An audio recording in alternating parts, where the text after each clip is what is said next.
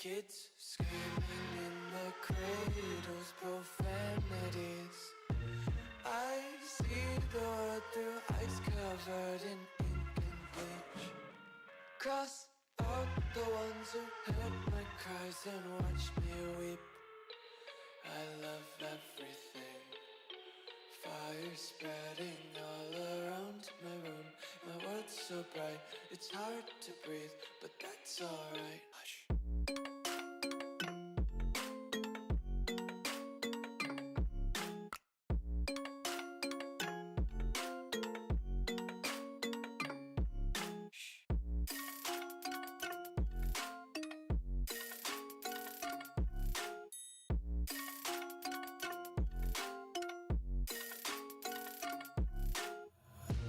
Take my eyes open to force reality. Why can't you just let me eat my weight in glee? I live inside my own world of make-believe. Kids screaming in their cradles, profanities. Some days I feel skinnier than all the other days. Sometimes I can't tell if my body belongs to me. I love everything. Fire spreading all around my room. My world's so bright, it's hard to breathe, but that's alright. Hush.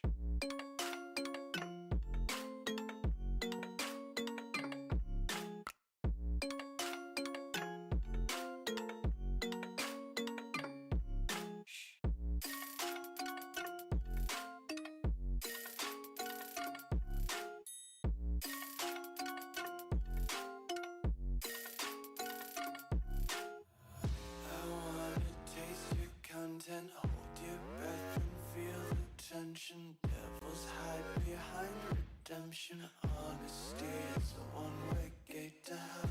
I wanna taste consumption. Breathe faster to waste oxygen.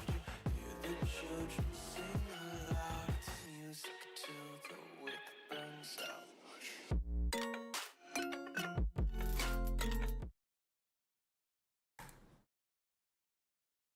Hi guys, let me make sure audio looks good. Hi guys, welcome back to Ursiiday's Pokemon Pocket Weekly. Oh my god, we're all the way up to number 31 and I am so excited for this week. We have so many cool decks. Maybe Buzzwole and we finally take a win in the tournament. I forgot to undeafen and unmute myself for my co-host here. And there's just so many cool decks we're going to get to watch today. But first, I am so excited to get to introduce you guys to my co-host today, Tajwama, who is an awesome Pokemon Pocket content creator. I got to meet him at NAIC where we were doing the Conquest matches, but he does so much awesome Pokemon Pocket content. He has a YouTube, he has a TikTok, he has a Twitch as well. So make sure to check him out if you're interested in that, in his content. But Taj, would you like to introduce yourself? Yeah, for sure, Ursi. Thank you so much. Hey, what's up, guys? Tajwama here. We are YouTube partnered and Twitch partnered. We focus mainly on Pokemon TCG Pocket content. We went to NAIC. That was super, super sick. We got some pretty sweet swag, pardon me. And we're also super blessed to meet Ursi IRL in person. That was super fun to meet her. We also got to meet Jody. He was super cool. Also Spraggles too. So that was really, really sick. Doing that side event at Pokemon TCG Pocket was super, super dope. So the cool thing is that was my first side event, and seeing Ursiiday's Pocket tournaments really kind of like helped me as a newer kind of competitive player. We've hit Master Ball before, but definitely as a newer player, seeing all the Ursiiday Pocket tournaments going good, seeing all the players like Kronos running Solgaleo last week, Jody, the boy Jody, right? Seeing him playing Buzzwole. So it really helped me as a newer competitive player. So if anybody is interested in kind of coming to these, if they're kind of scared, or if they're kind of like they don't want they're kind of scared to like kind of do it, like definitely join this this scene because it's really, really fun.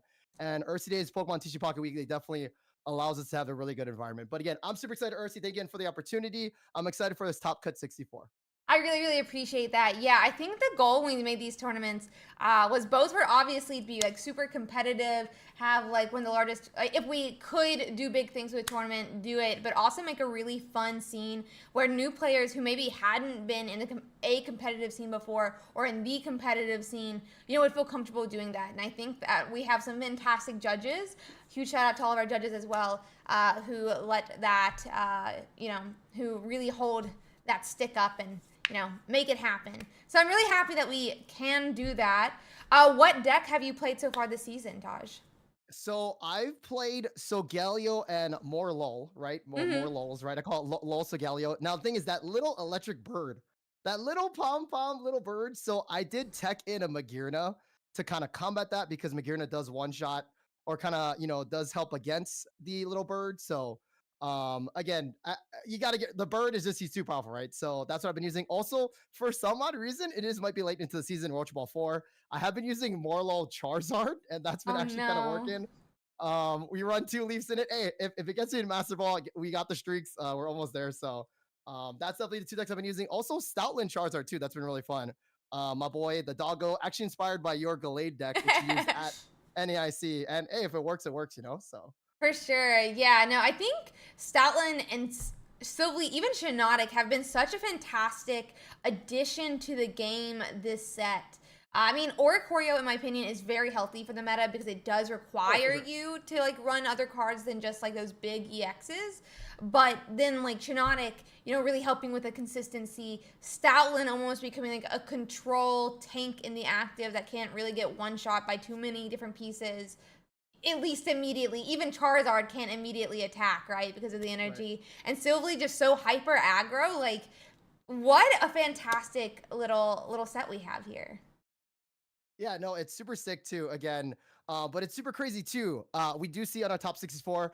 Again, it's respect to the game. We still see Dark Tina, right? Nothing's wrong with that. Again, is it healthy? Is it not? It's just the competitive sense. If it works, it works, right? So seeing Dark Tina as well too. Also, Ram Savali is really cool too. But also, seeing kind of some interesting stuff. Like we see a Wigglytuff. We also see some. I think that was just kind of the weird one. Was a Wigglytuff. We do see Chromat Mm-hmm. Arceus, but a lot of cool things. But again, Buzzwole, like Jody said, Buzzwole said it's super consistent because it can handle everything as well too. It can handle the mirror matchup really well. It can handle the little birds. So Buzzwole is a really solid deck to play. It just for me, my brain just hurts after a while because it almost was like playing Dark Ritina, You have to kind of think a lot for it. So Yeah, I would definitely agree with that. I think Buzzwole is so strong. It has so many different attackers it can use. I mean, even just the Ultra Beast with Celesteela is what a fantastic card. This not retreat, but like switch out card. Our first real switch out card of Pokemon Pocket. But I think something really interesting to note with Darkrai Giratina is this is our first top 64 Darkrai Giratina where it's actually not just Darkrai Giratina. Every single one of them has Niligo, and one's even running two. yep. So the deck is definitely changing from only being a reactive deck to almost incorporating more of this poison and putting out some like almost odd pressure. Well, so it uses Poison Barb, right? Which is Yeah. actually an insane tool. The Nihilingo basically doubles the poison, and if that player's running 2, it does even more damage than that, right? So you have that 30 chip, plus you have the 20 chip from Darkrai, and also you have Giratina swinging for that 130. It does 20 damage to itself, but again, if the thing in front of it took 30 damage plus chip, it's pretty much just KO'd. Like nothing Yeah. really stands that, unless again it is if it has a cape with either again the 180 HP of Charizard or Solgaleo, right? Now, again, the cool thing about Buzzwole, I'm sorry, we're going to go back to it again. Buzzwole also has Retreat. It also has Heals. It also has Leaf Cape, or even regular Cape too. But the funny thing, the reason why I laughed at that point with Celesteela is that I've lost so many games just because of a coin flip. What is it? Mook Baton. Like the fact that it does 100 damage and they get it. Hey, pocket's pocket, but it's so devastating when you have it and they're like, oh, I'm gonna just send this one out and do 100. So Honestly, I've never hit heads on Celesteela. I I never do either. I have never hit a single heads on Celesteela. And at a certain point, I gave up. I was like, look, if I already have 2 energies in the discard pile and I'm losing it, I'm just putting it in the Buzzwole. You can't stop me. Unless it's an Oricorio, then you can stop me. But that's a different story, and that's not what we're talking about. Right, But no, yeah. that's why you have the Mukbatan cannons going. But mine just miss whenever I Every try to do time, it. every time. They say it's 50-50, but I'm still at 0%, so. No. We buy all these coins to make them look fancy, and yet I see the black side of the coin every single time. Oh, no. Are you telling me you can't pay to win with the coins in pocket? I guess not. I thought it'd be more weighted on the back, on the tail side, but hey, whenever I played like old Genetic Apex Moltres, like 3 tails all the time. It was Tragic. It's okay. It's okay. But again, that's pocket, right? So. For sure. There's sometimes, I mean, it's also your choice in your deck. You can choose to have attackers that aren't coin flippers. This is something I have a conversation with the people about. Like, the whole deck is coin flipping. Like, the whole deck is coin flipping if you choose to run a coin flipping deck. That being said, though. Pockets RNG. Okay, sorry. Oh, no, yeah. I mean, all card games have some extent. But with that being said, it does look like our top 64 is getting ready to play. Do you have a deck that you're interested in watching today? So I'm excited because actually me and my nephew play Pokemon TCG Pocket, and he actually played the TCG. I used to take him to like, like juniors division, seniors divisions for like actual IRL events. So I was kind of like his chaperone for that. And he gave me this deck, which is really cool that he saw online, and it's Charizard Wigglytuff. Hopefully it's the crazy, the eyeball, scary looking Wigglytuff. But again, I believe it is 13th, piloted by Haran, who is 6-1-1 right now. But just kind of seeing the interesting heals from Wigglytuff, again, giving it constantly 20 heals would be pretty sick to see with Charizard because it's such a big, bulky boy. And he also runs 2 lilies as well. So kind of giving him also giant cape. So like having all that heals would be interesting to see. Also, too, we've seen a lot of like, again, Buzzwole and Celesteela. That's definitely going to be a big thing too. So seeing kind of that newer deck would be kind of fun to see because again, it's Charizard and whatnot. So that's definitely one of the ones I'm excited to see this coming match if we could. So yeah, I would love to watch that. Sadly, it looks like their opponent was not able to play, okay. so they have already proceeded to top 32. Sorry about that. Is there a different deck you'd be interested in? Did the Wiggly win then? Yeah, the Wiggly's in the top 32. So nice. So here's another one that's actually really interesting. So I don't know if you want to do this, so let me know. Mhm. But I'm a huge fan of Jody, right? So he showed me this Blacephalon Savali deck, and again, that's basically the first match, which is interesting because it's going up against Sugar Water, who is running Buzzwole, and he's at a perfect record, or they have a perfect record of 8-0. But Blacephalon is definitely really good against Buzzwole. I liked running it. The downside was, again, you need the Lucamine into your Blacephalon. So I'm a believer of Blacephalon myself. If you want to watch that, that'll be kind of cool too. But seeing those two kind of duke it out, again, it's the 64th player versus the first player. And yet the 64th player has a type advantage would be kind of cool. yeah, this would be really cool. Let me check what channel it's. Okay, that one appears also not to be appearing either. Do you have a third choice? I'm so sorry. No, it's cool. So if you want, Ursi, we can do 2 things. We can either check out the boy Jody. Again, we love Jody, right? So Jody's excited. He's running Buzzwole, Celesteela. We could do that for sure. Or if not, we could do like one of the more unique decks. I'm trying to find my tab that has it open, but I think I accidentally clicked on. Jody's in a mirror match. We could watch Jody. Well, maybe no. Hold on. Bixie's also going against Magnezone Mirror? Shinotic. If you'd be interested in Magnezone Shinotic. Oh, sure. Yeah. Actually, that was going to be my next one because, again, it's cool to see Shinotic helping out all those stage 2s. So, yeah, why don't we rock it out with Bixie, right? Bixie's won or has top cutted before, like top 3 before in these before, too. So, yeah, Bixie actually back-to-back winner. The only ever back-to-back winner. That's why I remember the name. Cool. Yeah, has 2 wins. They're awesome. They're fantastic. Cool. Yeah. Why don't we do that? What channel would that be in? It looks like Bixie's actually going to be streaming from their Twitch channel. Oh, sweet. Cool. So I'm going to grab. Is it the same? I think it's just Bixie. Bixie BX. Let me send it to you. Wait, Bixie, your stream is not on, buddy. But they said they're going to be streaming. So I'm just going to at them. Bixie, turn your stream on. Cool. Ursi, are you excited for the new Eevee set, Eevee Grove? I'm so excited. I'm so excited. It looks so cool. I've been saying this for a while. I just didn't think it was gonna come so soon. But I was like, Umbreon and Espeon have not appeared yet. There's no world where that's not on purpose. They're like the most popular of the cards. Umbreon's card in TCG is like worth the most of any card essentially, other than like Charizard cards. Right? Moonbreon, right? yeah. It's like there's no way this isn't on purpose. There must be an Eevee set. However, I thought the Eevee set was like gonna be like the 1-year anniversary.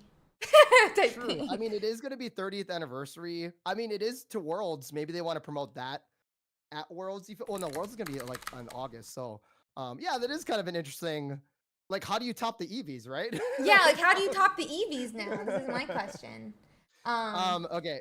So Ursi, let me know when they're live too. You can just post it in our call. But Ursi, what is your favorite evolution? Espeon. What was it? Espeon is my favorite one. My favorite Pokemon is actually Espeon and Rabombi. Ooh. And I have Rabombi? Nice. Yeah, I have one Espeon. She's in the corner over here. Nobody can see her, I guess. She's like behind the Tepig. But she was my first plushie I ever got when I started stream. Right. Now, how do you feel about Espeon Shiny, though? I hate it.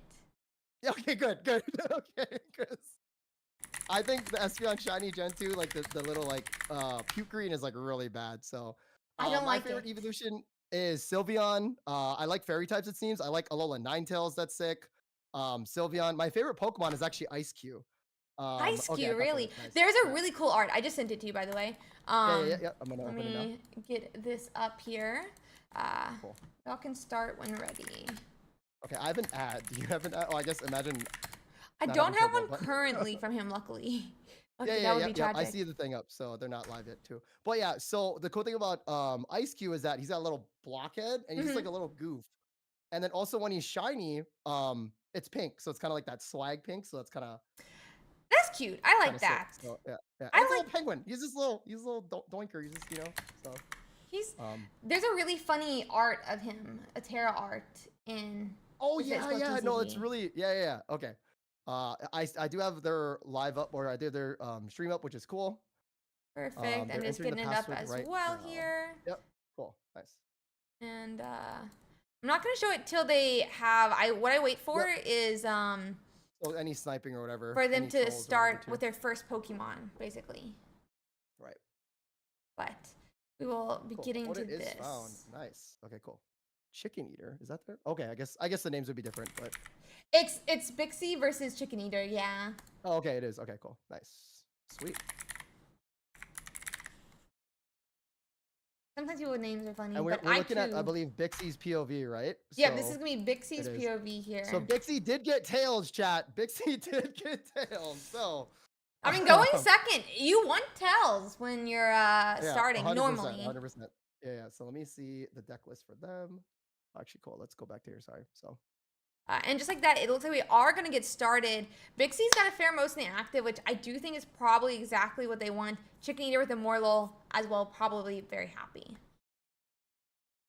Yeah, definitely have that Morlul start too. It's interesting to see because Morlul just basically is kind of the support mon to get to the Shiinotic, to get to your stage 2s faster. So again, it's a really cool addition. Also, it is colorless. So even with this Morlul too, if it needs to do 10 damage, it can attack using that colorless. I believe it's Stampede.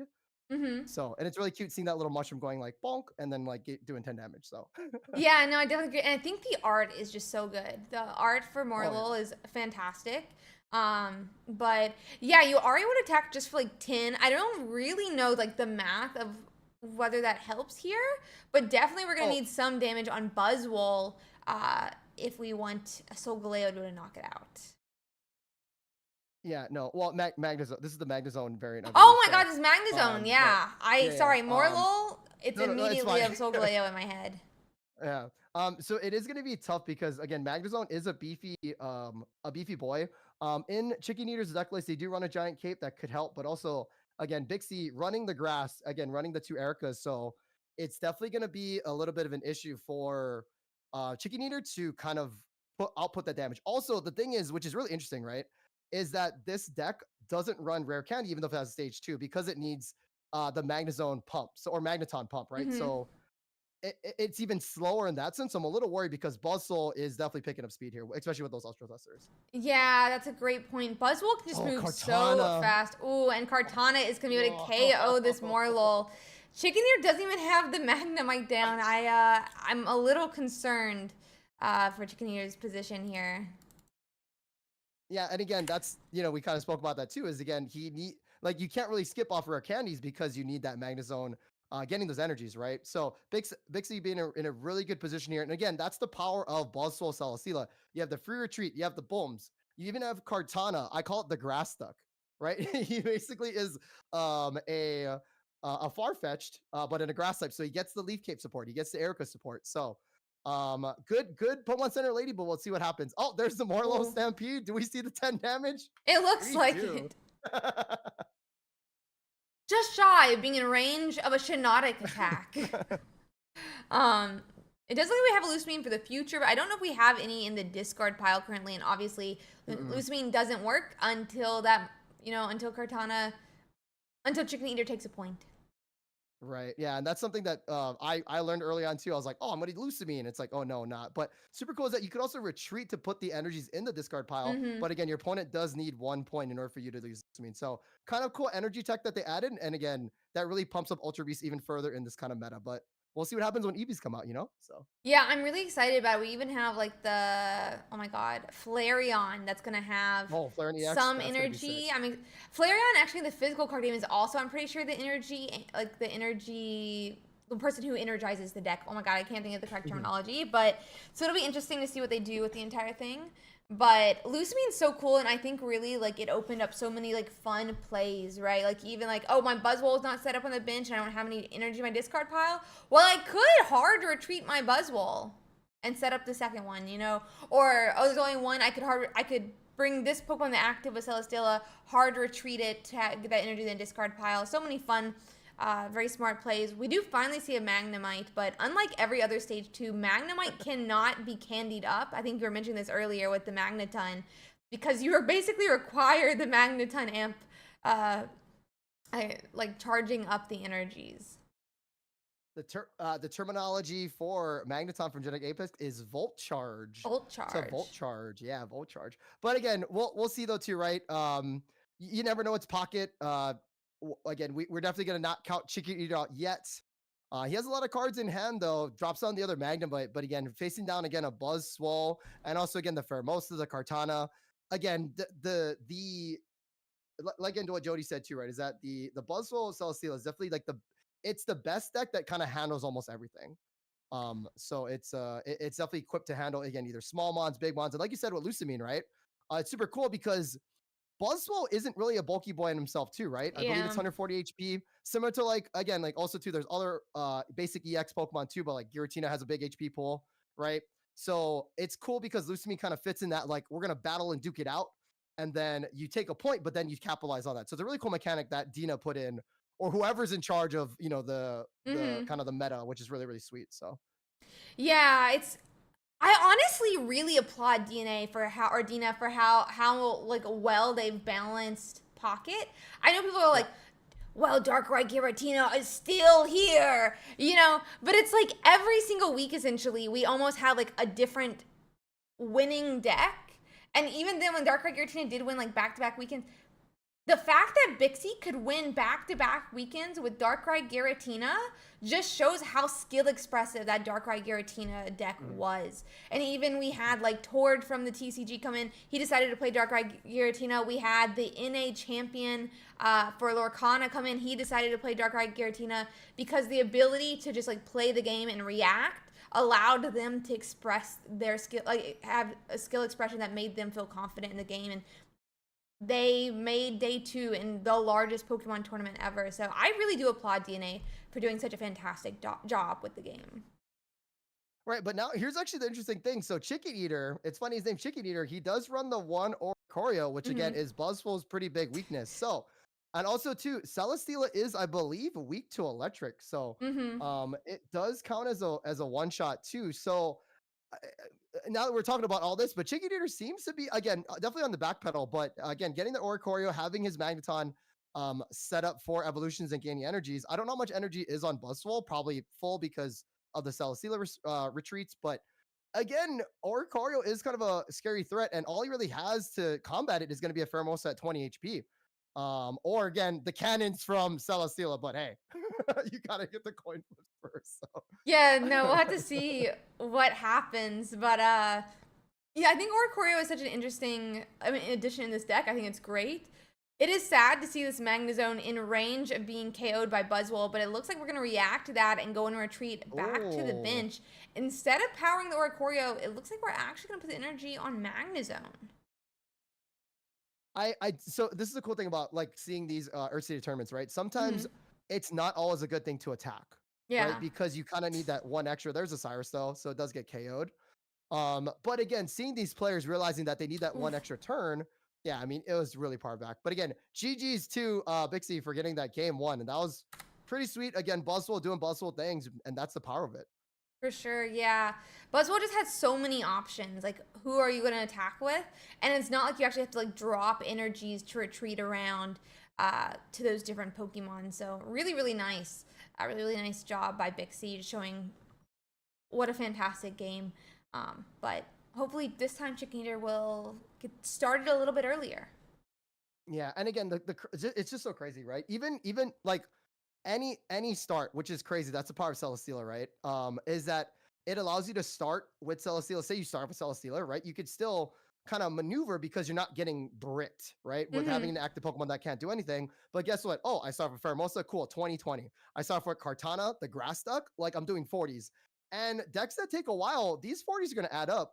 And 40 plus 120 big beat from Buzzwole is pretty much 160, which is lethal for a lot of these Pokemon in Chicken Eater's deck. So again, just to really just doing buzz things, and it's a very, very solid deck. So excited to see what Chicken Eater can do this next one, or this next game too. So yeah, I agree. This time Bixie is going to be going first. It looks like they have Kartana in the active.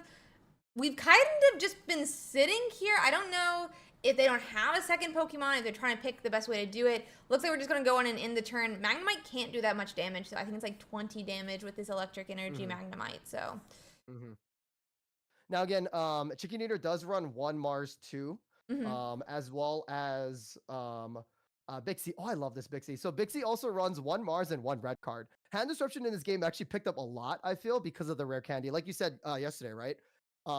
Red carding or Marsing because you get rid of the rare candy plus their evolutions, right? yeah. I think that was really good insight on that. So There's just also so many strong supporters now. Honestly, I think Red Card has been strong since day one, and it is a hill I will die on. But I'm a believer in Red Card too. I'm a believer in Red Card too. Yes. Okay. Thank you. Taj, I'm like, please, don't kick me off. Don't kick me off the thing. I believe in Red Card too. I believe in Red Card too. Red Card. I was like, oh man, I get it from a competitive sense, but now with the hand disruption, like it does make sense too. So at the time, I do get when people are like, red card silly, you could use all the cards. It's just like the thing is, the competitive players were like, the card's still good. Every single competitive player played red card. True. No, people come to my chat to this day and they're like, red card sucks. I'm like, buddy, that argument's been gone for a long time. We know it's Pocket Weekly, and you will see. Yeah, honestly. But I love seeing Bixie running this red card and Mars. You know, because like at the beginning, Mars is essentially red card, but it takes up a supporter spot. And it still increases your chance of hitting one or the other if you really, really, really need it, especially against evolution cards like Magnemite, Magneton, Magnezone, where they just need so many cards. Yeah. And again, this is for more the newer players, but Mars is such a powerful card, especially at the last turn of the game. When, say, for example, you would lose if your opponent gets a Lily or a Cyrus or Sabrina, you could Mars them if they have 2 points, and then they only draw 1 card. Yeah. So you basically kind of like minimize your odds of losing because you're minimizing the resource that your opponent has if you do a well-timed Mars. But like me, I'm sure you as well too, right? Ursi, is that you've Mars and then you give them the perfect hand too, right? So like both can happen.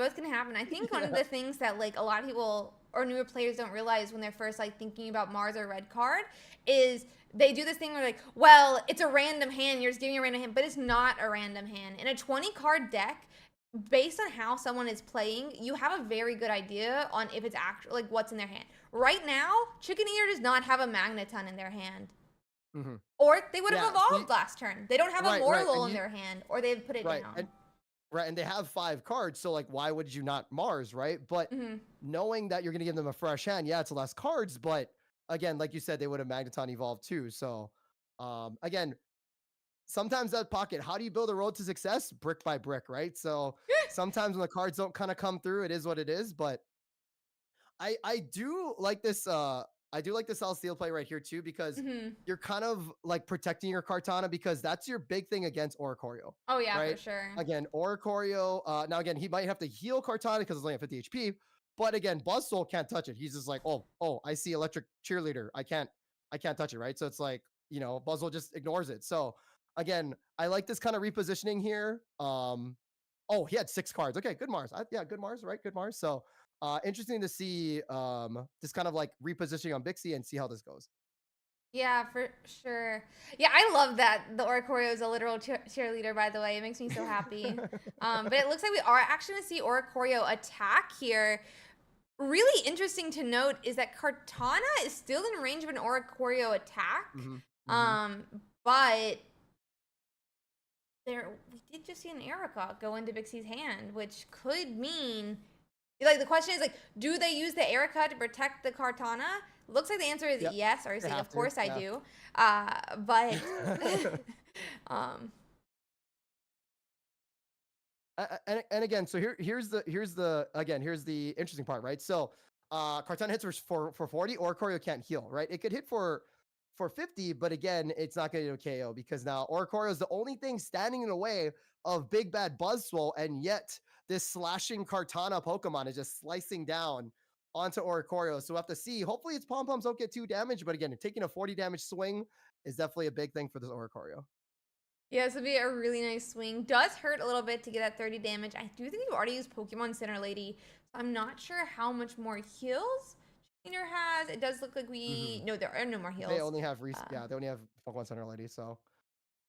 we kind of And need again, something. too, again, sorry for talking about Bustle so much, but again, the Erica heals, the Leaf Cape, like, gosh, free retreat, like, oh my, energy with Lusamine, like, oh gosh, I think Buzzsaw is definitely the favored typing in this set for sure. So for sure, yeah, they definitely really like the Buzzwole. I think the interesting thing is though is like they put the Buzzwole in, and it's obviously very strong, and it doesn't get one shot by a lot of things. And yet, for some reason, they gave it the exact health with Leaf Card to still get one shot by Charizard, which I think is I think good. I think it's good, but yeah, no, for sure. If it was one again 10 HP more, like it'd be insane. But we do see the Leaf Cape, but oh wow, it actually takes him over the 40. So um that's a risky Leaf Cape. But again, Oricorio is kind of the carry here. So because what's super cool is that if it's tight. If mhm. Chicken Eater can somehow get over this Cartana and somehow he doesn't draw the Pheromone, okay, never mind. Pheromosa does come out. So even though if Oricorio does get the KO on Cartana, oh the Goose too. Oh geez. All right, well, not much now we're looking at Ursi. So Let's see here. Yeah, so I mean, there goes the Oricorio, sadly, but yeah, and that's kind of the only wall that Chicken Eater had against the Buzzwole, and Buzzwole is fully HP'd or fully energized up. So yes, we can evolve into the Magna Zone, which would be good, and it does KO the Cartana. However, you have to go against that Buzzwole, which again, Bixie does run 2 Ericas, also a Leaf Cape too. So again, it'll be at 170, definitely in 2-shot range. But again, Magnazone's going to get hit really bad by this Guzzlord, or sorry, by this Buzzwole. So um, the math ain't mathing quite for Chicken Eater, but again, we'll have to see how this plays out. yeah, I think one thing that does show with the Chicken Eater list is really how strong some of these like 1 point decks are, and I think also Buzzwole really capitalizes on that with the multiple 1 point attackers. But like Magnezone is just out of range of Buzzwole. Buzzwole actually we've already used the Leaf Cape. It's on Cartana. We've used at least one of the Ericas onto the Cartana as well. So Buzzwole can't get out of a 2-shot range of this Magnezone. So the question comes down to, is there somehow we actually push over or don't attack? Get some extra damage on this Magnezone before the Buzzwole comes out. Oh, and there's a Pheromosa, just like you said, right? So Pheromosa does do some chip damage too. Also could do the Mook Baton, but I don't know if that's worth the Lusamine. But this would be the chip. And again, what's super cool about Pheromosa is that it does only 20 damage, but over time, right, it just stacks, right? You're doing 40 damage across the board in a sense, but just chipping down, getting you to, because again, Bustle only does 120, which is not a lot, but if you pair it up with Pheromosa kicks, which is not a roach, by the way, which we learned yesterday. Yeah, she's not a roach. Not in this. Not in this. What's it called that Marvel says? Yeah, it's definitely not a roach. So now what's bad for Chicken Eater is that his only big attacker right now is Magnezone. Has to retreat or gets KO'd by the Buzzwole. So Not it's in gonna be this interesting to alternate universe. yeah, not in this universe, right? So it's gonna be interesting to see what Magnezone does. But again, that Pheromosa, and again with the Ultra Thrusters, right? Just making it allow that every Ultra Beast can retreat is just so powerful with this. Also, we talked about Giratina Darkrai, right?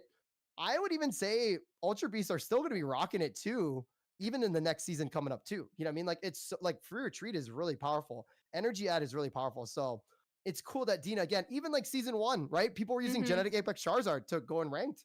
So like it really, yeah, it really kind of. The Pokemon in this game have such a long lifetime. It's really nice to see, and I do think Buzzwole will still like be very competitive next set, unless we just like have a super strong, unless like Flareon is just really strong and it gets pushed out because of like type advantage. I think that Buzzwole will have a strong life next season or in a future season.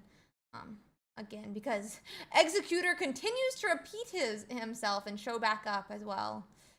Right, no, for sure. But yeah, so seeing that KO too, again using the big beat now. Again, if players don't know, Buzzwole cannot use big beat, but if he gets back on the bench, it kind of basically unlocks the big beat again. Having the 2 Ultra Thrusters there allows him to kind of rotate out, and he can do big beat again next turn. So I don't know if that's a bug. It's not. It's not a bug. It's just kind of okay. So in the physical card game, once a Pokemon leaves the active spot, you can't say that it's the same Pokemon that was in the active spot. So status conditions are lost when they are taken off the active. Like they leave. Yeah, that's super cool. So any negative effects on it on the active is gone because it essentially went to the bench. Yeah, it's really like cool. Essentially you put it back in the Pokeball and it's in your team, right? Yeah, and you could technically have other Pokemon in your team. So it loses the status condition. Similarly, like the Punchy Crab, if you and Togekiss, they both like have the, if it's 2 turns in a row, it does more damage. Well, if it gets Sabrina'd, even if you bring that same one to the active spot, it lost the ability. Yeah, it lost the status condition. So it is not a bug at all. It's just how the physical card, both card games work for Pokemon. Right.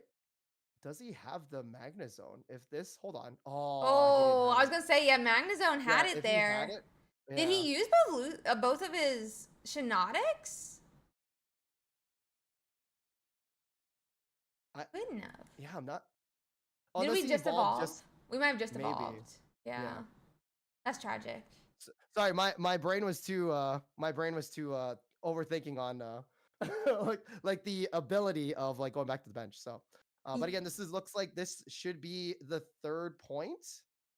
Yeah, this will be the 3rd point for Bixie, which will seal it with a 2-0. Nice.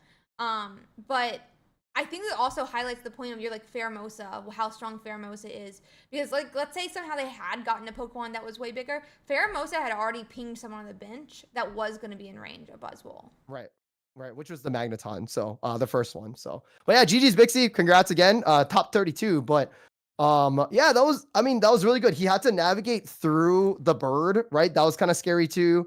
And again, props to Chicken Eater, right? Actually getting like almost the win like with 1 more turn, and that's really, really good seeing that again. Bolt decks did really well, but again, just Bixie coming up on top. So yeah, great job by Bixie. It does look like Jody and Shaiko have just gotten into their game 3, so we could try. Oh, nice. Yeah, I'm down. That game. Let me bring up Jody's Twitch stream. I got to switch up, yeah. Okay, so if we just want to bring up his Twitch stream, we can hop over to that. I am going to need a second to get everything up if you can let them know what's happening on the stream. Cool, yeah. So I have an ad right now. Imagine having Twitch Turbo. That's fine, but we are up too. So Jody is with the Celesteal up in front. He kind of looks like he's in a back burner position here, but he is going up against a Mirror Pheromosa with a Rocky Helmet. Jumping Blues does come out, taking down Celesteela down to 80 HP, and also Buzzwole going down to 100 HP. Now, Buzzwole does have 2 energies on it. It looks like, but Jody is going to be ultra thrusting his new Pheromosa, which he drew. And then now he's going to do some jump kick blues onto the other Buzzwole EX, which is across the board, taking down Pheromosa to 50 HP. And then taking Buzzwole on the opposite side, going down to 120. Oh, you're here. Okay, cool. Yep. Sorry. We officially have it up now. We officially have it up now. Nice. Okay. I just was trying my best. No, you did a great job. You Cool. did a great job. Thank you for podcasting it. Cool. It looks like, I mean, maybe Jody is in a little bit of back burner or on their back From a back foot. pedal. I think something to note is, I mean, I guess it really doesn't matter here. I was gonna say that even if you were in like too bad of a position, one interesting thing is your loosening gets turned on if you lose that first point. Right. And then it looks like, so guys, both players do not have points yet, so they cannot use their Lucamines. What's really interesting is that I'm going to look at their deck list. It's probably very, very similar, but it's basically whoever can do as much damage to their Buzzwole EX as possible. That's kind of the vibe going on right now. So a lot of these players really kind of playing chess right now. Buzzwole does come out in the into the active spot. Here comes the big beat that takes down the Pheromosa, but again, also now Buzzwole with the 2 energies in the back line can definitely knock out Jody's Buzzwole EX. Yeah, we're firmly in range of being KO'd. To note about the deck differences, Jody's running 1 Pheromosa, 1 Cortana, with 2 Lusamine, an Erica, a Cyrus, a Guzma, a Red, a Sabrina, a Red card, a Rocky helmet, and a Leaf cape. And Shaiko is running 2 Pheromosa, 1 Cortana, 2 Erica, 1 Lusamine, 1 Mars, 1 Guzma. So lower chance that they hit Lusamine, but I think they did. They had the energy already, so it did not really matter there. Second Buzzwole does appear though, which being able to switch between the two is really nice. Sadly, we do see Guzma, which does mean that this Buzzwole would not be going in range of a second Buzzwole if Jody was able to find one. He does have Lusamines in hand, but again, it's really tough. He can still send out his I guess Pheromosa. Because he can just Ultra Duster regardless too. Oh man, he can't, now that using his research, he cannot do a Lusamine. Here comes Cortana. Yeah. He didn't get the buzz. Yeah, unfortunate. Yeah, very unfortunate. And with that, Jody is gonna sadly be out of our top 64. Always sad to see Jody go, but really nice place by Shaiko as well. Check to see. What's interesting too, right, Ursi, is that I'm pretty sure they're playing almost mirror, and it just kind of depends on how you pilot it better, right? So no deck is perfect because the cool thing about Pocket is that it's very, like, not saying RNG based, but like every TCG, like you said earlier, right, is that there's still some RNG to it. So it's just unfortunate when your opponent just has the best line and you're like struggling to kind of get to your line, and it just kind of falls apart. That's just what happens sometimes, you know? So props to both players. Yeah, props to both players for sure, for sure. So let's see here. I'm trying to find just another game to watch if we can. Let me see. I have to. I'm regretting that I didn't grab the white monster like you have. Oh yeah, monster. Sponsor us, please. Ultraviolet, please. Ultraviolet, please. That'll be sick. So I wish I had ultraviolet right now. They didn't even send me any. Ursi, did you hit Masters yet? Are we getting there? I haven't. It's my first season that I've been having such struggle with it, but it's more so I've been traveling a lot. Yeah, Ursi, you were at NAIC. Like, come on, you were there for like a week. I've been traveling a lot, but I also had like a lot of like random like paper deadlines where it'd be like, oh, you submitted this paper a year ago. Turns out you've been accepted. Please write please write this like review in a week. I'm like, oh, I haven't like gotten too much, but it's probably not like a little like a McDonald's like survey. It's probably something really important, you know, like that does take time to type out. So yeah, it's like a full edit of the paper. It looks like we do have a game 3 between I'm pretty sure it's supposed to be Fearless, but I like to say 7 Earless. Okay, cool. And is it in a room or is it on a Twitch? I'm gonna check real quick, but it is the Greninja Oricorio you were talking about at the beginning. Cool. It does look like it's gonna be in a room. So do you have a point? It is either a Silvally Giratina with Tapu Lele or the Greninja Oricorio. Do you have a preference?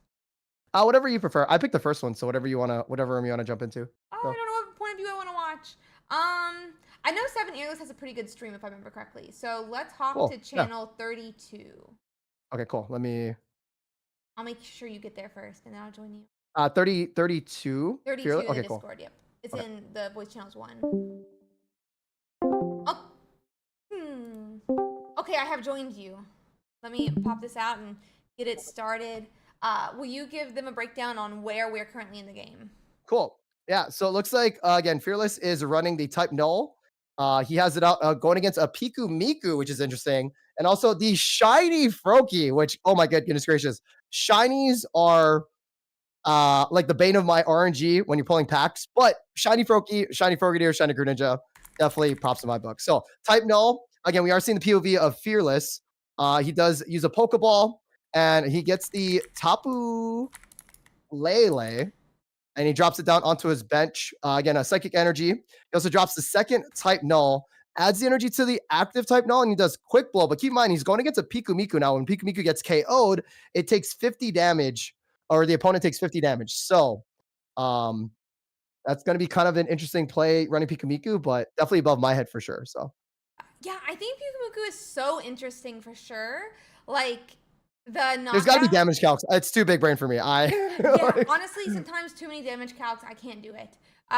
But but there's a reason. There's a yeah, I'm reason sure for there sure. is. I will say this deck is interesting on Fearless's side because you would think, well, it's not really an EX deck. There's a single Giratina EX in it, so it should be good against, an Oricorio list. But Tapu Lele does 40 damage to something, and Yeah, that's whenever it not has two even energies on it. confirmed. So Yeah, it's only if you yeah. have energies on it. So it's not like Tapu Lele can do that big damage, just take Oricorio out and, allow Giratina up. So we are going to be relying on this type null or slash Silvally to really do, I feel like, most of the damage against this specific deck. Oh, their Irida comes out. Again, Irida support. Oh my goodness, great card. So, Oh, yeah, I love um, it. so what's cool is that the kind of the pace that Fearless has right now, or Seven Earless, is if he has a Savali, right? He has to use a support card, obviously, which is again his deck is pretty full of, right? He could KO the Piku Miku, take a bunch of damage, but there's no energy on the side of his opponent. So it would put him in decent position. But again, I believe his opponent only runs rare candy, so there's no Frigadier. Um, so I would say it's kind of safer to swing, but I've also ruined it a lot doing that. So, but Let's see. Yeah, there's always like a question with that one. Like, I think actually check. Are we? it looks like it's good on stream. So Yeah, I always like the list. It's always like interesting. I always feel like you need that middle evolution though when it comes to these like. oh, you need one for sure. It's definitely high risk, high reward. Yeah, 1000% high Yeah, risk, high so reward for sure. that's my own Um, opinion, but they're not doing it, mhm, and they got this right. far, I guess. Yeah, yeah. And no. Sometimes when I think I should be doing something, and yet players are not doing something else, I'm like, okay, well, they probably have a reason why they're doing it. So, Yeah, which but so again, that's Piku Miku does go down, inners out, does 50 damage. But again, looking at your opponent's side, they don't have the evolution for Frogadier to do 30, and Oricorio also needs two energies to attack. So Savali can swing one more time and do either 100 to 50 damage, depending. yeah, which is really gonna hurt, and we don't see any electric energies, which means there could be one next turn. So maybe we like A power up Oricorio. Problem is if we've been able to like attack this turn, Oricorio would be able to knock out all the energies on the board, right? Versus it right. can't do that now, and Fearless is gonna have time, or Fearless is gonna have time to actually get a second Pokemon set up. Right. Also looking at Seven Earless, they do run two Pokemon Center ladies. So Mm. if they do draw a Pokemon Center lady, they could heal and still do 100, which would put it at 70. And again, it does not get KO'd by that Oricorio. Also, what's really interesting, Ursi, is that how do you feel about dual type energy decks? The fact that this deck is running dual energy is it's flabbergasting to me. Like, what if you run all water? Like, or what if you hit all water? I just don't understand. Yeah, it's definitely scary to me. I don't know if I would be able to like deal with that because also like I would take I don't have an Oricorio now. I'm just gonna put this electric energy on the Greninja because or I have the Oricorio but I want my Greninja attacks. I'm just gonna put this electric energy on the Greninja. And I'm never gonna Oh, run into a second like electric energy before my game's over. Is right, what would happen to me. I'm not very right. good at like planning that far ahead if I'm like completely honest. So I No, for may sure. not take the risk, but at the same time, there's been a lot of success with it, and that's pretty awesome. Right.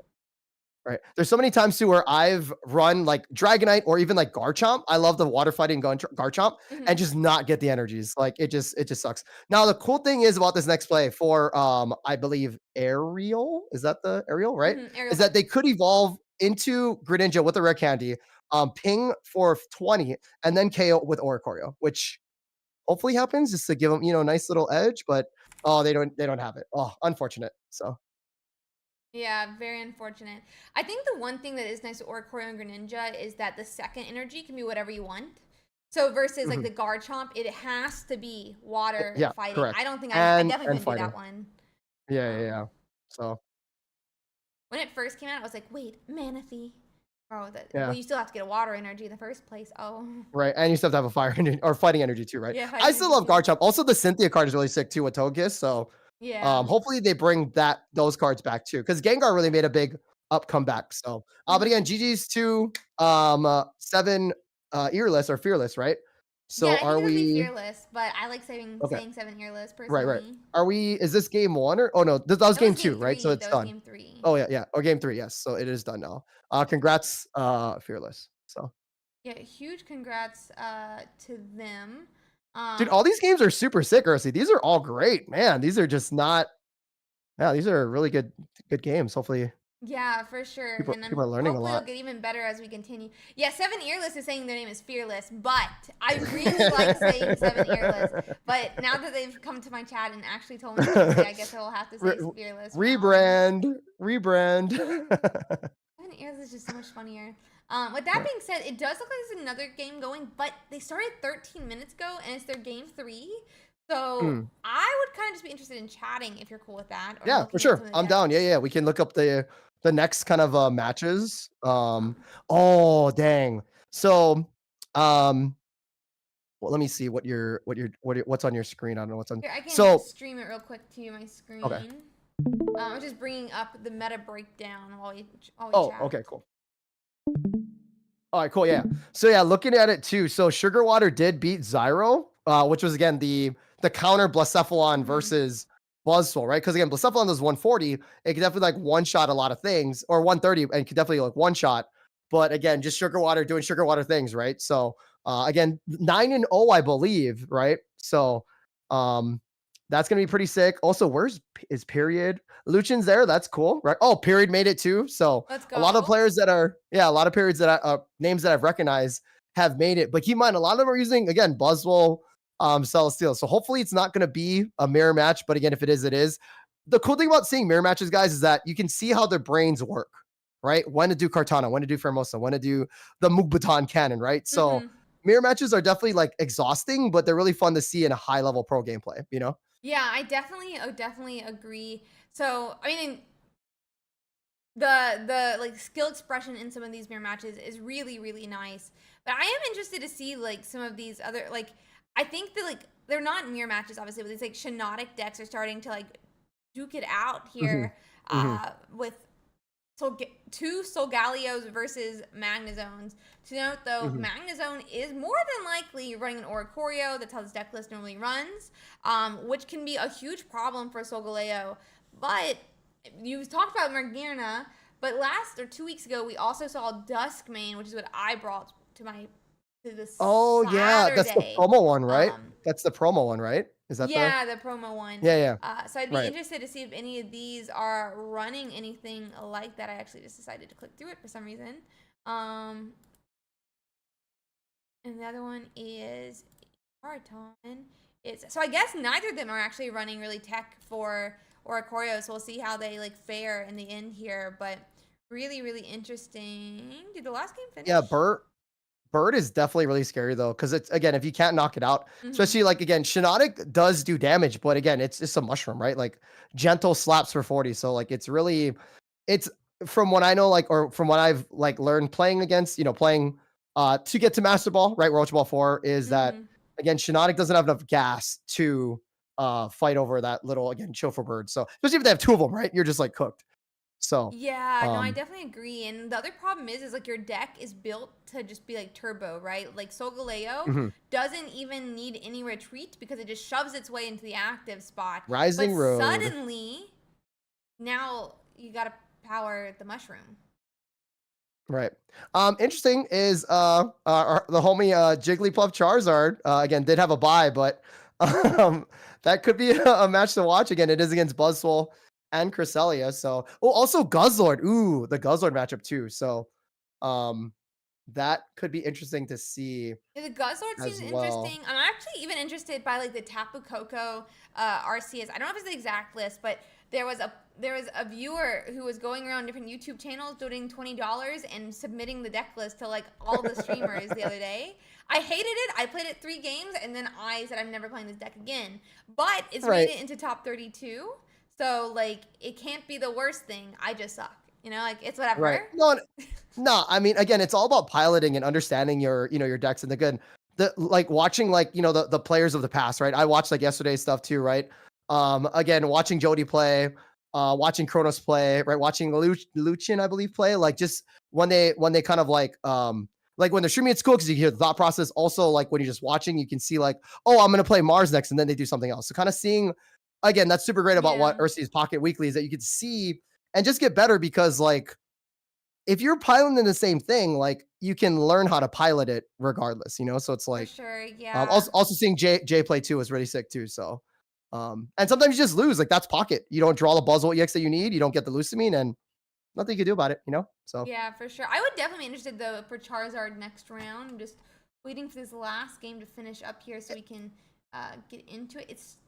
it's just something new. Like I feel like just because the Charizard Wiggly, like again, imagine if you actually get it online, right? You have the two Wigglytuffs staring in your face, and then like they just like heal you for 40 every turn, and then you have the Lily heal, that's 60, that's 100 damage, like it could be cool. I mean, it's gimmicky, but hey, that's pocket, you're having fun, so Yeah, for sure. It'll be really interesting because even like something with Charizard, I feel like you're right out of range of like Lily actually saving you. So I'm interested to see if right. Wigglytuff actually works. I wonder in this meta because now we're suddenly having so many more of these tanks if it does. But at the same time, Wigglytuff, while it's a tank that it can attack, I'm pretty sure you Eh, just want it on the bench you just healing want it on you. the support, yeah, because you Yeah. want Charizard to be soaking the whole time, so but again, what's super cool is that once Charizard guts online, even if Buzzwole has a leaf cape, he is a superhero, right? But nothing, again, it's Charizard, guys. Hey, it's guys, you gotta remember it's TCG, Pokemon TCG. Charizard still reigns king no matter what. So There's very few bad Charizards, but they have done it before. I want to state that the one that's in the premier trainer box or whatever it is, the Charizard one is not right. good at all. Oh no, for sure. Some of them are just art, but again, Yeah. the fact that they have like 17 Charizard Oh yeah. EXs printed is kind of like, huh, like I Yeah. wonder, you know, but so no, Um. it's super exciting to see. Again, we have a lot of players here. Do we have any like any returning players? I think you said like there's We have period, a right? Or sorry, lot of dot. returning players. Uh. So dot Bixie. Is there any other ones that again, I'm fairly new to competitive scene, so Mhm. I think Lucian was there too. So Yeah, we have like an over. I mean, I don't know the exact one by Seahawk this time. Maybe he can tell me when he hears the exact number. But I think like most weekends we have like at least a 30% return rate to our top 64. nice. But I mean, Dot and Bixie are just like past winners of the actual tournament. Lucian's Right. gotten, I'm pretty sure, to finals before. Earless is a Mhm. repeat, 100%. Pay to play Earless. has is a repeat 100%. You know, I'm always good at like remembering which ones I streamed day 1 and which ones I streamed day 2. No, for sure, for sure. Chicken But any Eater, recognizable. definitely a repeater, and recognize the name. But there's so many awesome players who come every single week, and I really do appreciate all the support. Ivorian, definitely see every single week. 45. There's so many. Obviously Jody. I don't even know that I need to say Jody. that name. Right. But yeah, so many awesome different players that repeat week in, week out. So I know like Jody even mentioned that he's made every single Ursiiday's Poop on Pocket Weekly of this set. So very cool. Mhm. Now, what's super interesting to see is that Sugar Water, I don't know if that's a newer name too, but 9-0 right now, faced off against Pay to Play, against Bon, and they're all using like, well, Bon using Dark Artina, but also they were, like they played a bunch of Buzzhole mirrors and they've won, right? So interesting to see like how one person can navigate against, again, a pretty strong meta fighting mirror and still winning. So but yeah, 9-0 is definitely a really solid feat to have, and hopefully they continue this momentum throughout the tournament. So that makes a lot of sense. Hawk said this is the first weekend that he didn't do the math. Oh no. Tragic. Tragic. The 1 week I need it, bro. But it's okay. It's okay. It's whatever. But is the next standing? It looks like everybody's. We still have the it said, one like, game waiting to complete. Oh, okay. Okay. It's Okarun versus Josen. Okay. A little, but hopefully we'll be able to get into that game. Really Oh yeah. do Okay. you mind if I can leave Okarun. here 2 seconds while I grab a monster because I am Sure. exhausted, Sauce. Cool. Thank you. Yeah. I've been playing too much video games off stream. No. So this 2 seconds was sponsored by Monster. Again, the sugarless flavor and No, it wasn't. No, it wasn't. But it's okay. I wish. Please sponsor me, Monster. So Pokemon NAIC, I got some cool stuff. I got a water bottle exclusive at NAIC, which is really sweet. Makes the water taste that much better. Again, it was an exclusive item that you could get at Pokemon Center NAIC, which is really dope. Also, I got this really cool pin that keeps on falling off my bag, but it's a Psyduck pin. Very and cool pin. It's super dope. So yeah, it was really sick. So I got this really cool pin. And also, sorry about that previous statement, Ursi. So... No. I was saying that back to you to make it funny for the record. Is why I was being so energized about it, was to be really funny, or I was trying to be funny. Sometimes I'm not that. I think I'm funny and I'm not. No, I just saw you in the mirror going like, I was like, oh, like, whoops. I mean, I think it's fine to make a joke like that. I'm opening the monster. I was thinking about getting a C4 because they're like 40 more milligrams of caffeine. I don't have them all calked out. It's fine. But I thought I would match. Right. So I'm also too a huge fan of rehabs. Those are really cool too. They're just like a little bit sweeter. Really? I think it's honestly, so it's basically just a lot more chill. It's almost like a tea. I'm more of a tea. Like I like Arizona green tea. Stuff like that. But I definitely love Monster too. But again, like I definitely like the rehabs. They're a little bit more smooth. And I think too, it might be just be a mental placebo at this point. Because like, you know what I mean? Like you drink, you're like, oh, I'm energized, but like how much caffeine you're actually getting. So I don't know. Yeah, I also don't actually know this is the caffeine that wakes you up. This is something I've like had fights with not actual fights, obviously, with people or whatnot. Is like, I honestly, after having Monsters, don't feel like Starbucks has caffeine in it. And people are like, well, it's not the caffeine that's waking you up. It's like the whatever the things are that are listed taurine around or the sugar, the taurine and the carnitine and all the teens, exactly. It does look like we have our top 32 in, and we did just let people know that they can start if they want.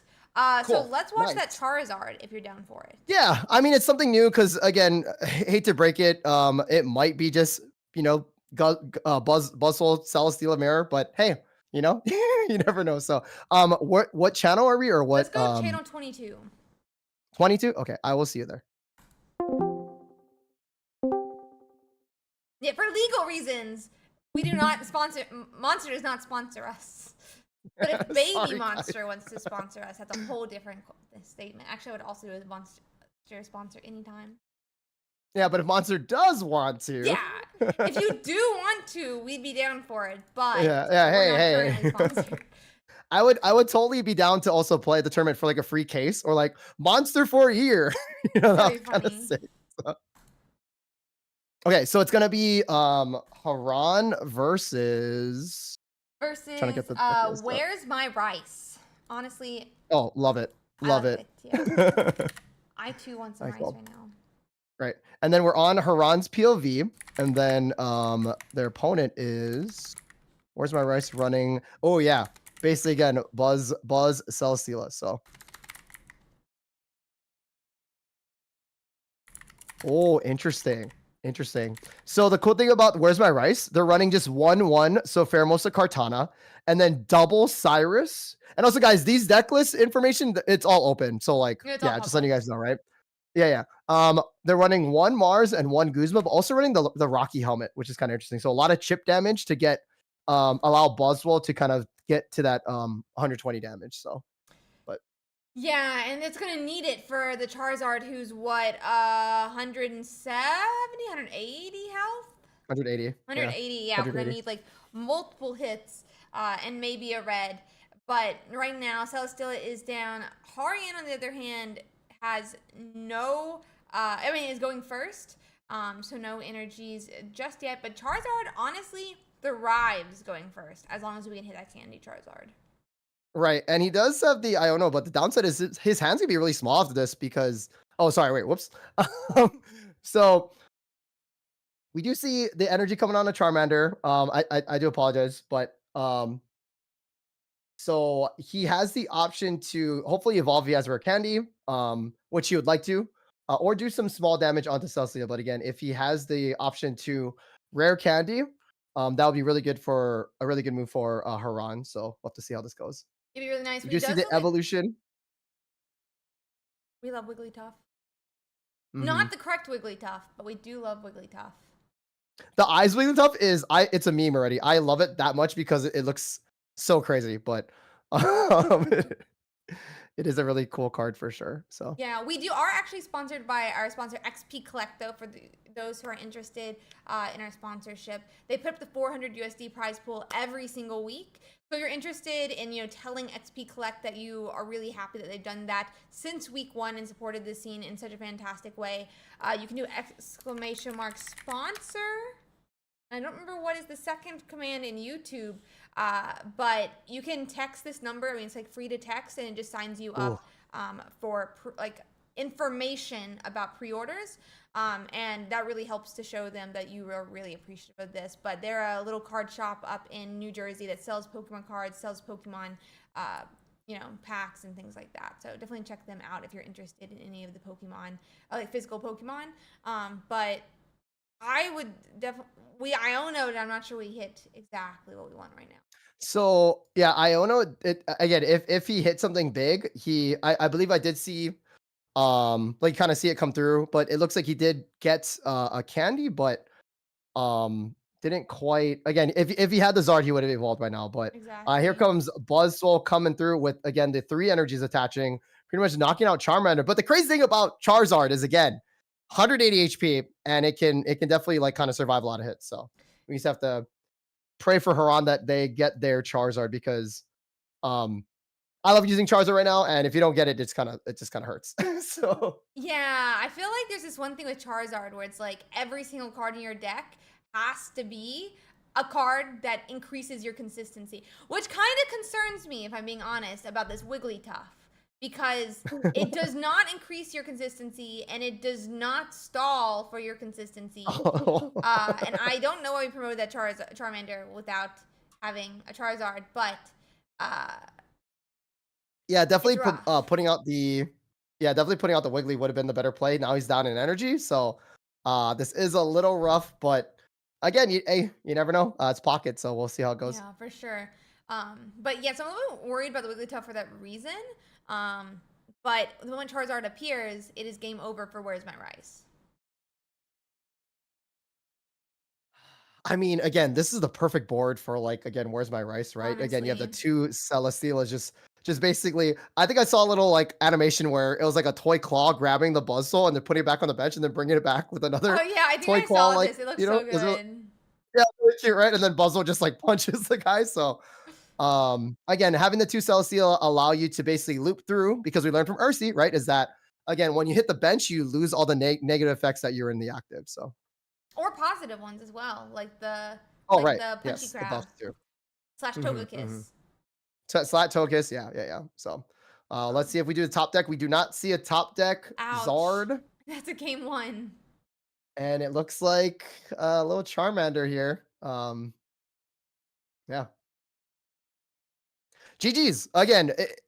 The thing is with Zard, right, and also Pocket too, right? If you don't have the kind of the way to um find out their Charizards and stuff like that, it's just a little rough, Mm-hmm. right? But the cool thing is, again, it's Pocket. Hey, you never know, you could get lucky. And heart of the cards, believe in. it all goes good. So I agree. I agree. Yeah. I mean, there's only so much you can do. But fingers crossed that Harian, doesn't, get punished here for running, some type of consistency over the Wigglytuff. I'm really excited to see how it plays out, and I'm hoping to see a really great game here. He's actually beaten 1, 2, 3, 4-ish Buzzwoles. He's beaten a Greninja, Giratina, Silvally Rampardos. Only lost to So Ariel Vexen that we watched earlier. Yeah, Yeah, it performs. Solgaleo. Funny thing is too, their display picture in Discord is 2 Wigglytuffs. So like Oh no. maybe they're just doing this to kind of like Maybe they love say, hey, Wigglytuff. and that's the cool thing. Yeah, and that's the cool thing. You can just play a deck. Like again, we're all about being, competitive players here, but hey, if you have a fun deck that you just like to play, like have at it, Sometimes like it's so good. yeah, having fun is good. You can be competitive and have fun, so For sure, for sure. We are starting with Jigglypuff this time, so we'll have to see how it goes. But we are going to be going second, which means Where My Rice will be able...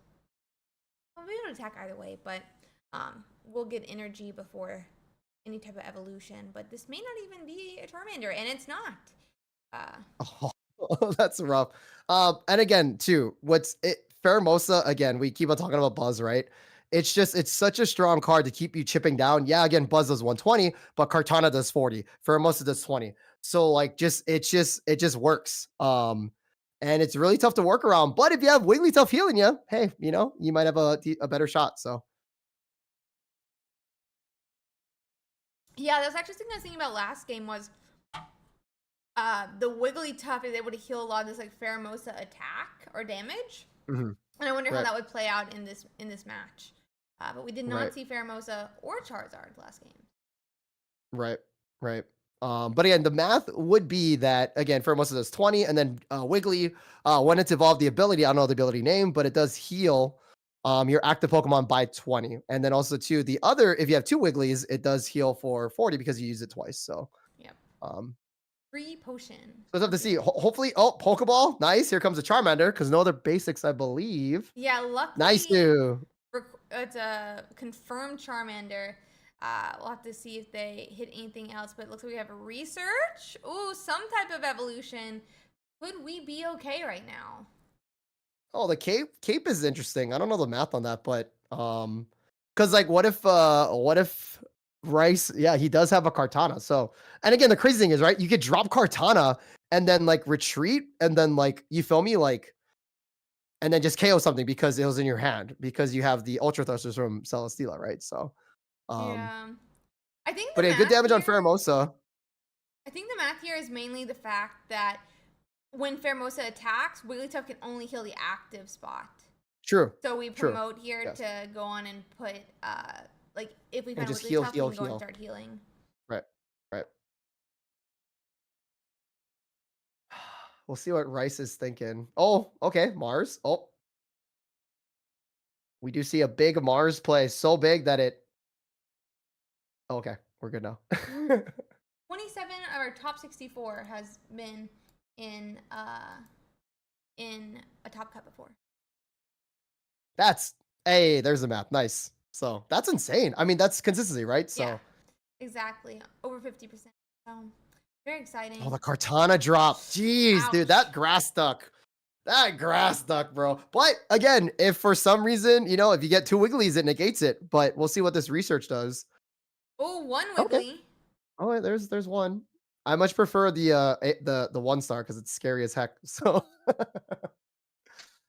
one's cute. no, I do like the other one though. Or at least no, the shiny's cute for sure. yeah. I played the Wigglytuff with Oricorio. I did like a Wigglytuff Oricorio list. And I Mhm. ran the cheerleader art with the big eye art. Also, Right. the fact Did you have No, go ahead. I was saying, the fact that like everyone hates on it, I think it's gorgeous. It's so cute. It's adorable. It's like the really ugly like little animal with the gigantic ugly eyes that's just so adorable yeah, because it's ugly. yeah, yeah, like the ugly duckling kind of thing, right? So Yeah, I but get it's the it. cute duckling. Like who wants the normal duckling? So guys, what we learned, Pheromosa is not a roach, and the 1-star Wigglytuff is the best art. Yeah, Okay, it is. you heard it. You heard it here. You heard it here. I will So, stand on this hill. Stand on this hill. yeah. So it's funny because the shiny Wigglytuff, like the only difference is the eyes. Like the colors, the skin tone color is almost like the same as a regular. Um, Interesting. yeah, but it's like trying to shiny hunt and trying to look for the eyes is crazy. But we do see a rare candy drawn. Let's see what happens here now. So a lot of damage spread thanks to the Kartana and the Pheromosa.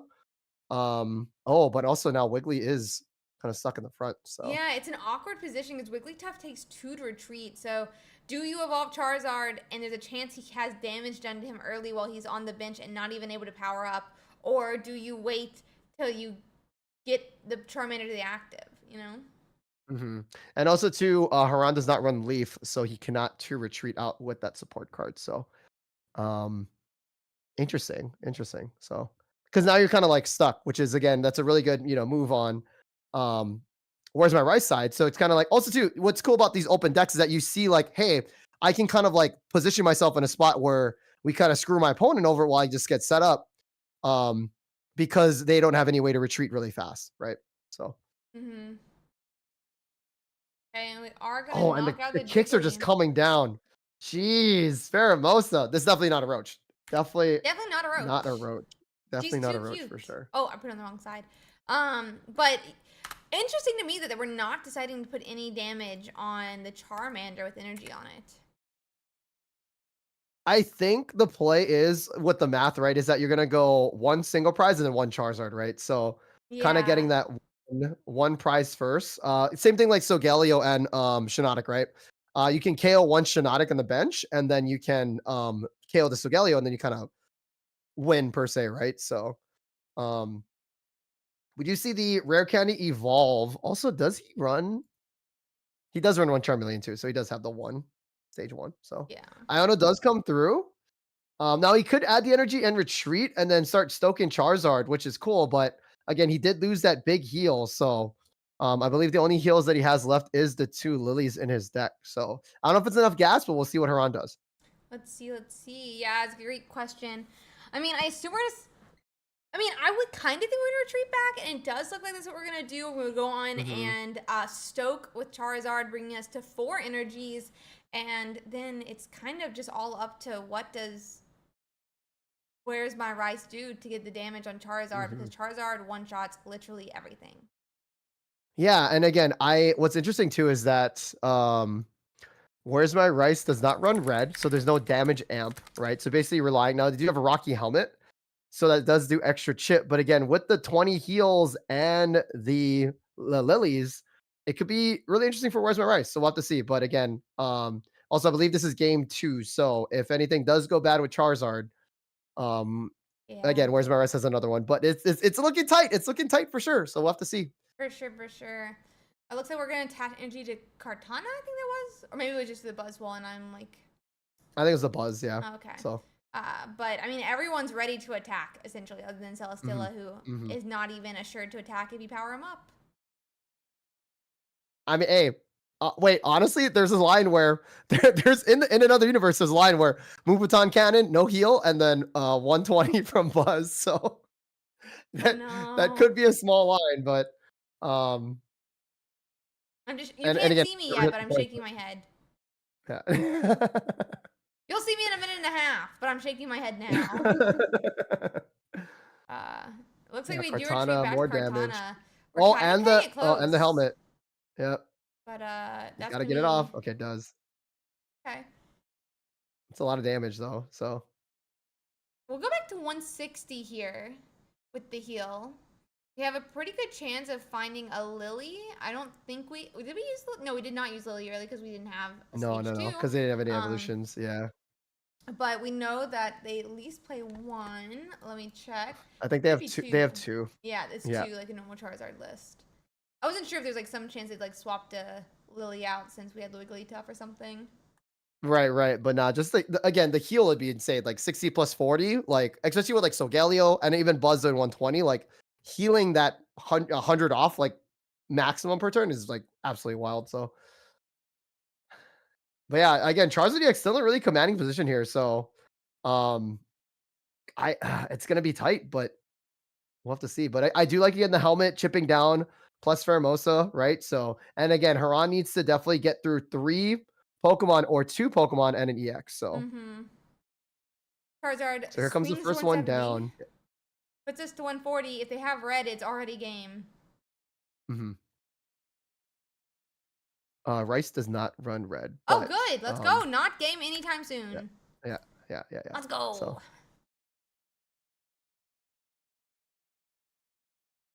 Chicken Eater and yeah, Where this is. My Rice are definitely part of a super team. I agree with this. Great team.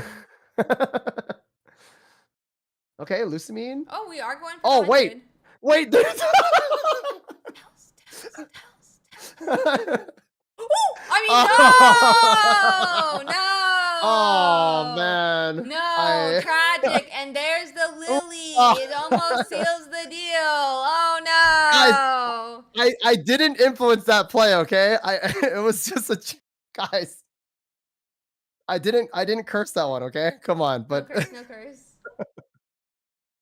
oh, Never. unfortunate.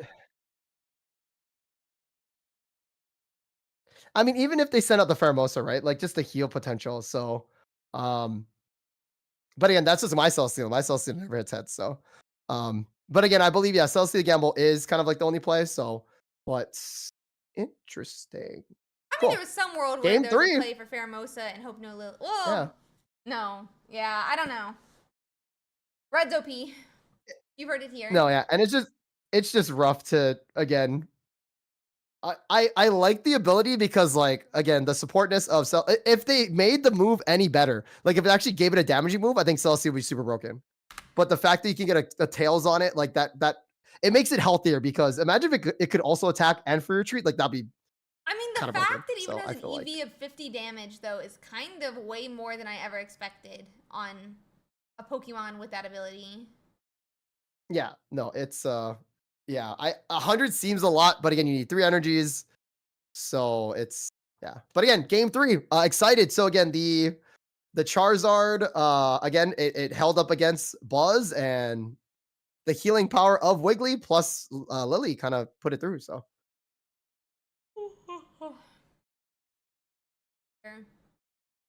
I'm giving them a second for the other player to start the game, and then we will be able to get this game started on stream. yeah. But again, Charizard EX, it's insane though, right? Stoke Charizard, it's funny when it first came out. Well, I guess for me, I was like, why are we gonna Stoke? But then now it's just like everybody's using Stoke Charizard because of the meta, where again we're using less HP Pokemon, and Charizard just kind of swings through. So it's a really, really, really interesting to see Charizard EX back. But it's shiny. It's a good reason for me to use my shiny Charizard. So True, yeah, true. I only have one still to this day. I only have one, two. I have a lot of other shiny things that I don't need, like I think I have Venusaur double shiny EX. Blastoise, but I only have Yeah, one yeah, Charizard. We right. are starting Jigglypuff, which I mean, nice probably not to get early damage, but we on our Charmander, but we do need a Charmander. Yeah, and again, the crazy part is that Haran's not using Leaf, because this is kind of a brick, right? Now, again, they have the one energy on. The cool thing is though, if you have another energy on Charmander and then you Stoke, you're good to go. But again, just kind of starting with Jiggly, I guess again, it's not too much of a brick for them. They evolved, which is interesting because now they need 2 energies, but we'll see how they pilot this through. So, oh no, okay. I mean, they're not too bricked, so. Again, you want to definitely see a Cartana or a Pheromosa or anything else besides double Celesteelas if you're a Bustle deck too. Because you want to do as much damage as soon as that Charmander comes. So So we do Cape Wigglytuff. I mean, it protects against the Celesteela attack, but they, it doesn't they do. caped and then they Ionoed. Interesting. Yeah, now there's a chance to hit Buzzwole. Does seem like we are gonna have a Pokeball. It is gonna be a 66% chance for a Charmander. Fingers crossed. Charmander, come Let's on. go, Okay. little baby Charmander. Nice. Yeah, I'm surprised. I don't know. I guess the math. I mean, I guess you do get KO'd by the cannon if you do hit 100. So the Yeah. cape was there, but you do get one less card if or you would have gotten one more card with cape, but I see the play here. So both players kind of in awkward positions though. Well, here comes the cannon. It seems like. Oh. Oh wow, it hits. Moonbaton, boom. All mines are always tails every time. So The Kanto save on this one. I mean, it is a different language, so I wonder what the no, actual. for sure. In English, Kanto with a K is the region of Wigglytuff. The region, / correct. Charmander. Yeah. So I don't know if it's Yeah. like on accident or what, but No, I think so. The ability is called Comforting Song. So maybe they're like Kanto, but I don't know. But the ability in English is Interesting. called Comforting Song. Yeah. So huh? Maybe Kanto also is the like hollow arts. comfort something. Yeah. The hollow is really cute too. Like not just the shiny, but the hollow is really cute for Wigglytuff. Oh no, I think that might be the best. Honestly, the really weirdly shaped Wigglytuff, that's the weird one, bro. Everyone's harping on the other guy. That's the weird one. Right. So it looks like again her aunt is gonna put out Charmander here to kind of stall out because again, oh, but here comes the Cyrus. But also here's the coin flip. Oh wait, no, he could add the energy We to have Kartana, Cortana, which he does. yeah. Okay. Yeah. Gosh, Kartana again. I remember when Farfetch was really big. Oops, I'm probably out of frame. Farfetch was really big, just doing a bunch of damage. So having that grass Kartana just doing the again 60 HP, 40 damage, but getting that grass support is really, really big. So getting Leaf Cave support, getting Erica support is really good for this Pokemon. So yeah, for those who are wondering, we are in game 3 right now of the set. This research could be huge if we can hit a Charizard. Looks like we are going to have an evolution, though, which is still pretty nice for the situation we're in. And again, interesting thing too, right, is that Rice, Rice does run 2 Cyruses, which is really good for Pheromosa, right? So, but he doesn't run a Sabrina. So if there's a fully like healed Charizard in the front, I don't know how much he can handle it, but again, if he pings something in the back, he could possibly get those points that way too. It'd be tough, but like, there's a little workaround that he can attack bench. If he can, but he doesn't run Sabrina. Only 2 Cyruses there, and Rice already used 1. So makes sense to me. Pat has told us that it translates essentially to comfort song or singing comfort or whatever. Nice, yeah. Thank you, chat. Appreciate it. So the Leaf Cave does come up on Kartana, so that cannot get KO'd. It still could get KO'd. Oh, okay, never mind. Yeah, every time I want to. Charmeleon. Every time I want to say something, it just like gets blocked. Okay, sorry, go ahead. No, I was agreeing. I was like, well, Charmeleon, no. Actually, not Charmeleon, but there is a Charizard. Which is going to be really nice. Depends now. Where are we going? Let's see. Canto Solave. Sorry if I butchered that, guys. I'm sorry. Yeah, I don't know if he wants to. I mean, he could retreat, but then you're taking damage already. Oh, he does retreat. Retreating to the Charmeleon to evolve to Charizard. That's going to go on to be 5 energies after, I assume. Oh, no, it looks like we might attach to Charmander. I mean, again, your opponent doesn't have Sabrina, so it's kind of safe to put it out here because you're not going to get. Oh, he does have the Cyrus, but you can also add that 1 energy later too. So, it's always tough to know where to add the energies, kind of thing, because. But you also already know what your opponent has, so I think either one would have been fine. And since now he could have powered up maybe Wigglytuff for like an attack too, but I don't think he's really using his Wiggly. I think it's gonna be Charizard. If he gets the second one, he just pumps out Charizard and then. But again, we'll see. Again, big bad Charizard is here now. So let's see if Buzzwole can handle it. So hopefully Rice is a big Pokemon he has to fight against right now. The Ultra Beast Alien is nothing to our homeland Charizard. Yeah. Sorry, guys. I will stand on top of this hill. For Gen 1, Charmander is the best starter. So come at me. I stand on that hill. Charmander is the best Kanto starter. So. Into the Onyx? What was that? What are you going to do into the Onyx? Onyx? Yeah, when you go against Brock. Gym 1. Oh, no. So you just Ember it. Oh, also, I use Butterfree Confusion. That's what I did. Level 12 Butterfree. Okay, well, then what happens when you go into Misty next and it's water? Oh, Pikachu. I catch a Pikachu too. So. Only in red can you catch a Pikachu.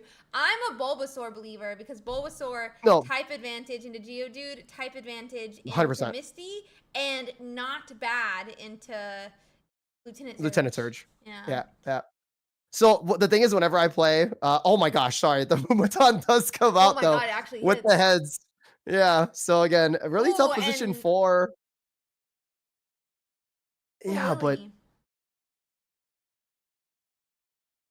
so yeah. Oh no, this is yeah. This could be the moon, but the cannons, man, the cannons.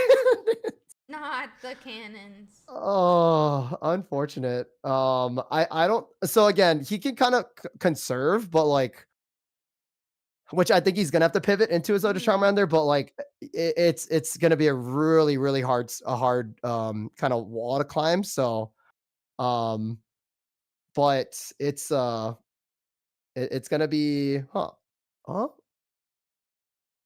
Is he accepting defeat? Because Buzz can basically just come in next turn, right, and then KO if he stays in. Yeah, Yeah, he there's has to retreat. definitely huge concern here with like what if they have Cyrus. I think they've used a Cyrus, but I could be confusing games.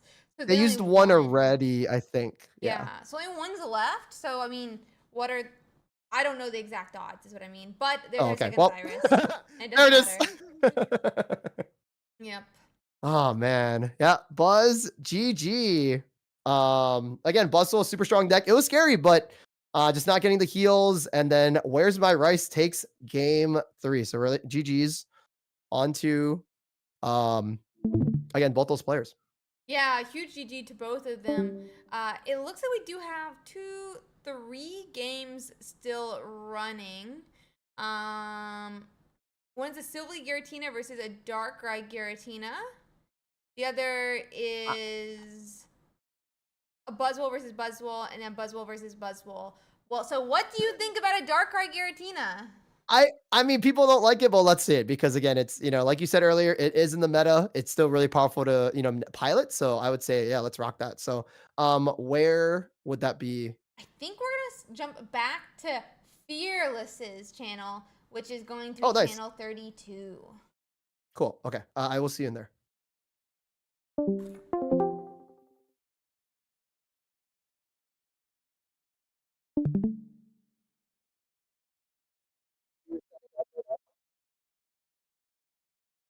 Okay. So Savali is in the lead for Fearless. Fearless has 2 points. His opponent has 0. Guzma does come out, getting rid of a giant cape onto the Savali on the back line.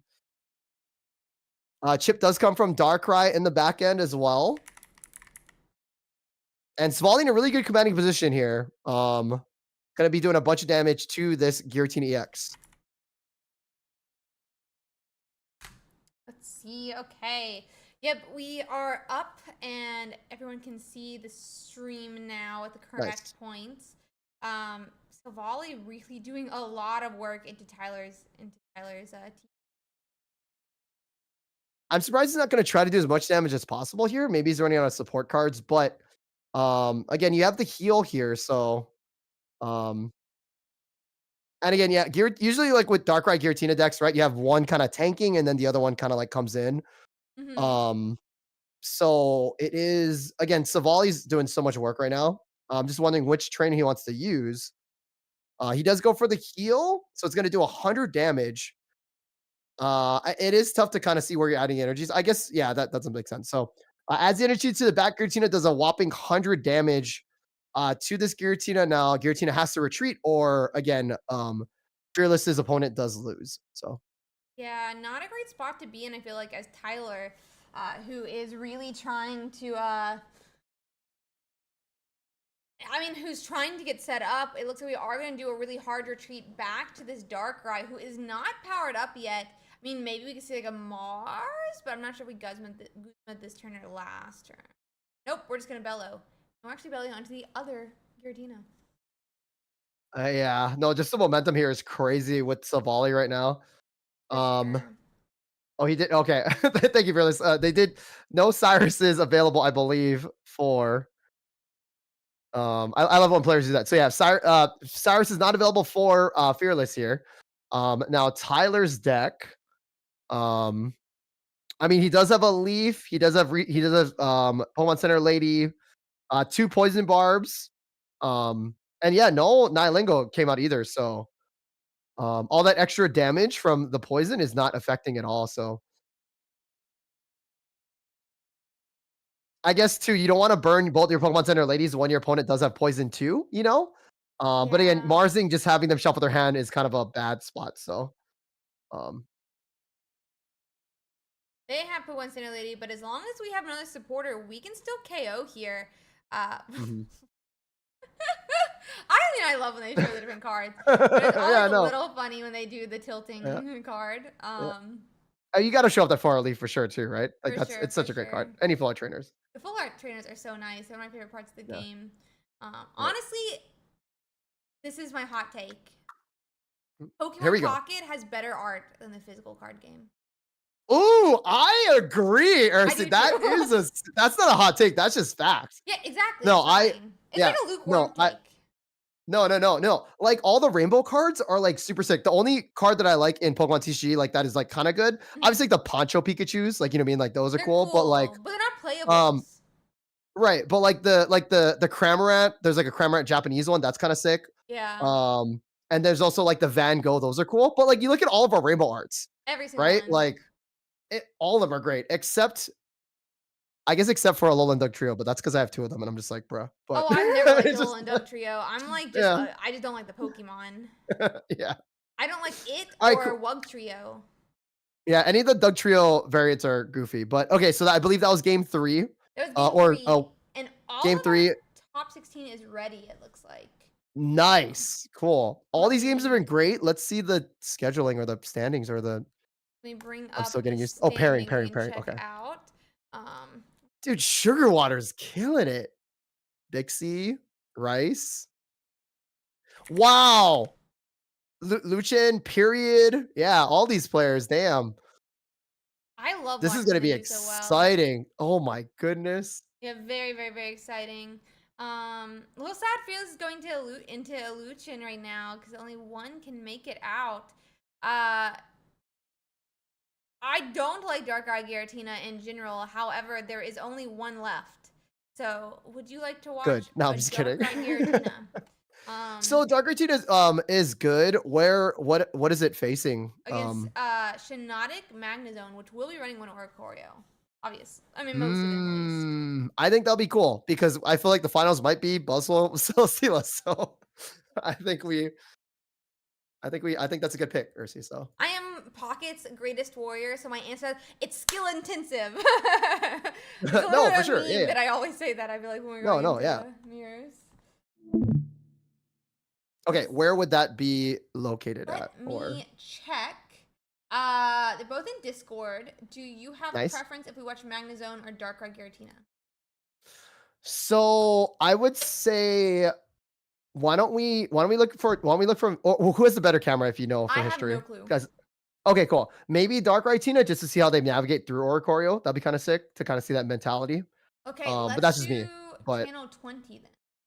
Okay, cool. I will see you there. I deafened them.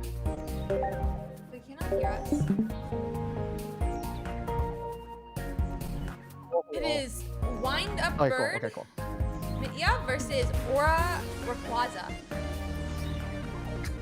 These names are great. All these guys' names are so good. So the Aura Rayquaza goes hard for sure, though. Yeah, I like it. Aura Rayquaza versus but although Wind Up Bird is 9-1 right now, and then Aura Rayquaza is 8-0. Well, 8-0, but 2 ties. So,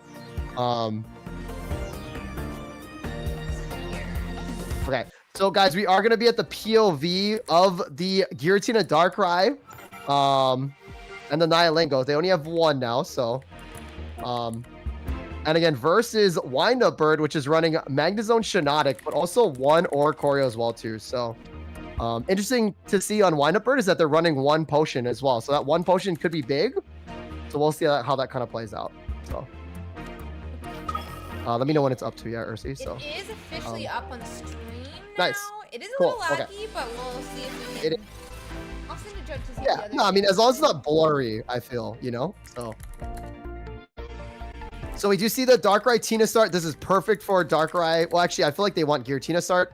But again, having 2 of the Mons right away is really good for Really good for a Darkrai Tina player. So we'll see how this goes for our homie Wind Up Bird, who is the Magnezone player.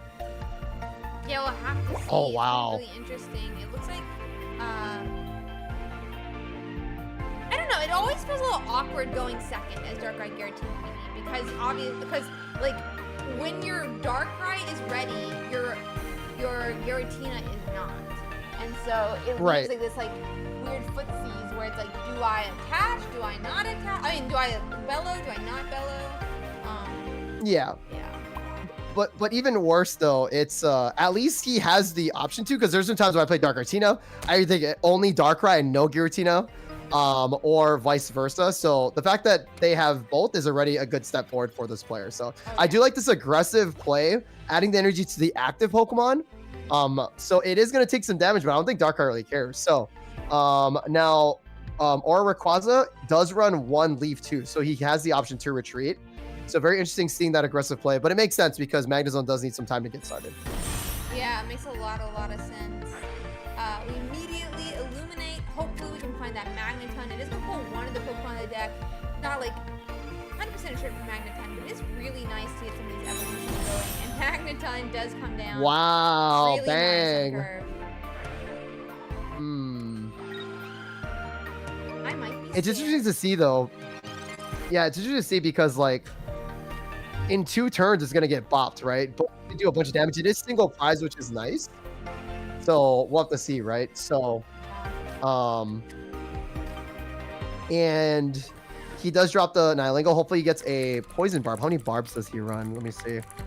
2 poison barbs. So just that extra chip is really big. Looks like the Mars might be coming through. I mean, again, like you said, right? A deck that has a lot of evolutions, getting rid of them. But again, Shinada can just basically whoop, bring it back out. So for sure. I can see kind of the hesitation here. So we'll have to see what Aura Rayquaza does in this next kind of turn.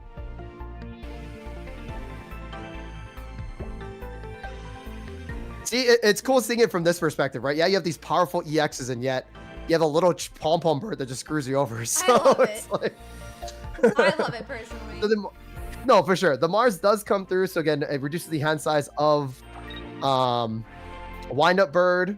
Nightmare Aura does do some chip damage as well too. Here comes the Broken Space Bellow from the Giratina, giving it one more turn. And again, keep in mind that Aura Rayquaza only runs dark type energies, so he needs to at least do one more Bellow in order to actually do an attack off with Giratina.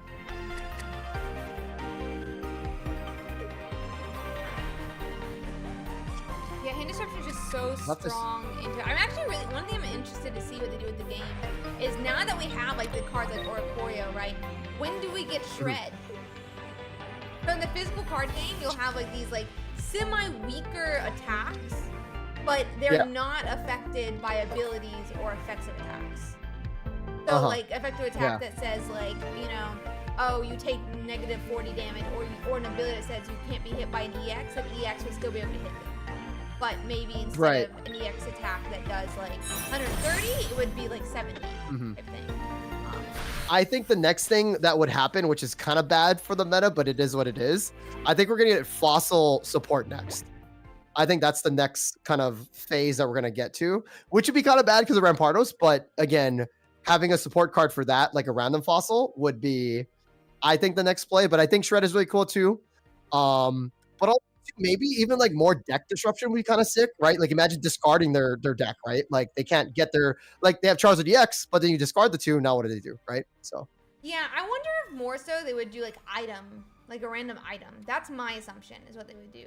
Instead of like a random fossil, it would be like this card pulls a random item. Because right now in physical card game, you have like Arvin, where it's like search an item in a tool. It could be like a supporter that grabs an item, which case could be Pokeball or a fossil, because fossils in your deck are items.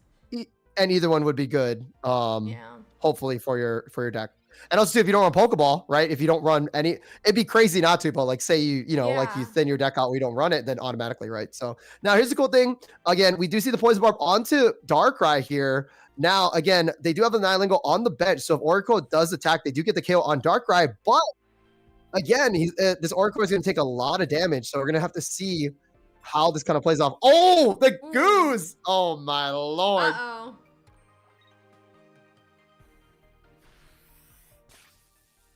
Oh, dude, Ursi, these games are sick. I Like, love oh them. my Yeah, goodness, it's really like cool to see. this is great. Like, oh man, and only 2 cards left doing the goose. Like, yeah, it's Yeah, and there's only 2 poison barbs. I think they only had 1 out, so there is a chance for a second one to yeah, come down, but yeah. that's gonna be really hard to find in time here. And again, I think they only run 1 Oricorio. Yeah, so it's pretty much Oricorio against the world. Now, again, they do have the Nihilingo. So they're just going to try to hopefully pray to get that Poison Barb. Also, the chip is down too, right? So once again, once Aura Rayquaza gets rid of this bird, it's going to be a different ballgame. Let's see. We do have another Illuminate, could help find Magnezone or the other Shiinotic as well. Even if you're actually not putting these Pokemon down, right, and using them, just thinning your deck allows you to find the cards you do want and need. That's one of the reasons that I love Sprigatito so much, is it's not even like, you know, you always need every single card in your deck, not every single Pokemon in your deck, but then finding those supporters just becomes so much easier. Yeah, and I think too, interesting play on using your Shiinotic as an attacker.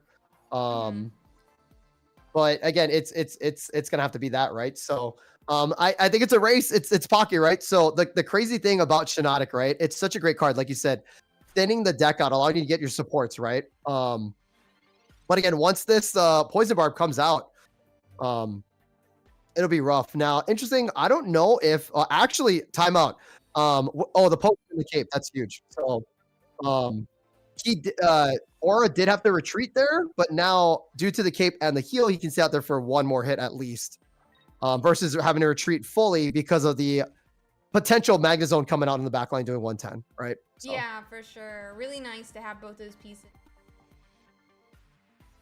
That's like one thing that I've always found like really interesting with the Oricorio in some of these decks is like you have the Oricorio and you have a big attacker, right? And it's like, well, you put the Pokemon out there that needs to attack the Oricorio, but then it gets knocked out. It's like, okay, what do you do now? Right. Yeah. And again, the downside too, though, actually looking at this now, Darkrai cannot add another tool. It can't add the Poison Barb because he has the cape on. So if Oricorio does attack again, right? Oh, he does retreat. Oh, this is okay. Yeah, this is interesting.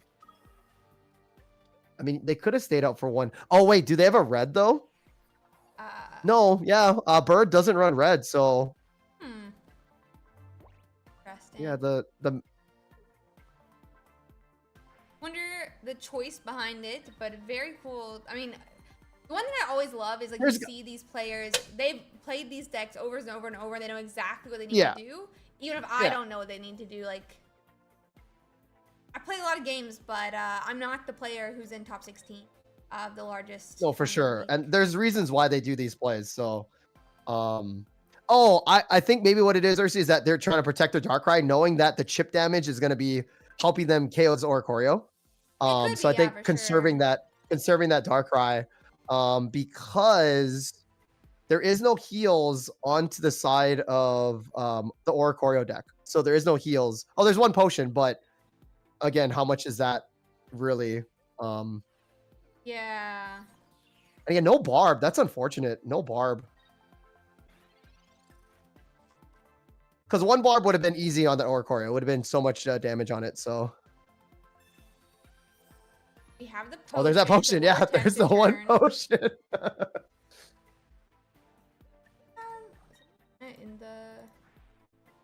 We do have Ace Sabrina in Aura's list, so we could like maneuver around it real quick, but we do need 2 more points, so it's not a game over. Yeah.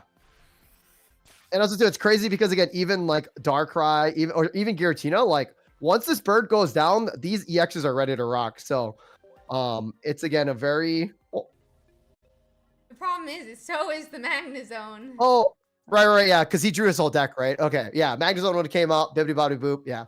Great game though from both players. For sure. That was just game 1. So we're going into game 2 now. Wind Up Bird is up a game. Man, just it's so insane because it's only 1 little bird against a meta that devastated like seasons, right? Like it still devastates to this day, but having that one bird is again, it's crazy because they only run one bird, which is wild, you know? So Yeah, I find it really interesting, like with the Magnezone lists or the electric lists lately, only running the one bird. It's like I'm surprised it can do so much, but it still does do so much. and what's super crazy is, and again, like this is what I wanted to kind of talk about like later too, but like the deck building process, right? They have one potion. Like they must have played this deck so many times that they would have lost to that one chip, and that one potion saved Wind Up Bird. So it's just a crazy like how these players can like, be in the lab and like put these decks together and just kind of win because they know exactly what they need. And again, remember, Pocket only has 20 cards in the deck. Like it's crazy, but yet they fit everything to need to go 9-1 in this tournament. Yeah, fantastic job by everyone in building decks. I actually think that like I don't know. I feel like maybe I don't know. I have loved to see all of the like the innovations in decks since ranked has come out. Like I feel like we're seeing more than ever. And it is so cool because even like this Magnezone list was circulating like the top 1,000 for like a couple days before it ended up like getting played in other areas. So really cool. You still see Gengars, you still see so many interesting ones, and when you make a new deck that's really good, you climb because people don't react as fast as you would think. Right, and also too, like I again, not saying anything bad, but like I feel like for me as a player, like I feel like I misplaced so much times with Giratina Darkrai. You know what I mean? Like all the math. So that's why I totally love just Solgaleo and Charizard because it's just go face. It's just like that's all you do, right? So so definitely like I will try to, for other players too, right? Seeing these players use this kind of like really techie variant versus again like a go face Charizard, go face Solgaleo. But I definitely feel like Tina and again Bird plus Magnezone or Bird plus anything has a little bit higher skill gap, also too Buzzwole too, like right? You have all the math, you have all the tools you need. So definitely using these decks too are kind of like a higher skill level for sure. So but not downing people that don't play either, So yeah. I think that's always the interesting thing with Pokemon, like just like Pokemon in general, like the card games. You have those like what we often call like face roll decks. Something my friends have called them. Like you can basically roll your face across the deck and it will almost pilot itself. But at the same time, you can still have really great skill expression with them, and you do still have very high skill expressive level decks as well. We do immediately have the Magnezone, but it looks like we're going into the Naligo, and no one else is set up for Aura. Oh man. And also two birds back there. So the only thing that can take this thing down in the deck for Aura is Chip plus the Barb, but also the Barb was already taken down with the other Guzma. There's the other one, but still like I think Wind Up Bird's sitting pretty here because again 110 and just sends out Bird. Like you don't care if you get KO'd. You can even switch to Bird right now and not care, but I would definitely be hitting this thing for 110 for sure. So this is a really bad spot for Aura. So yeah, very bad spot. Because even now, like we need 2 more turns before we can attack with either of these, and it looks like we're actually gonna force out the Giratina. We still have a Cyrus as well in Wind Up Bird's deck, so we can hunt down whatever we decide to attack. Yeah, and again, Magnezone just blasted, and it's the same too because this wasn't evolved via Rare Candy. This is a basic, and also too no Shiinotic. Like sometimes you just get the good hands, and you're just like, because now in order to stay in the game, Aura has to retreat here. But then, like you said, there is a Cyrus, so yeah, this is looking really tough for Aura for sure. So 100%.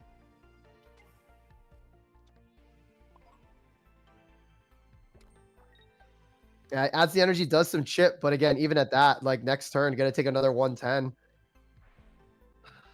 And then who handles Bird, right? Because if Darkrai has to stay alive, but again, what's gonna handle the Bird when it comes out finally, right? So yeah, I wonder if we have Cyrus, and we do.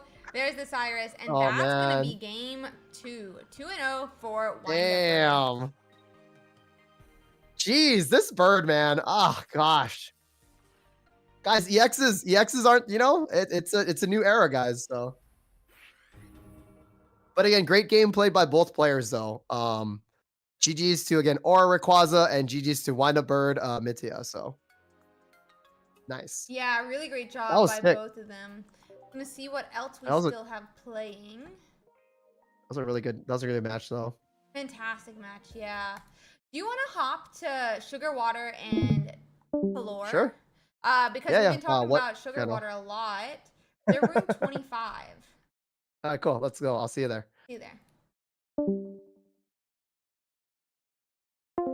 It took me a moment, but I am here. Water is Sugar Water is again pretty much what 10-0 right now, so that's insane. Using a deck list of Buzzwole and Celesteela. And right now we are seeing it from their perspective going against, I believe, Solgaleo deck as well. So Buzzwole does have 3 energies in the active. Already did Big Beat. However, there's only 1 Cresselia on the bench, and there's no energies attached to the Cresselia as well, or any of the Pokemon. Would you see the Pokeball drawn? If they get another Celesteela, this would be huge. Oh my goodness, they got the Celesteela. So, let me know when it's up. Yeah. Yeah, we are officially up now. Just like you said, cool. that perfect timing. It is a Nice. Solgaleo list versus Sugar Water's Buzzwole list. To note, Color is up a game in the series right now, so Sugar Water needs to do a reverse sweep and take this game and the next one if they want to continue. Nice. I'm a huge fan of Solgaleo, right? We do see the knockout, Big Beat coming through. And game 2. Looks like we're going to game 3 here. We're going to game 3. Nice. Oh, wait. Double clicks? Wait, was that? Wait, maybe they... Was that game 3? Maybe that was game 3. I think that was game 3. They didn't put it in. Some people, like, wait to put their stuff in. Cool. I mean, because it looks like they did double click. So... I will find someone nice. else in, but... Cool. No, for sure. Let's see. 11-0 Sugar Water, 10-0, 11-0, insane. So, okay, I'm trying to look at pairings too. But yeah, so Galio, I love it. It's a fun deck. It's very fast, right? 2 energy, 120. Oh, Bix is out. It's okay. That's too bad. That's too bad. The period, Luchin zone is against itself, and then I mean, Fearless is like the only other non-Buzzwole list. I feel like I'm like being bad in like doing them over and over and over again, but everyone else is like mirror matches within themselves. Yeah, and I'm not with the math, right? If there's more Buzzwole players and more Buzzwole decks, we'll probably see those in the finals anyway. So we don't want to bore you guys with the same decks. Now, not saying anything bad about the players or whatever. We want to show you guys the decks because we both feel as casters that it's probably going to be mostly Buzzwole in the later top 4, top 8. So we want to show you guys other decks. Well, there's like a Magnezone here, but it's just like sometimes it can be like monotonous for the viewers. I feel like to watch too many like mirror. No, 100%. Yeah. And it's just how it rolls out, right? So whatever you think Ursiiday is the best deck for sure. So let's hop to channel 32 again, I guess, and we'll watch this.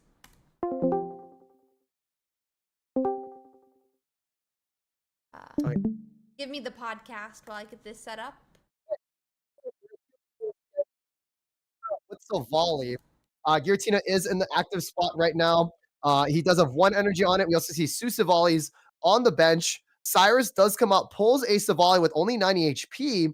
However, the opponent does have... Oh, it's Lucha. Nice. He does have a Buzzwole. Looks like it's coming out with the Ultra Thrusters. There's 2 Celesteelas allowing Buzzwole to come in. And here comes a Big Beat, a fully HP'd, no caved Buzzwole hitting for 120, knocking out Silvally. And giving a point to Luchin, and also there's a point for Fearless. So, okay, so it's 1-1 right now.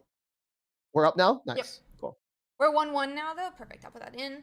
Oh no, 1-1. No, 1-1. Points in the game. I don't know what the stat is though. So it says 1 for a Luchin, but okay, you know we don't know until for sure.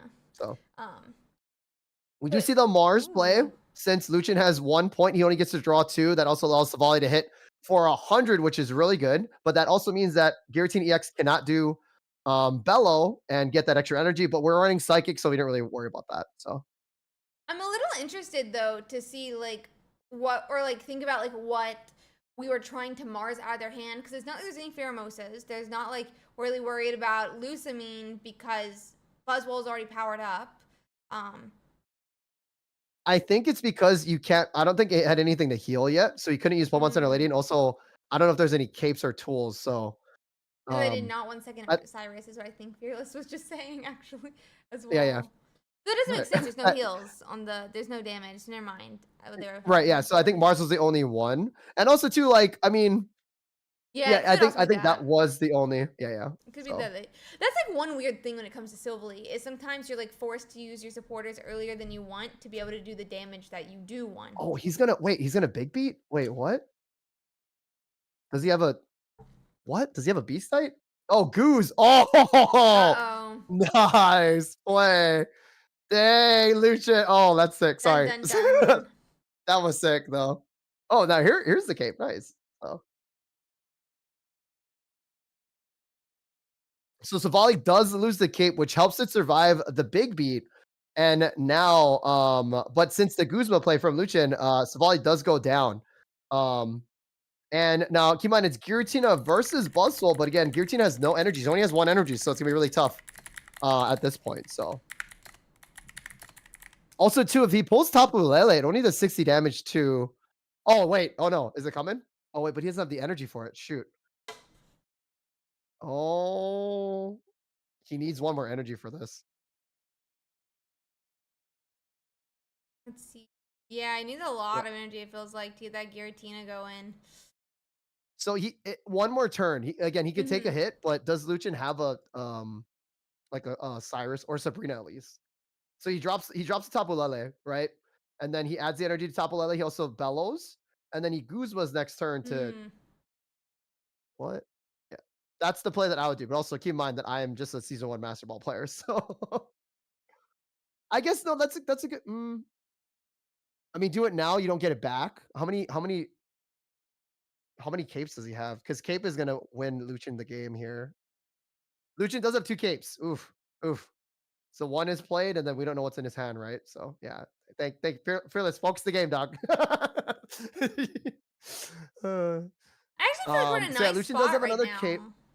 now Yeah. for Um, Fearless. right. Also, too, this is a good play too. He has a double kind of way out here, right? Because he could just hit with one 30. Also, does Fearless have a Cyrus though It doesn't need a to kind Cyrus. of bring Tapu out? Lele can hit anywhere. Oh, true. Well, oh yeah, with the Guzma. Yeah, nice. True. Yeah, that's what I was saying. Like I feel like we just got flashed Guzma, so I'm just gonna say it. There's a Guzma in hand. Tapu Lele hits anywhere, then Guzma Hmm. takes it to 40. Tapu Lele finishes it off, and Fearless is at 1 point. So I kind of like where we're Oh, at. Erica makes that not the case, but it was hopeful. we'll see though, because We still knock out with Giratina. yeah, he has to retreat then. Lucian also does run two Cyruses, so. Yo, is the boom coming? No, I'm just kidding. It's such a goofy out. the uh, is the boom baton.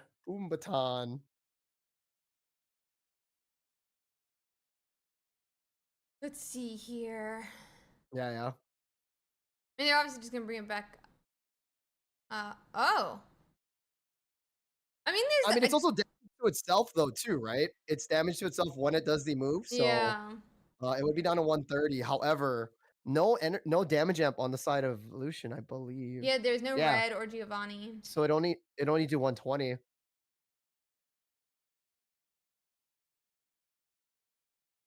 There's no Sabrina either in Lucian's deck, just Cyrus. Oh, yeah, she's showing it, so we'll see how this goes.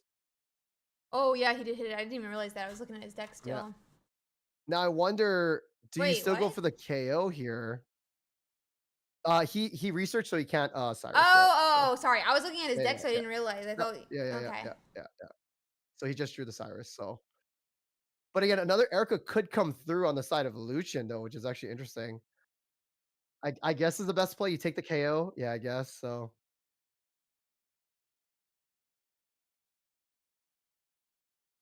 And then Luchin does not have a Sabrina, so the Tapu Lele is safe. Ooh, ooh. Let's see. Oh, however, if he does hit with a Buzz, though, it's gonna go down to 110. However, I'm sure Luchin knows that. Yeah, so we'll see. This would be interesting to see here.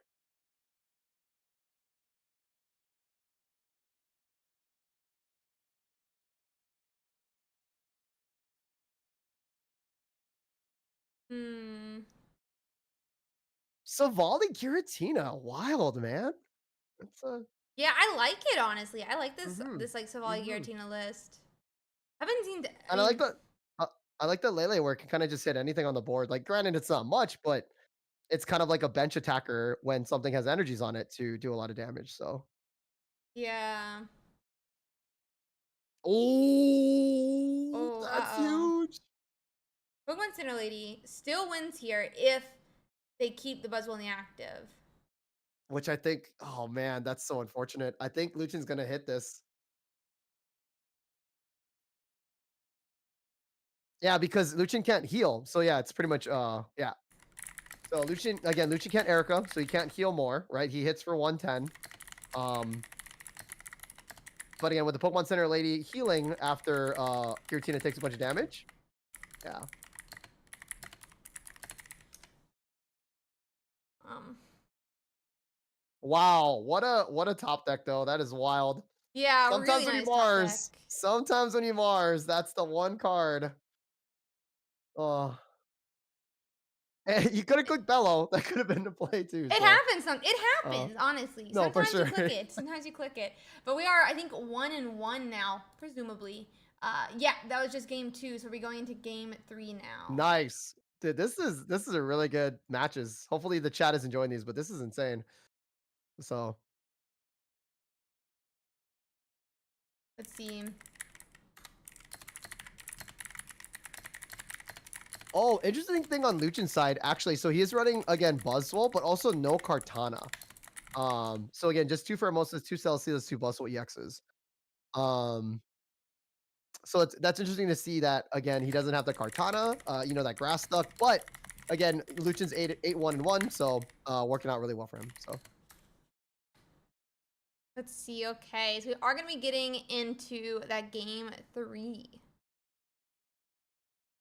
also Fearless better plug in the phone because it's at 19%.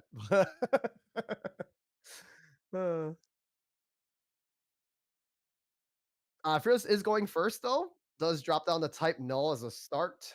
Let's. Also puts down Giratina. Giratina always loves to go first because you get that free energy no matter what. So really good start for Giratina getting that as well. So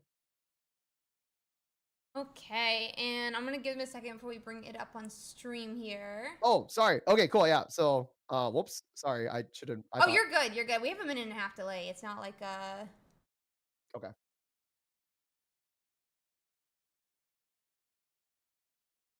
Let's see here. Let's see. We have a minute and a half delay. It's no big deal to say it. I just always don't like bringing it up on stream until they have it. Let's see. Right, because then the opponent can see. So okay, cool. I get it now. Sorry. Oh, it's no big deal. It's no big. I don't assume Right. anyone's watching, but I know people are always For like, sure, worried what's 100%, happening. 100%. Yeah. Um, So So we are, yeah, as you said, type null in the active. This time we do have Celesteela in the active for Luchin. I think actually like one of the strongest parts about one of the strongest things about Celesteela isn't, I mean, it is also the free retreating, but the fact that like you can start any Pokemon, and as long as you have one, you still basically started the correct Pokemon, and it doesn't affect anything. Yep. Yeah, and you basically don't brick. If you have a Celesteela, you don't brick. So say you start off with Buzzwole, but then you Pokeball into a Celesteela. Celesteela's like, hey, I'll take the front using Ultra Thrusters. And again, it's a pretty insane mon. I like the HP pool of 120.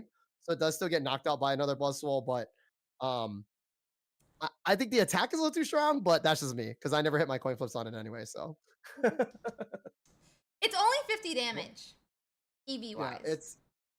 it's wild. So But yeah, I mean, I still literally never hit heads on it, but also after hitting tails 3 times in a row, I've never used it again. right, no, Uh, it's definitely for sure. So Let's see.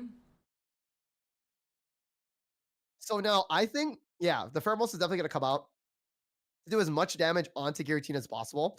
It's really crazy because Fearless's deck list is actually two Pokemon Center ladies. So um, definitely healing his Giratina EX is definitely kind of the play. Also, what's smart about this combo is that it also allows Savali to again do its I think it's a buddy attack. But the downside is too though is that if you have no damage on Savali, you can't Pokemon Center Lady either. So but usually again, Savali's taking damage in the front line. So Pokemon Center Lady is actually really cool that it's being run for Fearless's deck. So Yeah, agree.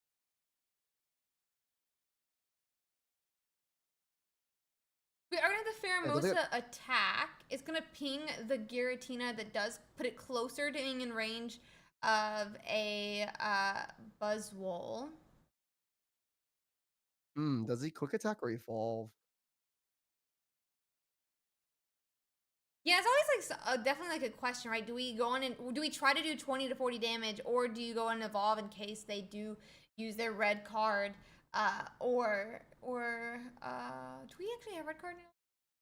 We don't have red I don't card, I mean, but we do Lucian? have Yeah, two no, no, no. Mars, which I'm still a Yeah, they fan do. of. Yeah, yeah. I'm looking at the wrong deck list. I'm an idiot. Yeah, Lucian has 1 Mars. Yep. Yeah, Yeah, yeah. one But Mars. still, Okay. yeah, still disruption. This is a good play. You lose damage or you don't get any damage, but you still one shot next turn unless and even with even with the leaf cape, right?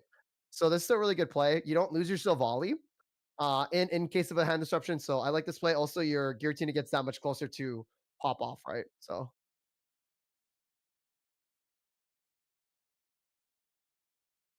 but again, just the kicks from that Ultra Beast is insane for sure. So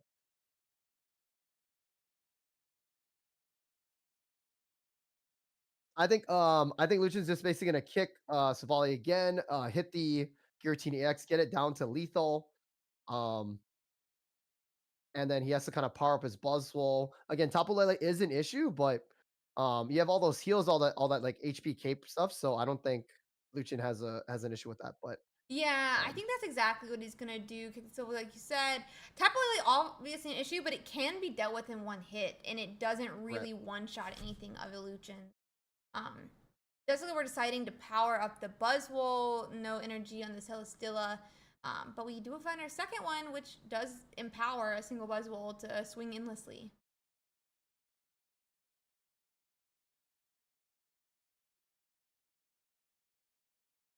Well, this is actually interesting. Yeah, so Pokemon Center Lady does come out, healing the Giratina to 140, taking out lethal range for Buzz, allowing to activate Savali's move. So basically, whenever you use a support card, Savali does 100 damage to the opponent's active Pokemon versus 50. So really Mm-hmm. cool combo together on that. Brave Buddies, that's the term. Brave Buddies hitting for 100, knocking out Pheromosa, giving Fearless the first point in game 3.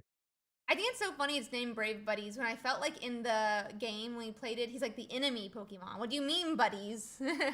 Yeah, no, But for sure. it's Um, just interest, misunderstood. interesting fact, I believe. Now, again, here's where the Pokemon peeps can get at me, right? Everybody, Mm-hmm. listen up, right? Oh, wait, hold time out though. We do Ooh. see the powered up Lucamine come through, adding an extra energy to Buzzwole and allowing him to get the 3 energies. So one-shotting Savali, which is very aggressive here because again, Giratina only has 2 energies in the back line. So Big Beat definitely putting a lot of work now, making it a 1-1 match in this game 3.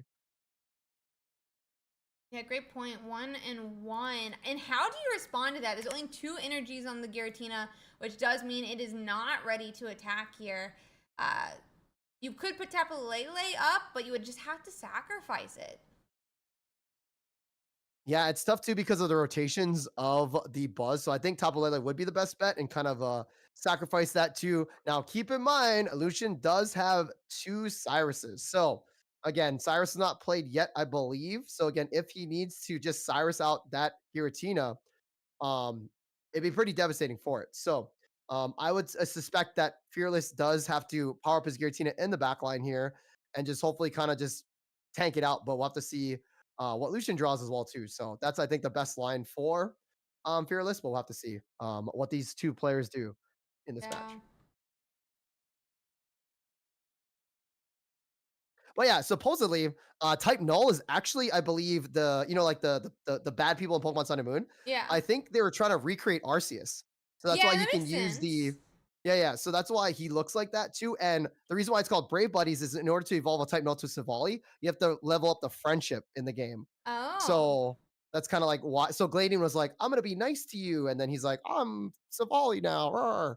So I believe again, chat can quote me on that, but I believe Type Null was supposed to be a scientific experiment to try to recreate Arceus, and then it became good buddies with Gladian, which again is his trainer, and then it evolved to Savali. That So makes sense though, because I think, please correct me if I'm wrong, Arceus and Silvally are the only two Pokemon that can like change typings, right? Because Arceus. and that's why they have that kind of like that same ability where he goes for the that's actually really interesting. He goes for the energy arrow onto Buzz.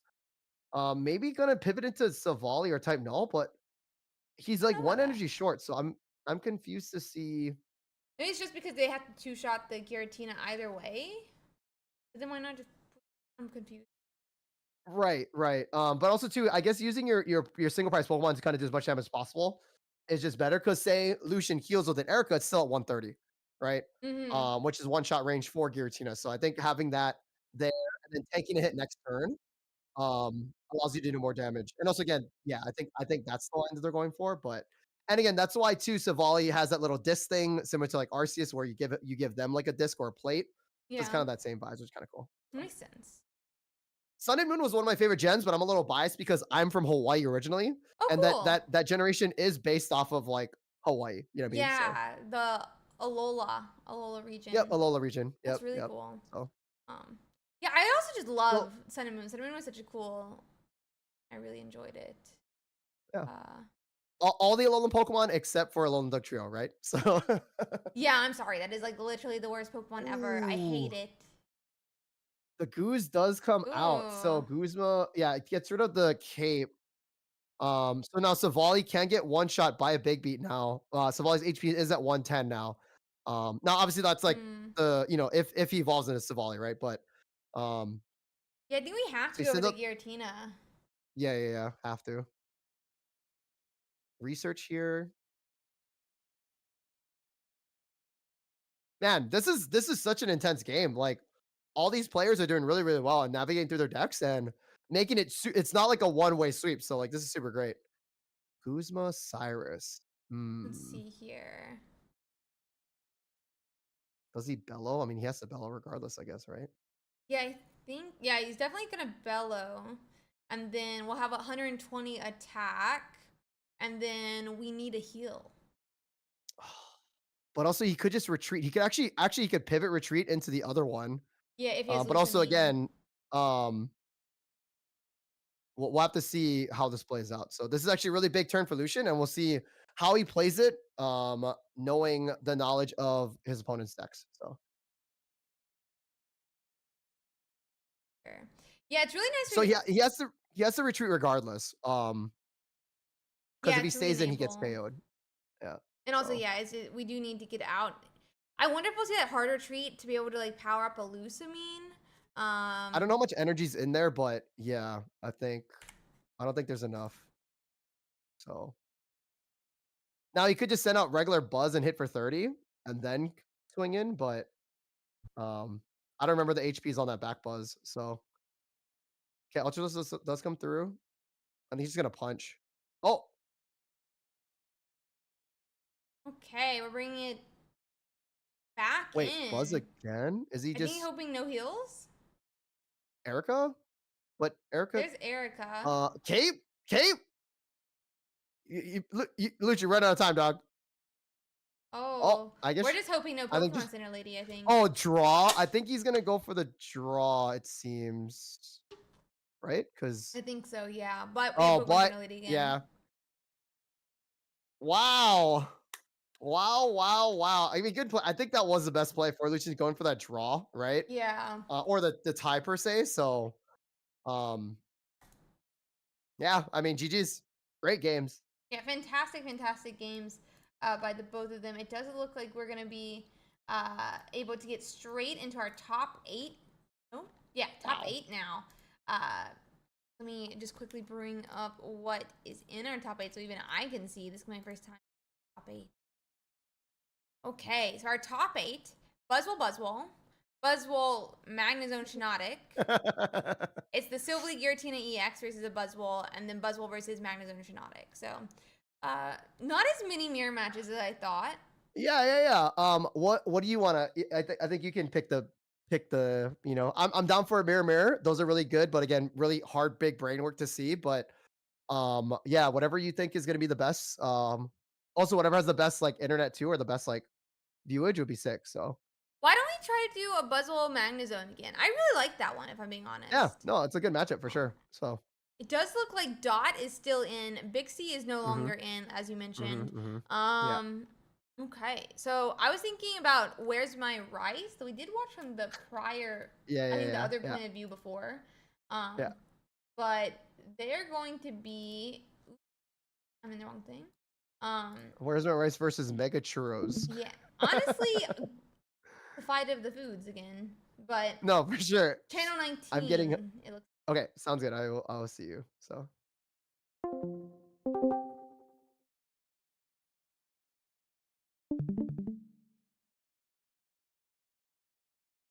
Okay, they are still getting set up. Players that we just saw again, that was great. Luchin N again, Fearless, so really dope. And then Where's My Rice versus Mega Churros. So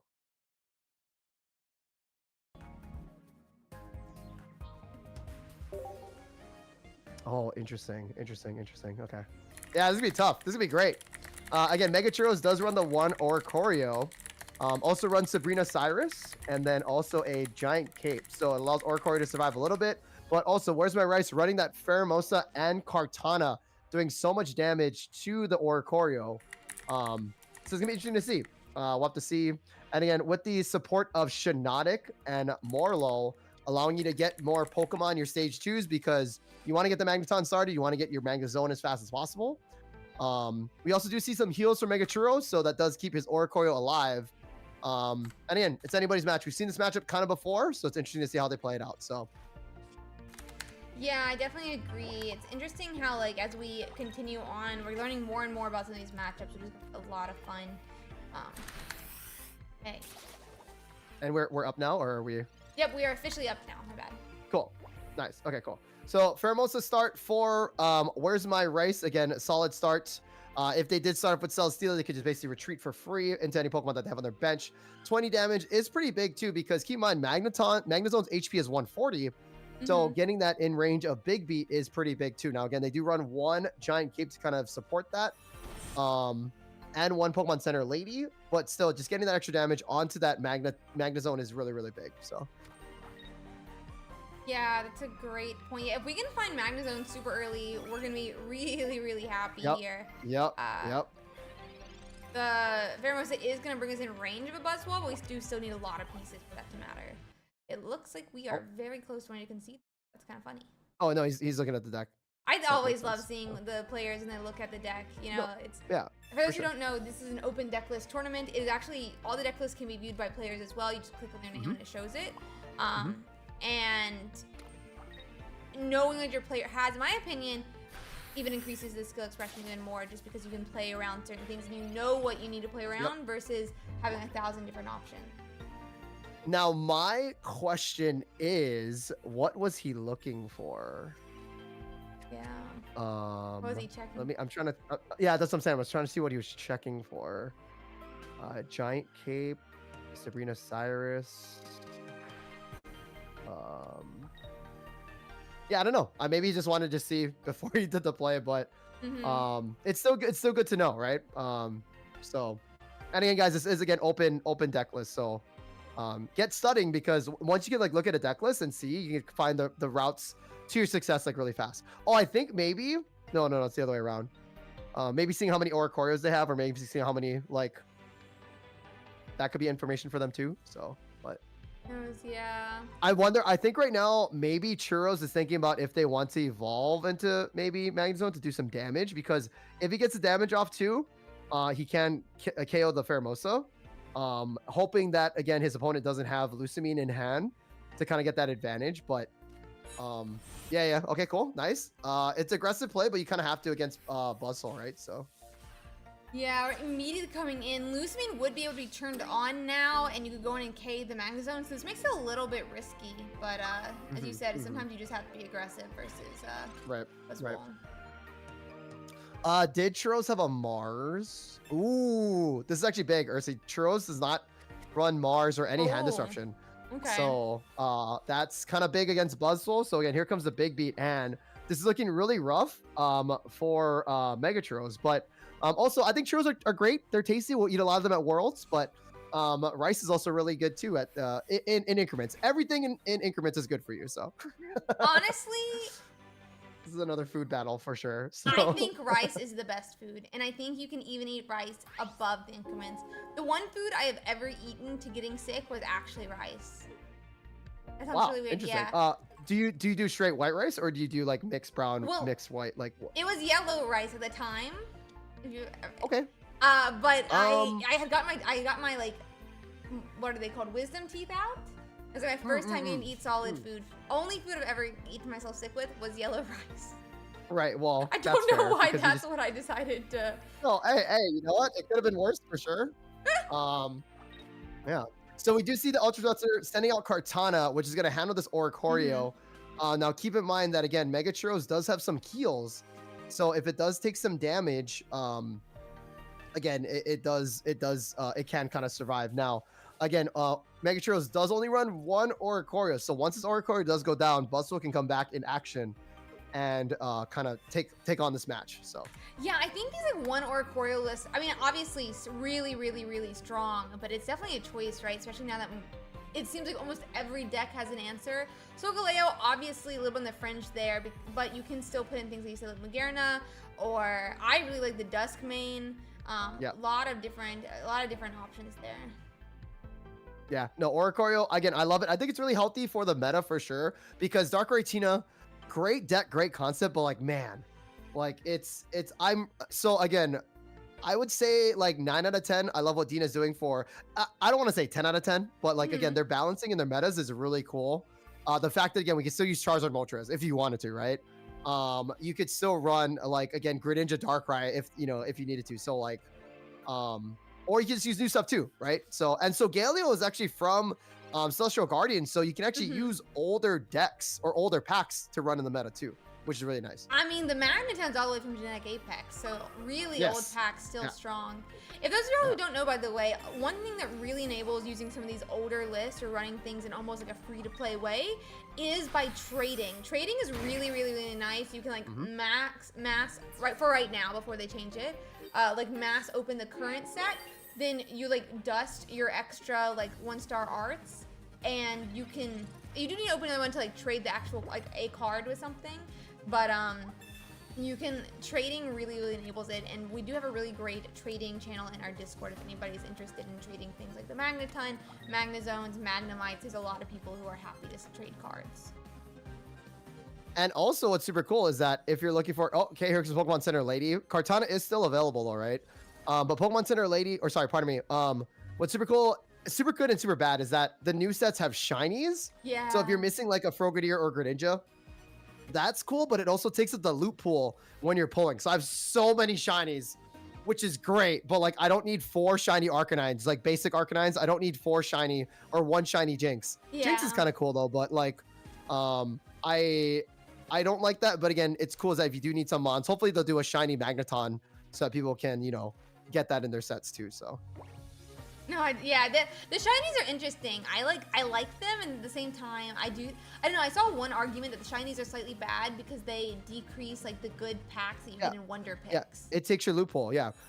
So a little personal is that I spent X amount of money on a set, and every time we pull, and I still only have 1 Guzzlord EX. Like not even like full art or anything, but only 1 Guzzlord, which is wild. But we do see the concede there. Again, it was tough, but the victory goes to Rice. So GG's for that.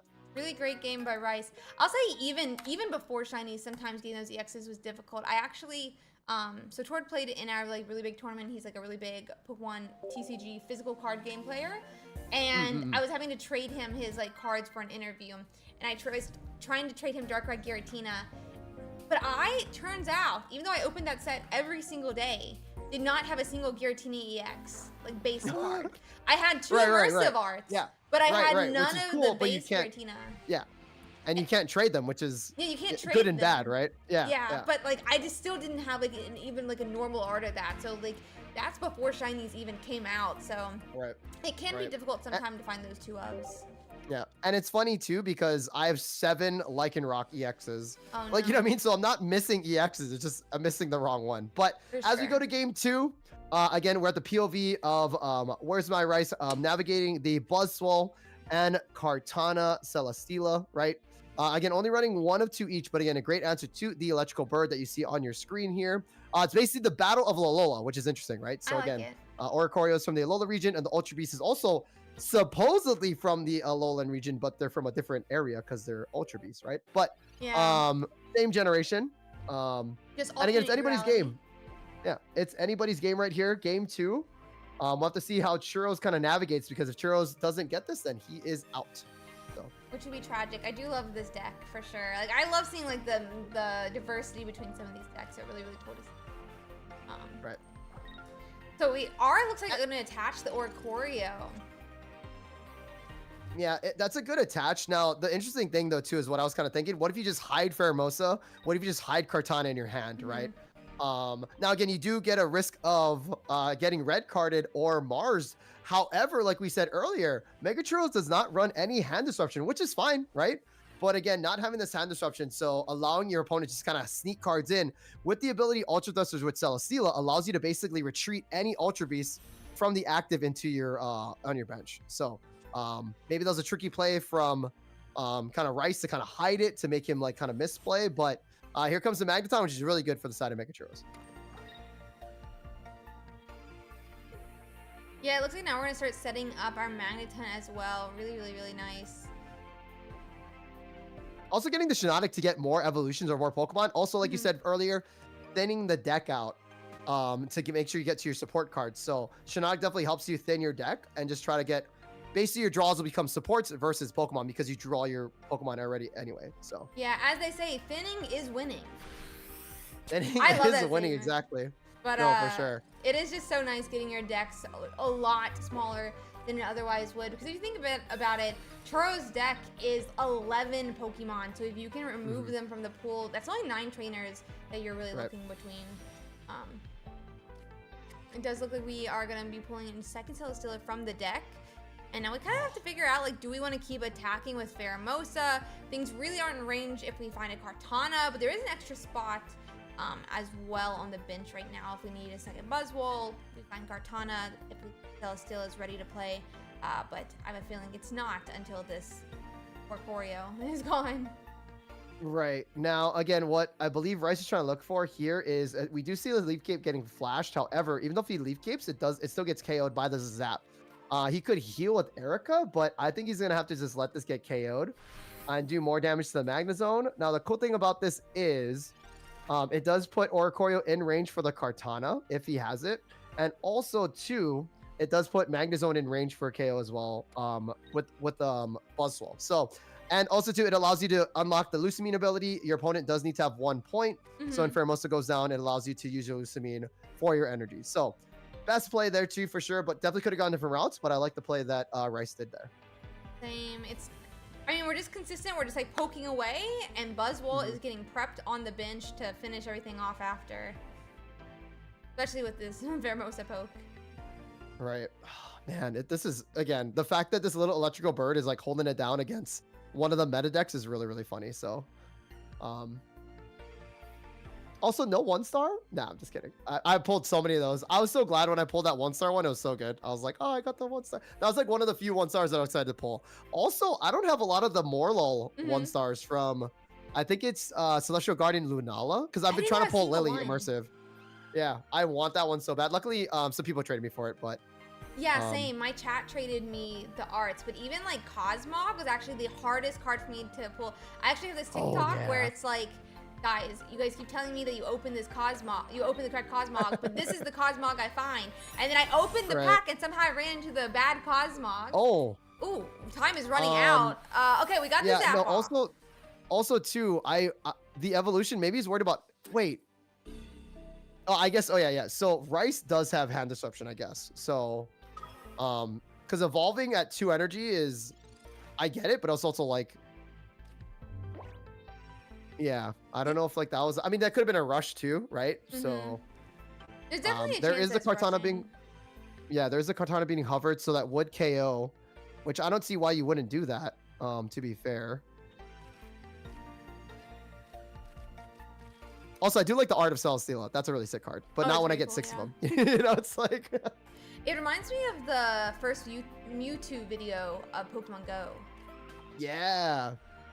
Okay, Ultra Justice does come out too. I wonder why. Oh, you know what's actually really interesting? Also too, Ursi, think about this, right? Imagine playing against a deck that doesn't have hand disruption now. So like your hand is basically free. Yeah. So you don't have to drop. Like it feels so good to be like, I could just hold on to this forever because I mean there is a max limit size hand size, but you're not pressured to drop things or lose them because in case of a hand disruption card. So yeah, it's really nice when you go. It's really nice as the player going against decks that have no hand disruption because you're just free to do things on your own time when you want to do them, however you want to do it. Also, fun fact too, speaking about like Cosmog stuff like that too, for some reason I like to run the promo, like promo Charmander, promo like Froakie, just to kind of show like I farmed for it, you know. But so even though like the Cosmog does look sick, like I like to run the promo Cosmog because it's like, hey, I did the side of, you know, I did the event, blah blah blah. But if there's not a 2 of, I can't do it. Kind of. All right, yeah. No, it took me so long to get like the poi pole and then the I think it's the little Stuffle from this last one. But we do see the KO on Kartana. It goes down. Now again, Magnezone is at 130 HP, so it can take a hit. Lusamine does come out to make sure you power up yeah, boy. We do have the energy to also keep in mind, Celesteela is weak to electric. So if it ever does come down to it, Magnezone can one-shot the Celesteela. So we'll have to see how this plays out. So yeah, for sure. And they do have a Sabrina. Oh, they do. So they could do that, you know. Not, I mean, they couldn't last year if they had it, but obviously then they don't have Sabrina. More than likely. Right. Also, too, Rice does need to KO 2 more Pokemon here, and that's the power of the single prize decks, right? And also, again, too, what's crazy is that if he drops any of the Pokemon besides Bluswell, it does get one-shot. So, wow. And just like that, too, like, Churros is still in this. It's definitely anybody's match, you know? So, yeah, I mean, they can knock out this Magnezone, but with those 2 Shiinotics from the bench, it kind of doesn't matter what Rice does, if they Mars or what, because it'll just pull the Magnezone back into their hand. Right. I think he's just debating. I don't know what he's debating for because... Well, I guess Churros, again, I don't think the Mars was played yet against Churros, but like you said, though, with the Shiinotic, you're pretty much... I think all the Mons are gone. It's just going to be Magnezones left. So, like, you know what I mean? Like, it's actually going to, like, fail because he's only going to have one Magnezone that he pulls and the other one doesn't work. So, I like this play here. Taking your time. Yeah, I think that's the... Yep. Yeah. Okay. Yeah, there is a second Buzzwole to tank 1 hit, but is it going to be enough, you know? Yeah, especially with this, if it's a full health second Magnezone. Right. Now, again, he could, like, Lusamine again to, like, get the big beat off or even just a KO, but, like, I didn't see the energies, though, so. Oh, he's retreating. Nice, cool. That's the tech, too, that we were talking about earlier, is that you can actually retreat to add energies to your discard, allowing you to use those energies to Lusamine. So that's kind of a cool tech versus just ultra trusting out. I do like this play here, so I mean, Cape would be good. I mean, that's...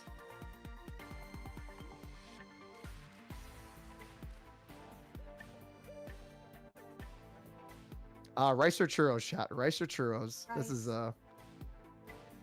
We love Rice. This is intense. This is intense. It is though. Everything but yellow rice. Anything but yellow rice. Everything but yellow rice. So I still love yellow rice, if I'm being honest, but I really like ordering like Mexican food, and then when they get like the Mexican rice with like the beans, like those, I have to like, I love that. It's so good. I have a problem right now. I've ordered Mexican food the last 4 days. Right, but oh, there's the Cyrus. Ouch, and that's gonna be yep, game. Yep. Rose is gonna take So the match. game 2. Yep, this is intense. Wow. Really great game though, really great game. Sugar Water is continuing as well. Looks like Dot is up a game. I'd be interested, bro. I've watched too many of Fearless's games though. I feel like I can't watch the game. I mean, again, it's the reason why we're showing. So again, chat. The reason why we're showing Fearless's game is that we could show the Buzzwole. I mean, again, Ursi, if you're down, we could do mirror matchup. Again, it's up to you. I do like the diversity because we're literally showing a deck versus Buzzwole regardless.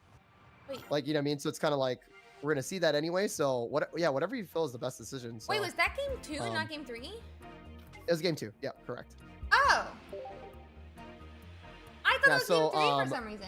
So we're not done yet. So Churro Cyrus out Cyrus out Rice's Buzzwole in the back, allowing him to get the win.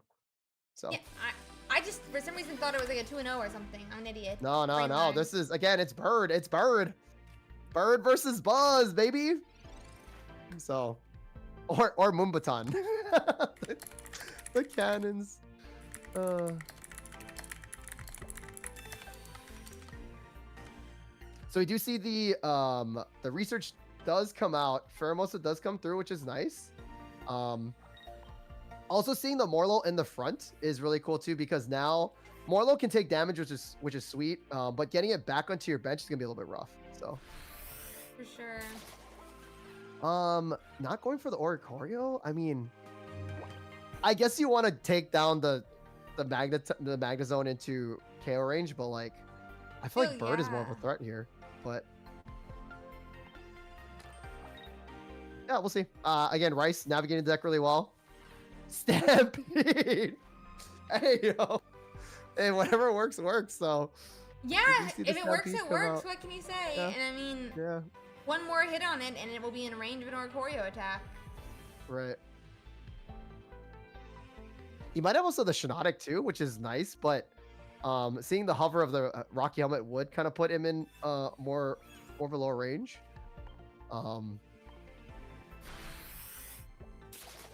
Dang, just going straight for the Magnezone. Not thinking Oricorio is a threat. I guess since you have so many options, you do. Oh my gosh, it's so silly. You do have the Moonbaton to handle the Oricorio, so that is a silly play.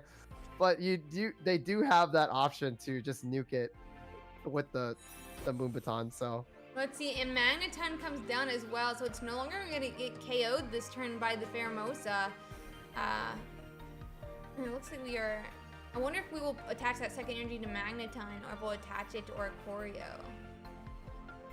I would say Oricorio, just because in case you need to set something up, but because you can always use the ability and then add an energy too, right? So you can get that Magnezone. It would be down to 2 energies after using its attack, but you can constantly just keep on adding it, right? So, but no, we're gonna go straight into the gentle slaps here. Honestly, I support it. Using our supporting mons for damage, and yeah, if you look at the math here, now again, maybe Rice has to burn an Erica, which would be terrible, but that's just the power of grass type decks, right? Getting that Erica support, getting the free retreat support. So, whew. so much heals. Yeah. Again, grass is in a really, really good spot right now in the meta. So, hats off to, again, grass. Because if Buzzwole like wasn't grass, like no Erica support, because it's a fighting type Pokemon too, right? So, yeah. So again, no grass support, no leaf cape, no Erica. So we'll see. Oricorio or Magneton. You already did your damage on the Magnezone. It already has a cape on it. Oricorio wouldn't really matter here, but I mean, chipping it down would be nice. So yeah, it would be really nice. Definitely, like, which one you go for. I definitely feel like Oricorio may be better, but if there's, you can't one shot with Kartana though either. So I think he's gonna Moonbaton on the real. I think that's the play. I think that's what he's thinking. So. I really don't like the move. I just, it's such a luck-based move. But that's pocket though, right? Again. Yeah. Whatever you have in your arsenal, it is what it is. So.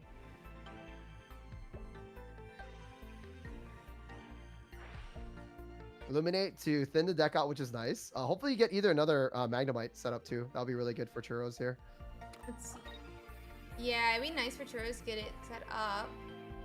I mean, being full health, like what exactly do you do? You do not want to attack with a Shiinotic into a helmet. We don't really have anyone else set up, and we don't want to, like, we probably don't want to put a Magnezone directly in front of a Buzzwole. Right, and you know what's crazy, right? Ursi, is that this like the position that Churros is in, it's because of a Rocky helmet. Like, how crazy is that? Like, that's why I think like pro play is so good to watch, because you think, oh, Rocky helmet Dredagon, you know, Rocky helmet, you know, Darkrai for more chip. But like this positioning here, it's so devastating because like, what do you do? Like, there's really, and it's just crazy because like that, and it's only one Rocky helmet for Where's My Rice, but again, it works. So.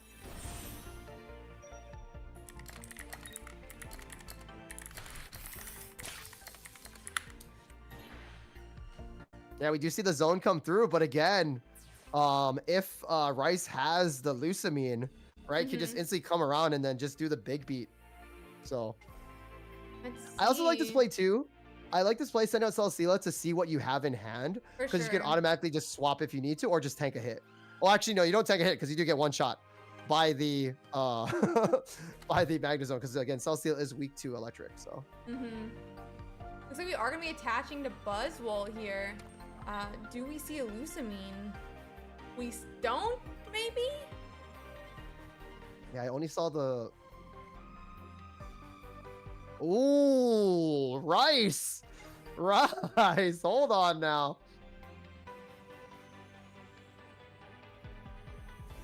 Yeah, if Celestia stays out, it gets one shot. Guzmo to take away the cape, but what is that? If you ever wanted a game 2, you know, like going to game 3, like this is so intense right now. Like this is, oh man. So it doesn't seem like oh, he's conserving, I guess conserving the energy. That kind of makes sense. Yeah. No Kartana spot if you do that. But I don't know that puts a second energy in the discard. So the thing is, Magnezone KOs here. The next turn, they can power up the Buzzwole and go to 3 energies. But the only thing they can't put the second energy, they can't put the Celesteela energy in the discard pile. So there's only 1 energy in the discard pile. I guess you could like Lusamine a Celesteela and be able to attack with it. Yeah, I think the play is the line that Rice is trying to go for here is going to use the Buzzwole to KO the Magnezone, and then when Bird comes out, just boom baton. Like that's honestly what it is, I think. Now the downside though, when he loses his Cresselia, is that he can't do the loop-de-loop. He has to manually retreat with another Pokemon in order to kind of do that. Now Kartana, I believe, is 1 retreat cost, but Kartana is not available right now. So. And Buzz, I believe, is 2. So, again, this is big for Churros because, again, now he can't do the little loop-de-loop. So, we'll have to just see what happens for Rice.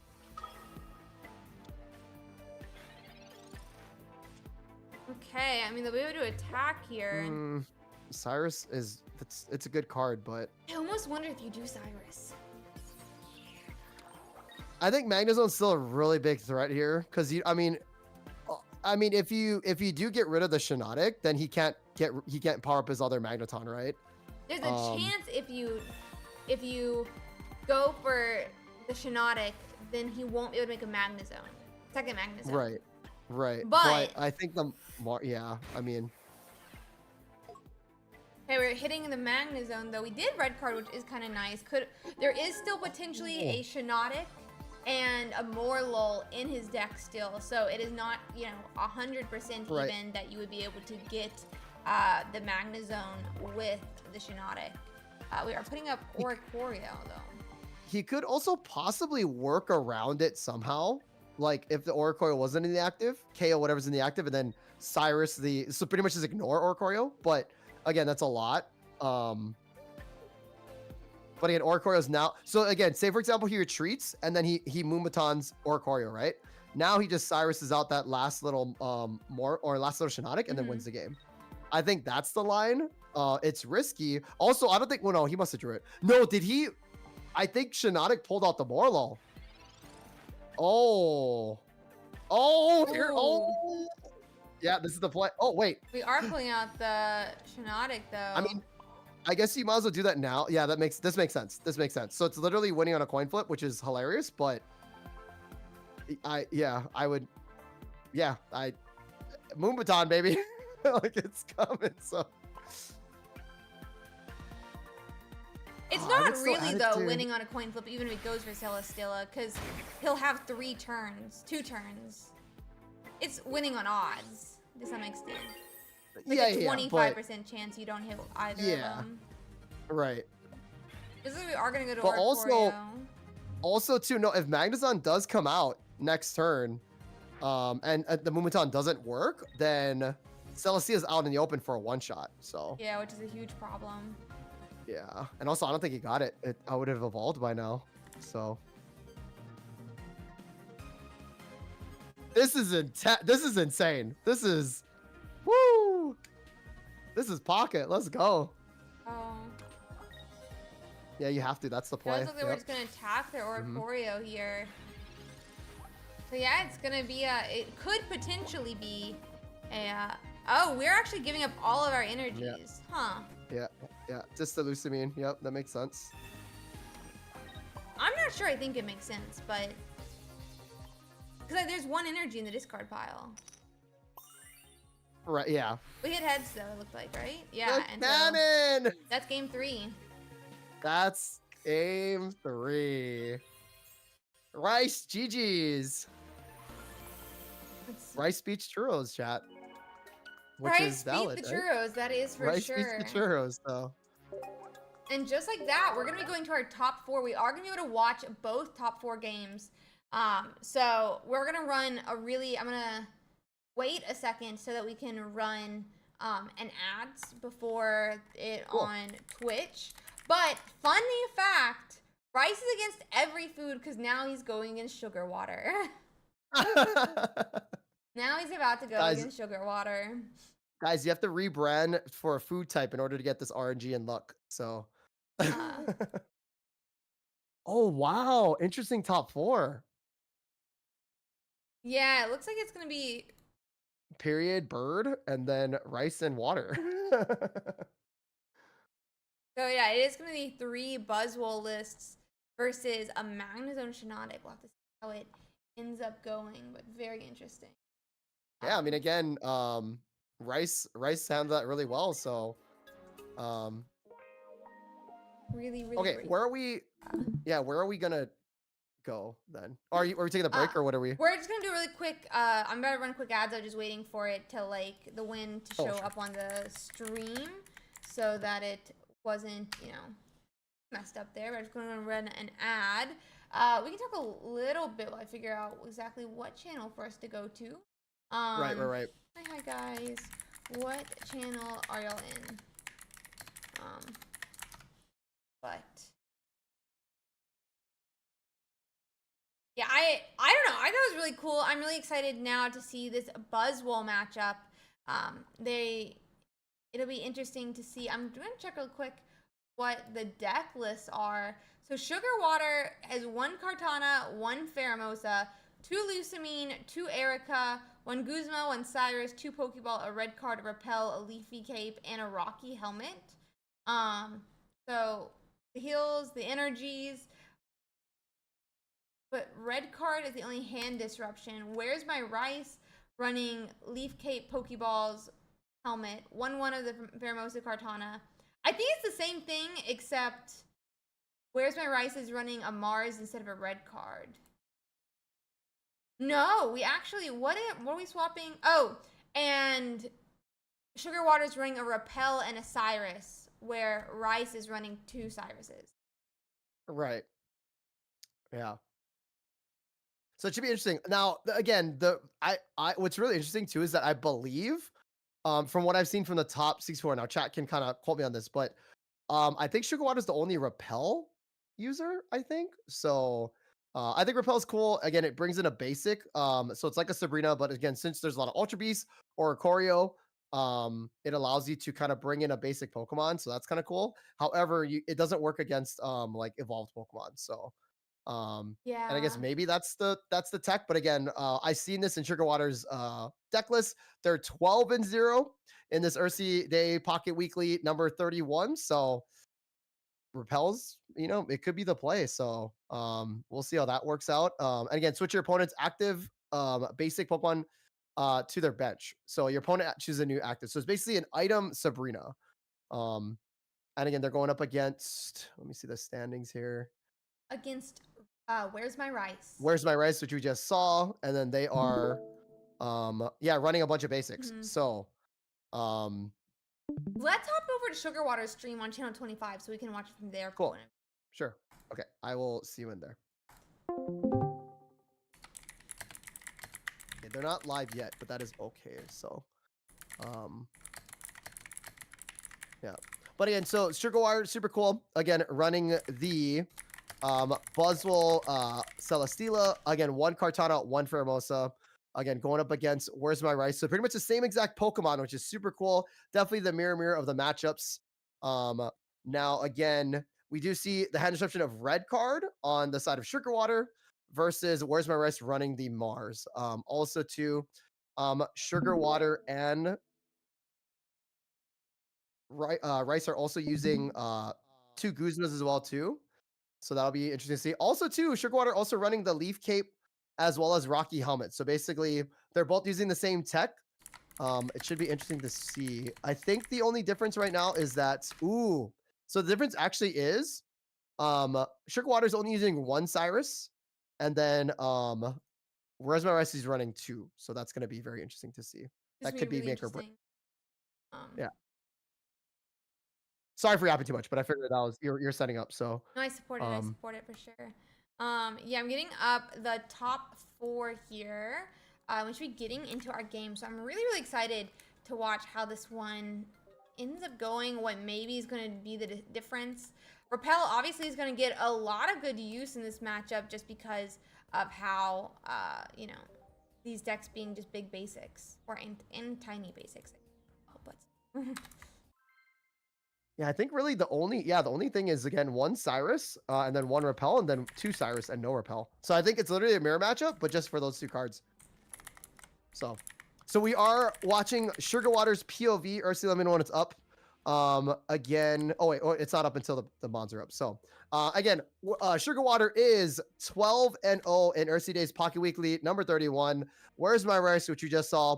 10-1-1. They're both using the same, almost exact same decks. The only difference is, again, Where's My Rice is running two Cyruses, whereas Sugar Water's only running one plus a Repel. So it's gonna be very interesting to see. And we are starting up the game here. Sugar Water starting that Celesteela in the active, but it's not like a decided on active just because of Celesteela's ability. There's also a Pheromosa and a Buzzwole on the bench. Where's My Rice, though? Just the Celesteela going first. So the cool thing about this play is, right, first of all, great start on the side of Sugar Water. Now, you pretty much can take a hit if needed, right? Say if Pheromosa did come out on the other side to attack, as well as Kartana, right? So it protects your Pheromosa and your Buzzwole. So, and again, Celesteela doesn't really care about taking some damage because it's so bulky, right? So we're gonna have to see what Rice does. I don't know if there's a disconnect or just kind of figuring it out, but or maybe like bathroom break or something like that. But again, excited to see just the fact. Oh, just a pass. So next turn is gonna be Sugar Water, and let's see how this kind of develops. Let's see here. Drawing some interesting cards off that research. It looks like we're just gonna power up the Buzzwole and pass. Oh, huh. I'm surprised, but it does make sense. I believe that, again, Pheromosa wouldn't do much damage to the Celesteela, right? So getting your Buzzwole up, and I guess in the mirror, right? Getting your Buzzwole up faster is kind of the play. So we'll see. Also, I'm wondering too if Rice is worried about just getting that chip damage on its own Pheromosa, because that's kind of what Jody had to go against, was getting chipped down, right, against the mirror. So whoever kind of chips down their Buzzwole first kind of wins, right? So yeah, I think Where's why Rice is also like being very specific about how he wants to deal with chip damage, because there was a Ooh, the Pheromosa goose. being seen on the board when Rice first went, and there's a very high chance, in my opinion, that Kartana could have been in Rice's hand the entire time, but didn't want to risk getting any chip damage on it. Jeez, I like Let's this play see. from Sugar Water. It just kind of tells you the mentality because Mhm. he's basically trying to conserve as much tank damage and then basically just running it in with Buzz. Now, hopefully, Rice does get a Buzz while it doesn't have the Pokemon. I think he's kind of they're kind of getting bricked here with the double energy on Kartana. Because that's kind of a big sign like, hey, you don't need to add the energy there, right? So hopefully, again, Rice isn't just getting bricked, but I like how Sugar Water is handling kind of the damage negation and kind of playing this out. So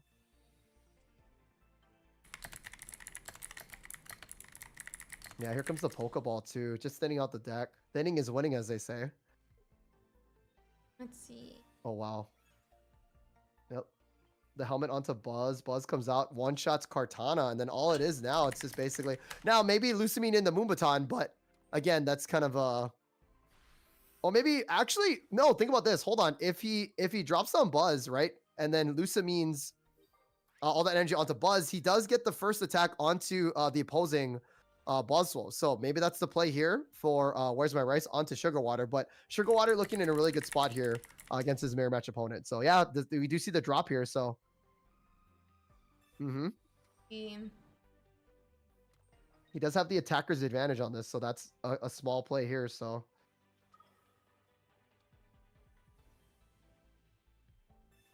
Cape 2 negates it, kind of negates the the helmet. So Yeah, it kind of does. I mean, minus if, but I think both are running Guzma.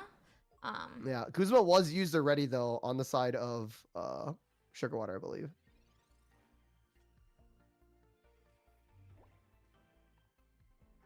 Okay, he's gonna do the rotation. I wonder if he's gonna go into Pheromosa. Or yeah, looks like. Oh, JK. Oh, the Erica.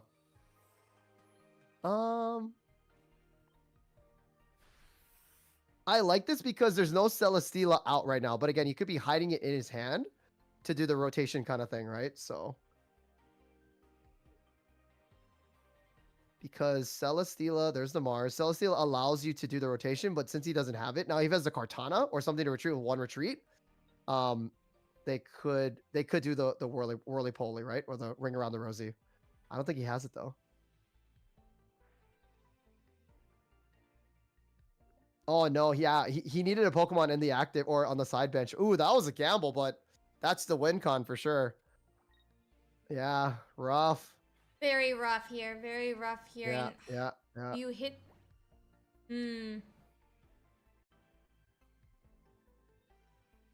Cyrus on the side of Sugar Water. Yeah, there's Cyrus's still. Yeah, sure. Oh, Where's our Rice though? no Could way. have. Yeah, could still Cyrus, Oh. but we're definitely in range with 1 point for Sugar Water. We don't like, all we need is to finish it off. Right.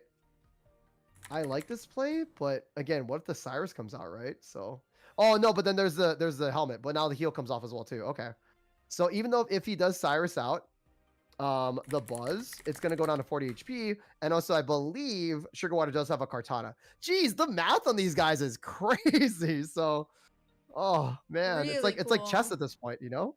Agreed. Yeah, and then we're gonna see. It looks like I wonder, swapping in the other Celesteela.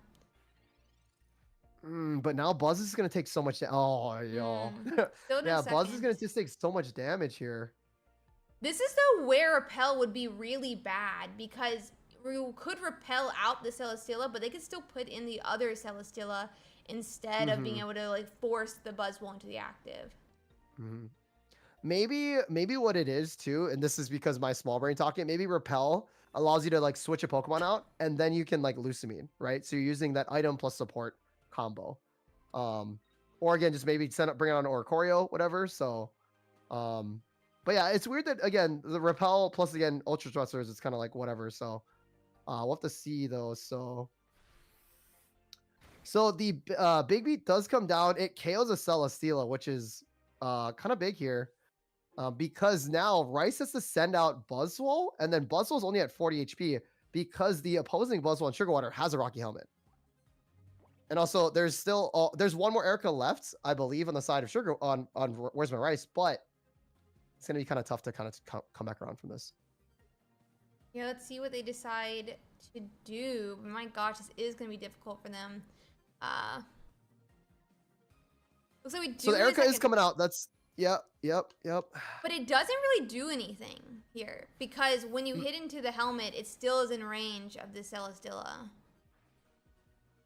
Yeah, the Moon Baton. So now I'm wondering if Sugarwater is going to kind of coin flip this or kind of chip it down. I mean, I guess he kind of has to because it's 1 point each. Yeah. So this is it. Let's see. this is pretty much it here. Yeah, it's gonna have to be the game, and we do hit the heads. Wow. Oh my. Wow. The cannons, chat.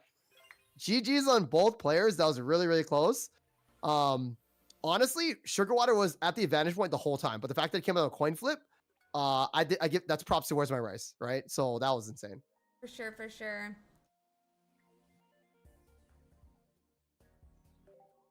That was wild for sure. Oh man. Yeah, again, I thought Rice was going to be out of that for a while too, but again, navigating through all that damage and then kind of being patient with it, and then letting Celesteela take some damage, but then again, Where's My Rice the coin flip? Because I could, if it was a tails, then again, Where's My Rice could have won. So pretty crazy on that.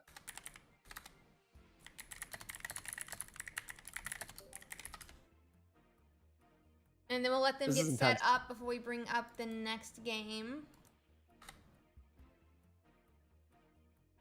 I think both players played really well. No mistakes. I think, again, Sugarwater just had a really good start, but the fact that, again, Where's My Rice navigated to that 1 turn, 1 point, was really good. So I'm excited to see this second game. We bring up that game now. Cella's still in the active or Sugarwater here. We're going to be going first, so a little bit on the, back foot with that energy. But Where's My Rice has a Pheromosa and a Buzzwole, which could be a problem. Yeah, getting the extra chip damage onto Buzz is kind of like the mirror matchup. But again, both these players navigated really, really perfectly. And again, it came out on the coin flip, but that's pocket, right? So we'll just have to see, again, whoever gets their cards first and then how they kind of play it out. I do like this. Again, the fact that they're not going for chip and just power of the Buzzwole first, it's really interesting to see to me. Yeah, it is very interesting. I'm always interested by how they decide to do this. Right, because for me, I'm thinking, oh, you want to attack the, you want to chip the Buzzwole. But again, if you have your Buzzwole, before they do, then you're in a good spot, right? So, but now also to double Buzz, you don't get the Celesteela on your bench to do the Wombo combo. But I guess there's a reason. So, we'll see how it plays out. We do see the second Celesteela come out through Pokeball into the Kartana. Oh, wow. That was just a guess, but we do see. Let's see what. I wonder if Kartana would be a good fit against this Pheromosa matchup. But then you lose the energy onto your own Buzz, right? So now you're down another energy, huh? Tricky.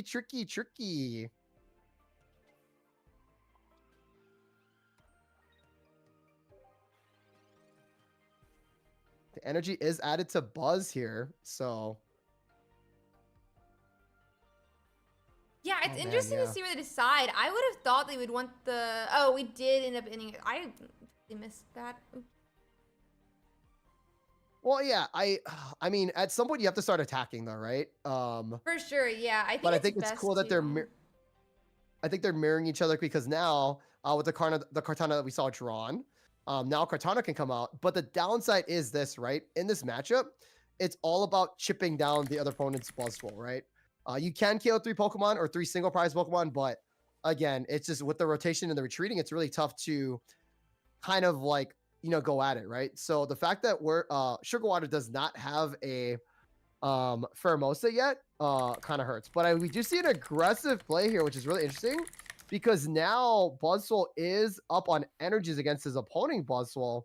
So again, seeing Buzzwole as an attacker early is actually kind of really cool to see here. Yeah, I mean, that cape is just so strong. Where's my rice? It's definitely yeah. It's gonna be interesting to see what we do here. Now again, both players do have Guzma too, right? The only dissimilarities, that's not even a word, but of their two techs is, again, Where's My Rice is running 2 Cyruses, and then Sugar Water is running 1 Repel, which wasn't used yet, by the way, and then 1 Cyrus as well too. So anyway, they both have the same exact deck, same exact mon. So we'll just have to see how it plays out. But again, game 1 was super close. So we'll have to see what Where's My Rice is going to do next, because he is down 1 energy. Probably gonna just add the energy to Buzz. That would make the most sense, because now he can kind of do return damage when if Pheromosa does go down. And Pheromosa is not a roach, by the way. Yeah, she's not. It's actually offensive to call her a roach. I'm just saying. I'm just saying.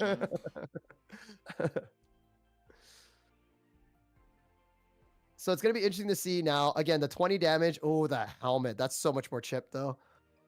I mean, I guess it doesn't matter. Now, again, the cape could come through on the side of Sugar Water as well as an Erica heal, which we might see, but okay, there's the red card there.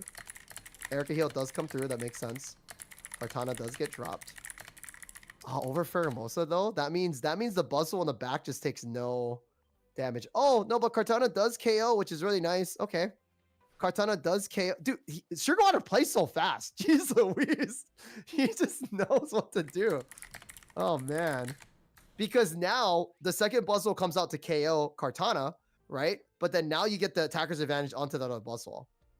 This is ridiculous. These guys are so big brain. My goodness. Yeah, the Buzzwole mirrors are really interesting to watch with this. It reminds me a lot of the, oh my god, the like, Darkrai Giratina matches almost, like where like the Giratina fights on like who gets the 20 damage, who doesn't get the 20 damage, right, when first, do you move it up, when don't you move it up. Right. I do like this play though. Kartana is pretty much mirroring what they're going to do. So now Sugar Water has to bring out his Buzzwole first and get the KO on the opposing Kartana. So it's pretty much just got flip-flopped, which is, again, a great play on the side of Where's My Rice. So, yeah, this is actually a really good play here. So I like that. Now Mars too, I mean, yeah. I think Mars is really interesting because it forces them, like, even though they have this Kartana set up, one option would be is like put Celesteela up here, and then you could force them to take a second 1 point before you finally promote your Buzzwole. But right. if they still hit Lusamine, that still does happen as well. Right. No, I think that's the play, RC. I think you hit it right on the head. Now, I'm wondering if he wants to attack with the, I guess the fresh one or the weak one. It looks like he is going to go for the fresh one. Oh, not going to go for the Moon Baton. I thought they were going to go for the Moon Baton play here. I think he's trying to bait out the Buzzwole. I think that's the play here. Because I think, Sugar Water's looking for their own Pheromosa to try to do some chip damage onto either the any of the buzzes to try to, because again they do run Cyrus, right? So I think that's their win cut that they're looking for. They're going to try to attack the either the weaker Buzzwole or the one that has damage on it, and then try to just kind of pull out that way. Because if Sugar Water if Where's My Rice brings out the Buzzwole, now again Sugar Water will have the attack advantage, right, of hitting it first. Yeah, that's a great point. Because great point. You never want to hit second in that scenario, right? So yeah, especially if you don't have a second Buzzwole, like Where's My Rice does almost. Right. Oh yeah. So now, okay.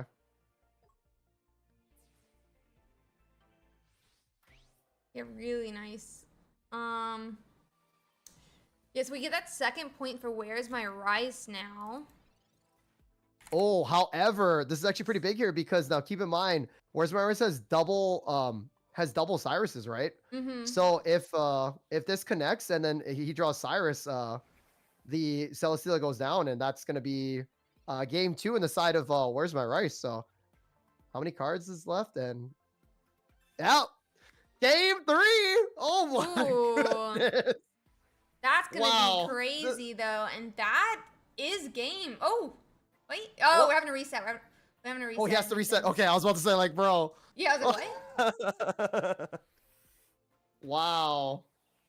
Both players, GG's. This is Ursi, this is a great match to watch. This is a great match to watch. Yeah, it's a really, really nice one. They're doing such a great job with this mirror match here. Louise. Let's me set Guys, it up. take notes. 3. Take notes, man. Woo. Oh gosh, yeah. No, that was perfect plays. I love how they married each other with Kartana. Oh gosh. This is Pocket. This is not my ranked ladder matches here. Like, this is, if it was like this every day, like, oh man, that'd be sick. I do think this is kind of ranked matches higher up in the Masters ladder, which is one of the reasons I'm which is really nice to see. But I think it's really interesting, like if you think about it, like, I don't know if you have the same experience, but at NAIC, some of these players who had never really competed in Pocket, and it was their first time ever playing, like, oh, dude, turn 1, I know who's gonna win. You know, it's all RNG. There's no decisions that you make that actually affect the game. And it's like, right. in the nicest way, when you first start a game, I can totally, like, first start the game, totally see how you feel that way. But there is a lot of skill expression in this game, and there are a lot of decisions you make. It could even be the deck you are playing, right, that affects that like, feeling. Yeah, but 100%. I think there's a lot more to this game than a lot of people may initially realize when they play it. Yeah. Yeah. I was like quietly trying to say that, people like, you know, I think I've seen some games where there's skill expression. You know, I don't know if like there's a tournament you can watch every weekend, but Twitch.tv/Ursiiday, Pocket Weekly, also on YouTube as well too. I was you know, it happens. But I'll plug it in there, but no. So here's the cool thing, right? Like again, skill expression is it just kind of happens, right? So because a lot of people could say that for Unite, for VGC, for TCG. So we at least for us players we understand that too, right? But here's the interesting thing too, Ursi, right? If the game, I believe the game is up, right?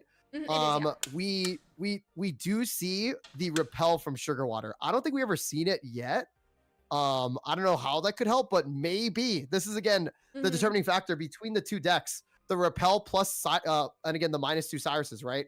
So having the option to bring on a basic as well as Lusamine, bringing on a basic as well as Marsing. So this could be the make or break between building decks. And that's the great thing about Pocket is that these one cards could make or break how you win tournaments. Yeah, for sure. I completely agree with that. And it's going to be really interesting to see how this choice affects Sugar Water's game. I don't really understand how it affects it here. I would understand it in... I don't either.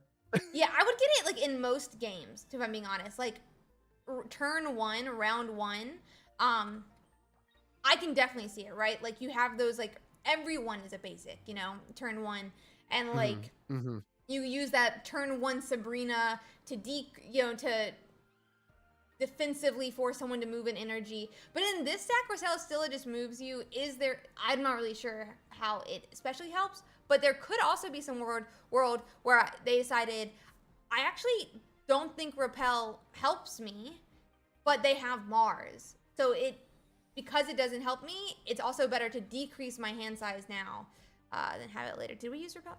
Right. We have not used it yet. Have we? I'm so confused. No, not yet. No. Yeah, so we'll have to see how Sugar Water does decide to use it and how it works for their game. Now, what's super interesting is, right, is that Sugar Water, and again, chat, it's game 3. Whoever wins this is going to the finals, right? So I like this play, which is interesting. However, because if you look at this, now Sugar Water is in the active spot. And again, now it's going to take a big beat. However, Where's My Rice also runs Guzma to get rid of that helmet chip damage. And here it comes out. So it was kind of a risky gambit, but I feel like where they're at right now in positioning. And the cape too. So it'll be interesting to see how Sugar Water kind of plays this out, but I think that was his best play, and just unfortunate that his opponent had Guzma, right? So yeah, it is going to be unfortunate.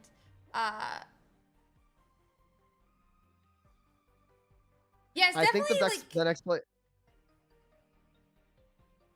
Yeah, I think that. So basically, what I think Sugar Water was trying to hope for was no Guzma, take the chip damage, and then he one-shots the other Buzzwole. But with Leaf Cape and Guzma, it kind of really put a wrench in his kind of game plan. That's what I'm thinking. So Yeah, I can totally see that. I think this is interesting though that they're deciding to heal above like just knocking out. So for people's understanding, there was a Guzma in hand where it would have knocked out to attack after Guzmaing, but anything knocks out Sugar Water's Pokemon if he does that. So it's definitely like it's definitely a choice here to heal instead. When you're going to get knocked out anyway, but they could have air cut this turn and then it would have been for naught. Oh, man, I think this is over. Because Buzz comes out, it's the only Pokemon that can handle. There's the Lucamine though. Okay. Whoa, wait, is that enough? Wait, did we not have Guzma Wow. here? I'm an idiot, I guess. So they both use Guzmas, but actually no, Guzma was used on the side of Sugar Water. But that top deck Lucamine basically puts Sugar Water back in the game. That was literally what he needed. I didn't know we were watching Yu-Gi Moto right now, but yeah, that okay. Now we're in a ball game, so my brain is messed up. I thought that Sugar Water. Wait. Oh, and then they're gonna swing back here. Ursi, the repel. Yeah, this is where the repel definitely comes in for sure. The repel. Oh my god. This is definitely where the repel's coming out to help. This is where the repel comes. Oh my goodness. Drawing just because, but yeah, he just has to retreat in and he repels and wow. Sugar Water. There's the repel. That's all he needed.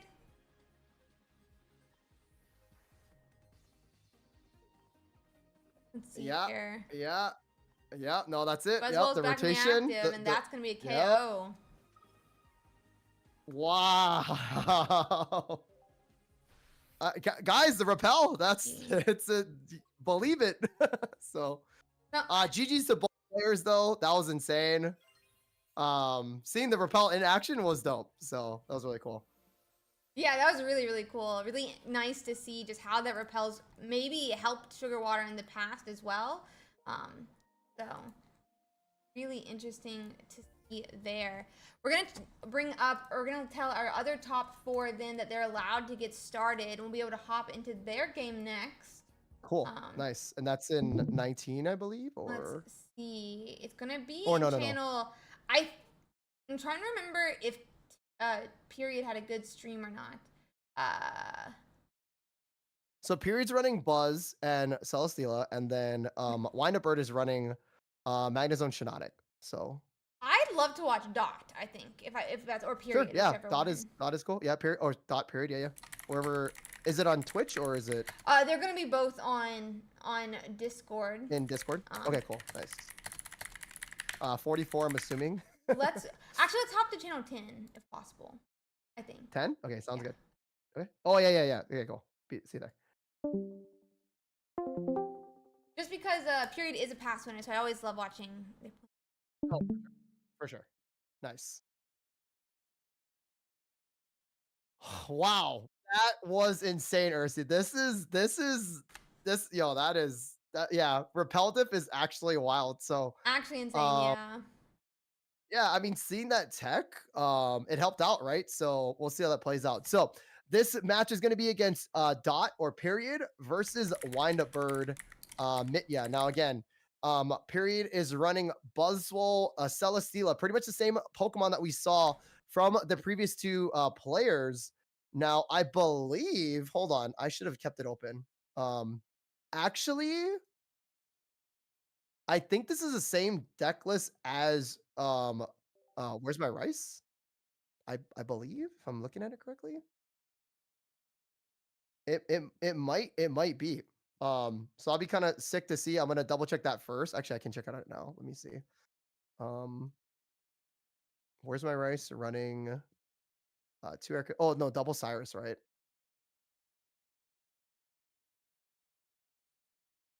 Let's see here. They are going to get started, it looks like, letting them boot up their game here. It's going to be Dot or Period versus Rice. Or not Rice, Wind Up Bird. Yeah. So guys, for the deck list, Dot is actually running one Cyrus, one Sabrina. Everything else is the same. Okay. So having that kind of the double Gust support and also the one red card. Mm-hmm. Um, and so and also red card versus Mars. So interesting to see. So we are on periods. PLV looks like we are up and ready. Yep, we are up and Um, going. Period starting with and again, Pheromosa into a Magnemite.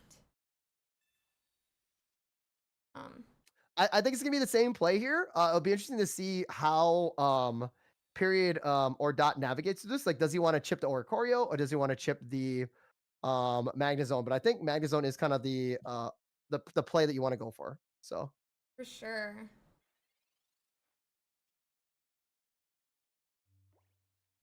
We do have the Pokeball. Research is coming down. We at least on I really Celesteela. so again, Ursi, you said it though. Pokemon Pocket has the best arts. They Like, really do. They do. we do see the energy attachment onto or onto Pheromosa here. I mean that's the only kind of spot to hit, right? So um I'm wondering too if Windup is hiding Oricorio, just to protect Mm-hmm. it from damage. So that's the play that I would see to have hopefully, but I believe Buzzwole is going to get developed very, very nicely. But also too, Dot's going to definitely need that Kartana ASAP to kind of fight that little cheerleader bird. So should be interesting to see how this plays out. Oh, there's the little bird There's there the right there. bird.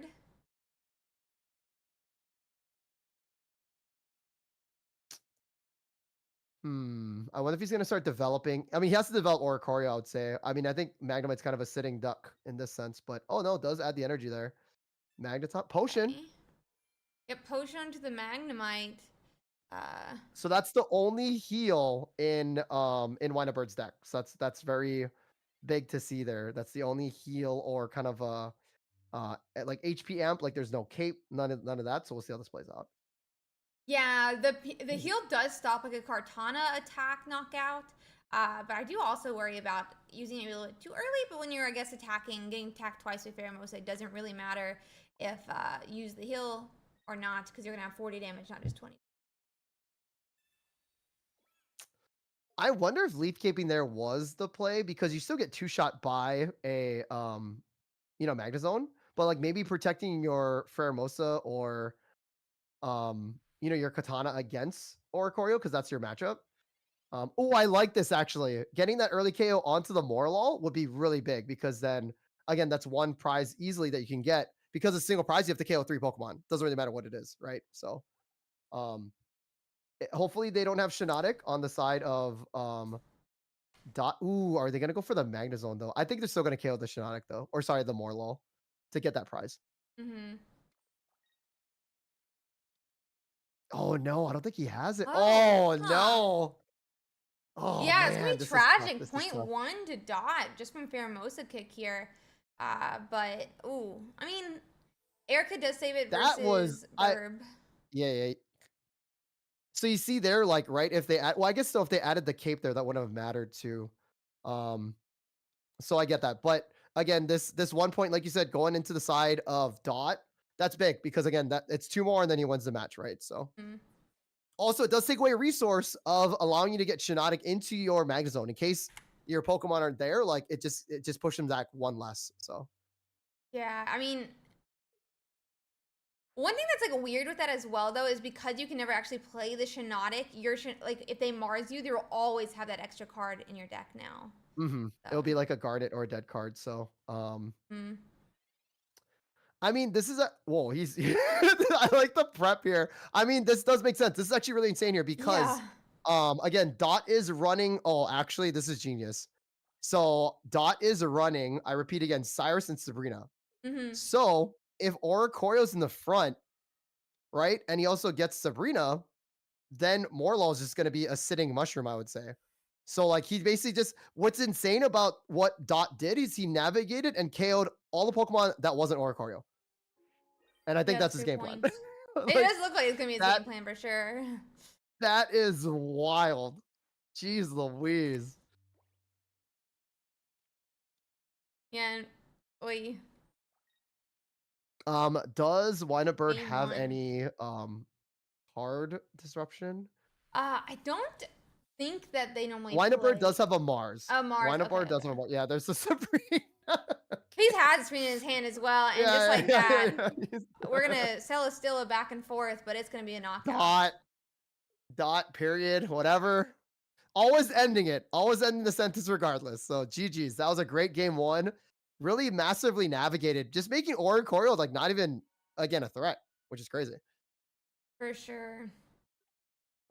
Then we'll let them get in set up for their game 2, and we'll get into it. But oh my gosh.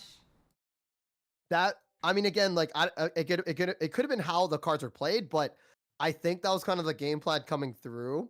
Not getting their Kartanas for the big damage, so just saying, I'm gonna kill Morlul, and if you have Shiinotic, so be it. But it's a win con that I have closer because Oricorio is kind of a big bad thing to handle. But I have Sabrina and Cyrus, right? So you can kind of whatever's in the back line. And also a weakness for Morlul is that you're gonna have a support mon in the back.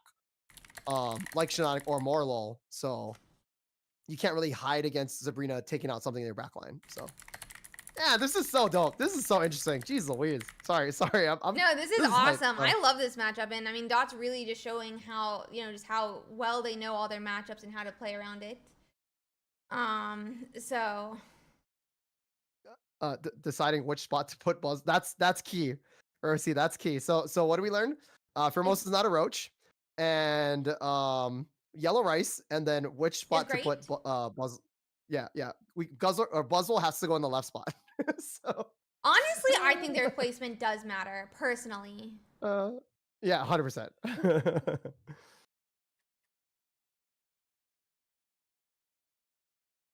We do see the oak coming through. The Morlul is in the front, and that's fine because Morlul is more of a support mon.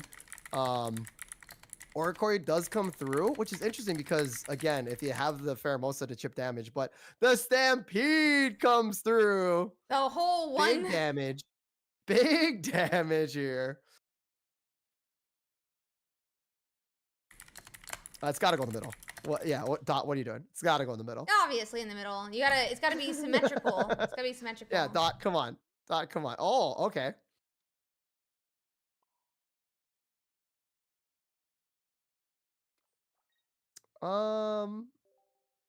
Now, okay, so this is interesting, right? Dot is conserving Celesteela. However, Celesteela just gets one shot by Magnezone. So, like, why would you not want it to take damage versus the Buzz? You feel me? So, like, I mean, again, Celesteela is, well, it's very important for, it's very important, for your, for the deck of Buzzwole, right? But, like, I hope that this damage doesn't really, I don't think it affects it, I guess, because you do have the Leaf Cape, you do have Erica for heals, so I guess protecting Celesteela that much is big, but hopefully this doesn't come to bite him in the butt. Sorry, is that because Buzzwole, he's the mosquito? Okay, sorry. All right. I'm muted for the rest of the He is a mosquito, but no, I definitely agree. There's like definitely a concern, right? Getting that early damage or having to use the Erica for 20? Early. Wow. I mean, I guess. That's a very small haircut, but maybe our confidence is high. We're able to go in and swing for 30. Oy. Wait, but also too, thinking about this, right? There is no Kartana or Pheromosa for Bird to kind of get countered by. So I wonder if this is kind of like a bluff play to say like, hey, I got something. But again, Wind Up Bird has to send the bird out because that's kind of just the best play possible for them. So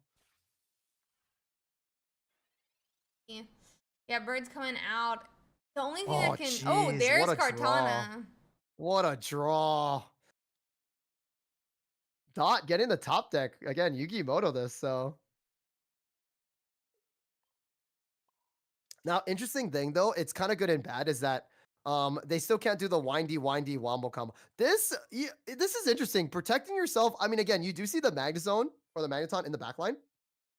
So you see how many Ericas are burned to prevent from the Cyrus. Now, Wine a Bird has Sabrina and Cyrus, but just the fact that they're kind of like protecting that, it's really crazy. But I mean, again, that's the play. You know what I mean? If that's your opponent's win con, like it's smart to do. But again, I think this kind of separates the great players from like the normies, you know what I mean? Because I wouldn't have burned the Erica there, but Mm-hmm. again, making sure that again it's not out of Magnezone one shot range is good. But Yeah, for sure. Definitely.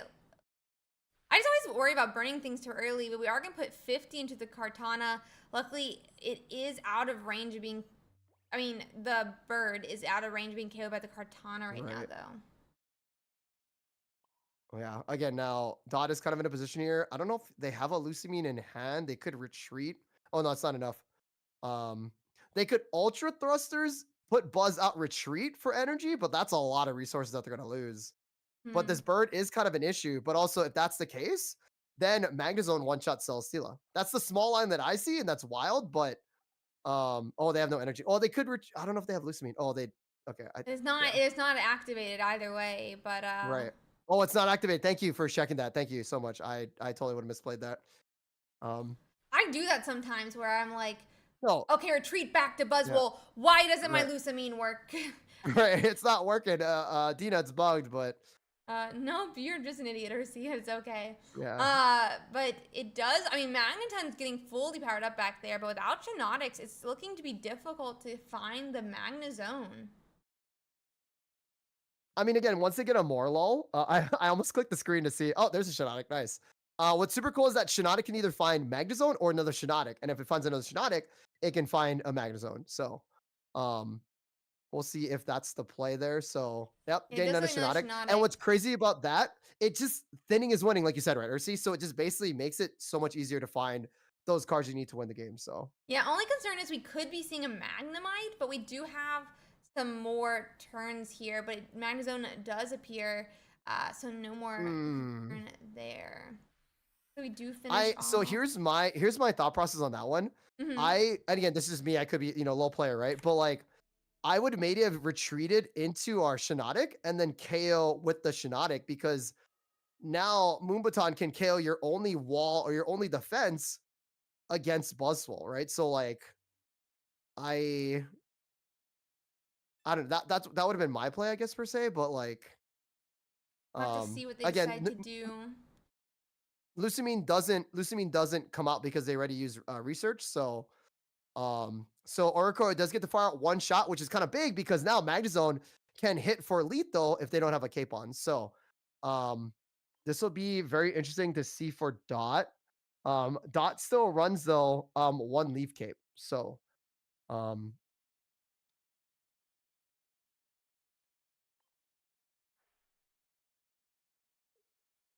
oh, I wonder if he's baiting out the Magnezone, but I wouldn't take the bait. I think we're putting out Oh, the helmet. Celesteela. That is such a play. What a good play. What a good play Hmm. there.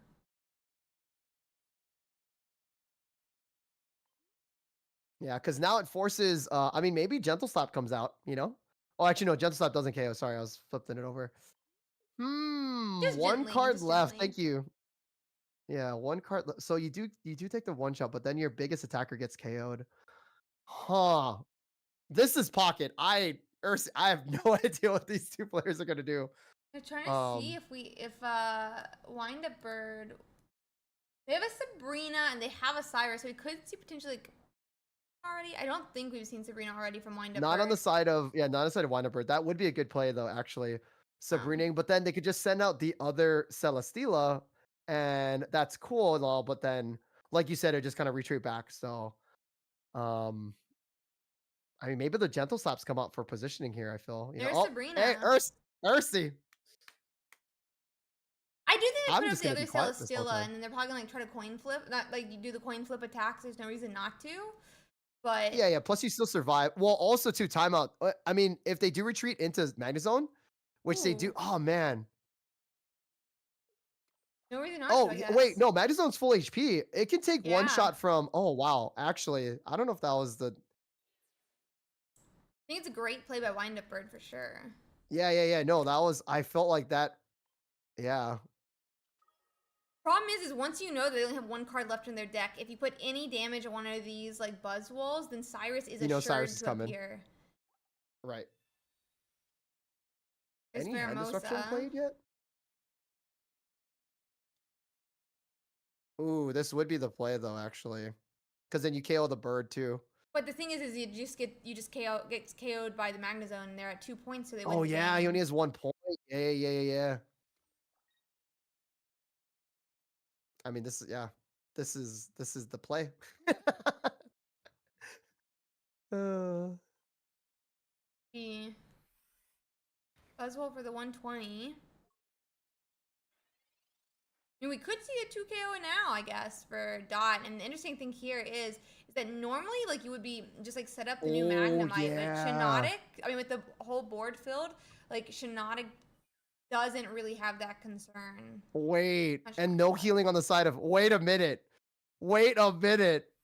this is Oh no, but there's. Oh no, that is a Pheromosa. That is a Pheromosa. it is Pheromosa, so Oh you're my thinking goodness. both. Oh my goodness. Still, though, we know they have Wait, is there an Cyrus. Erica? They know they have Cyrus, so the Right, but Shiinotic's they're just gonna KO the Shiinotic, probably. but Unless is we there have any a more? heal. There's no Erica's. Is there any heals from? I don't, there looks like there's a Leaf Cape, but yeah, there is a Leaf Cape. Wait, Leaf Cape would help. Leaf Cape But would we're leaf caping survive. the other one, it looks like. Oh, we're gonna red cards. We're just gonna say, I hope that you don't have the Cyrus in your hand. Right, no, but Leaf Cape on Buzz would protect from The Shiinotic? the little Shiinotic, yeah, and then Yeah. I think this is lethal here, so Okay. Yeah, um for some reason I was thinking that he had already put it down on the other one. I was like, why did you do that? Ursi, my brain is so fried from all these like games that like this is the matchups and these players this is like 40 chess already. Like it's so good. It's really good. It's really good Oh. games. Yeah, and it looks like even with the Cyrus, it's not enough HP that cape. Guzma was already played too, right? Yeah, Guzma's Mhm. already played. Wow. Wow. Um, yeah, it doesn't Okay, I matter. mean, Mars to 1. Both to 2 points now. Don't know why I didn't mark that. Oh, it just happened. I mean, it was pretty much over. Again, you just send out the other Buzzwole, Yeah. and then you win it. Jeez And Dot brings Louise. it back. Wow. The double KO is definitely like a highlight moment for sure. That was, yeah, Um, really, really great job. And as we were mentioning, like, because they didn't, like, just KO one of them, they didn't have a chance to set up a second Magnezone. right, because the Shiinotics were basically filling up we're filling up the bench, Yeah. which is it actually hurts them at that point, right? So Yeah, but that's a 2-0. We're going to run Dang. another group of ads before the finals. But, oh, my God, that was such a great job by Dot. wow. Chat, take notes. That was a really solid. Both players did absolutely amazing. I just that was super intense. So Yeah, fantastic job. and it wasn't just one-sided too, it was back and forth. So Yeah, I thought it was Mitya's um, game there. I mean, a wind-up Bird's game for sure. And then it just turned yeah. out not to be. I think the Kartana draw was big, and also the Leaf Cape was big. But also, chat, they were getting down to their cards of like their deck. So like Ursi said, right? When you see no cards available or everything is in their hands, like they have all the resources, which is good and bad, right? Because then you know. So Yeah, good and bad for sure. Yeah, and if anyone's coming from the physical card game, deck out is not a loss con / win con in Pocket. So just because your opponent has emptied their deck doesn't mean they're going to lose when they try to draw another card. right. Gonna run some more ads real quick so that they, don't get interrupted. But like during the actual finals, because sometimes we have it where like the finals game, the ads run. I'm like, okay, sorry guys. The ads go up. That's actually really perfect, Ursi, because that's Yeah.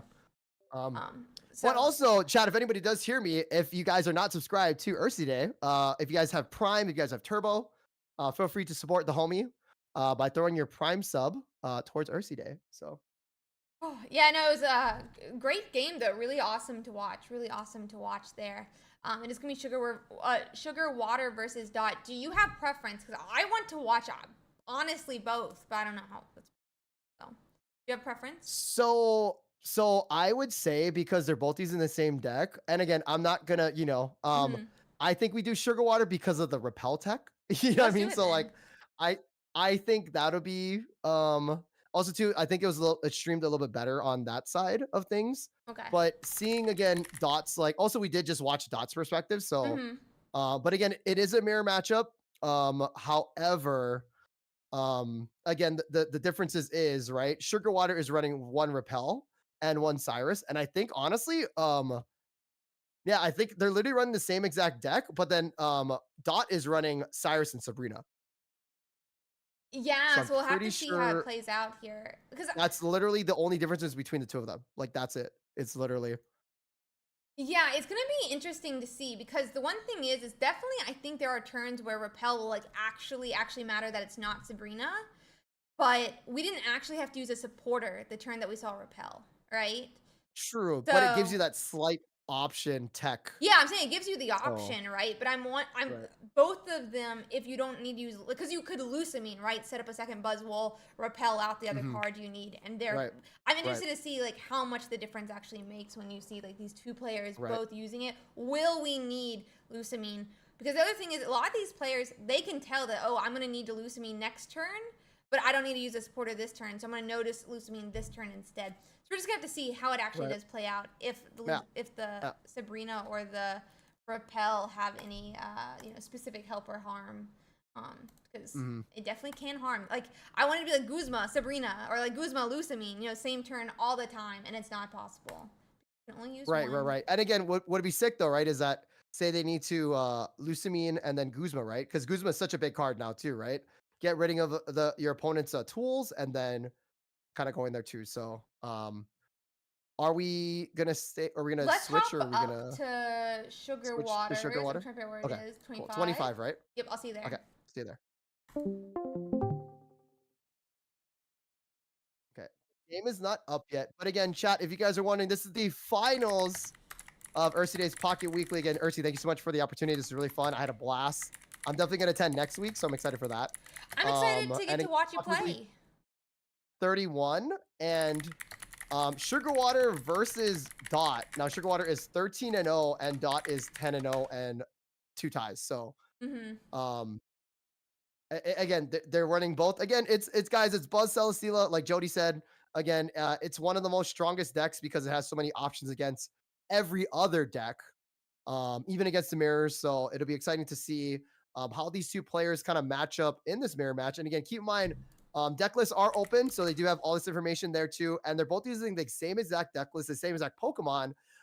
Just that again, Dot is only running a Sabrina and Cyrus, whereas Sugar Water is running the Repel, which is what I'm super hyped about, and a Cyrus too. So Yeah, it's that should gonna be be really interesting to see. so exciting to see what you know happens here. These are both great players, and so it's gonna be. I'm sure this is gonna be a finals to remember. And I think it's Buzzwole's first win of an Ursiiday Pokemon Pocket Weekly. I think too, just because of kind of how it navigates. Again, like I think the reason too, um, I think it's just because people are realizing how much like Oricorio was big, right? Savali was big, but Rampardo Savali has a lot of RNG. If you don't get your fossils, you're kind of cooked, right? Same thing with Charizard, right? It one shots everything, but if you don't get the Zard, you're cooked, right? And also Solgaleo is fast and it's quick, but again, with the free retreat from Celesteela, again, you have all that options of retreating and negating that damage. So Galio is the big boy lion, but again, he's doing 120s, and then you just retreat and send in something else. So it's just, I think again with this meta right now, but also too, it takes really good players to like navigate it, right? If I was again, I don't like playing Buzzwole Celesteela because I am small brain. Just give me Charizard, give me Solgaleo, and Ace to the face, right? So um again, I think it takes a certain caliber to play it. If you guys do play it, I feel like it would increase your kind of your big brain mode for getting better at the game because these players are piling this super tight and it's great.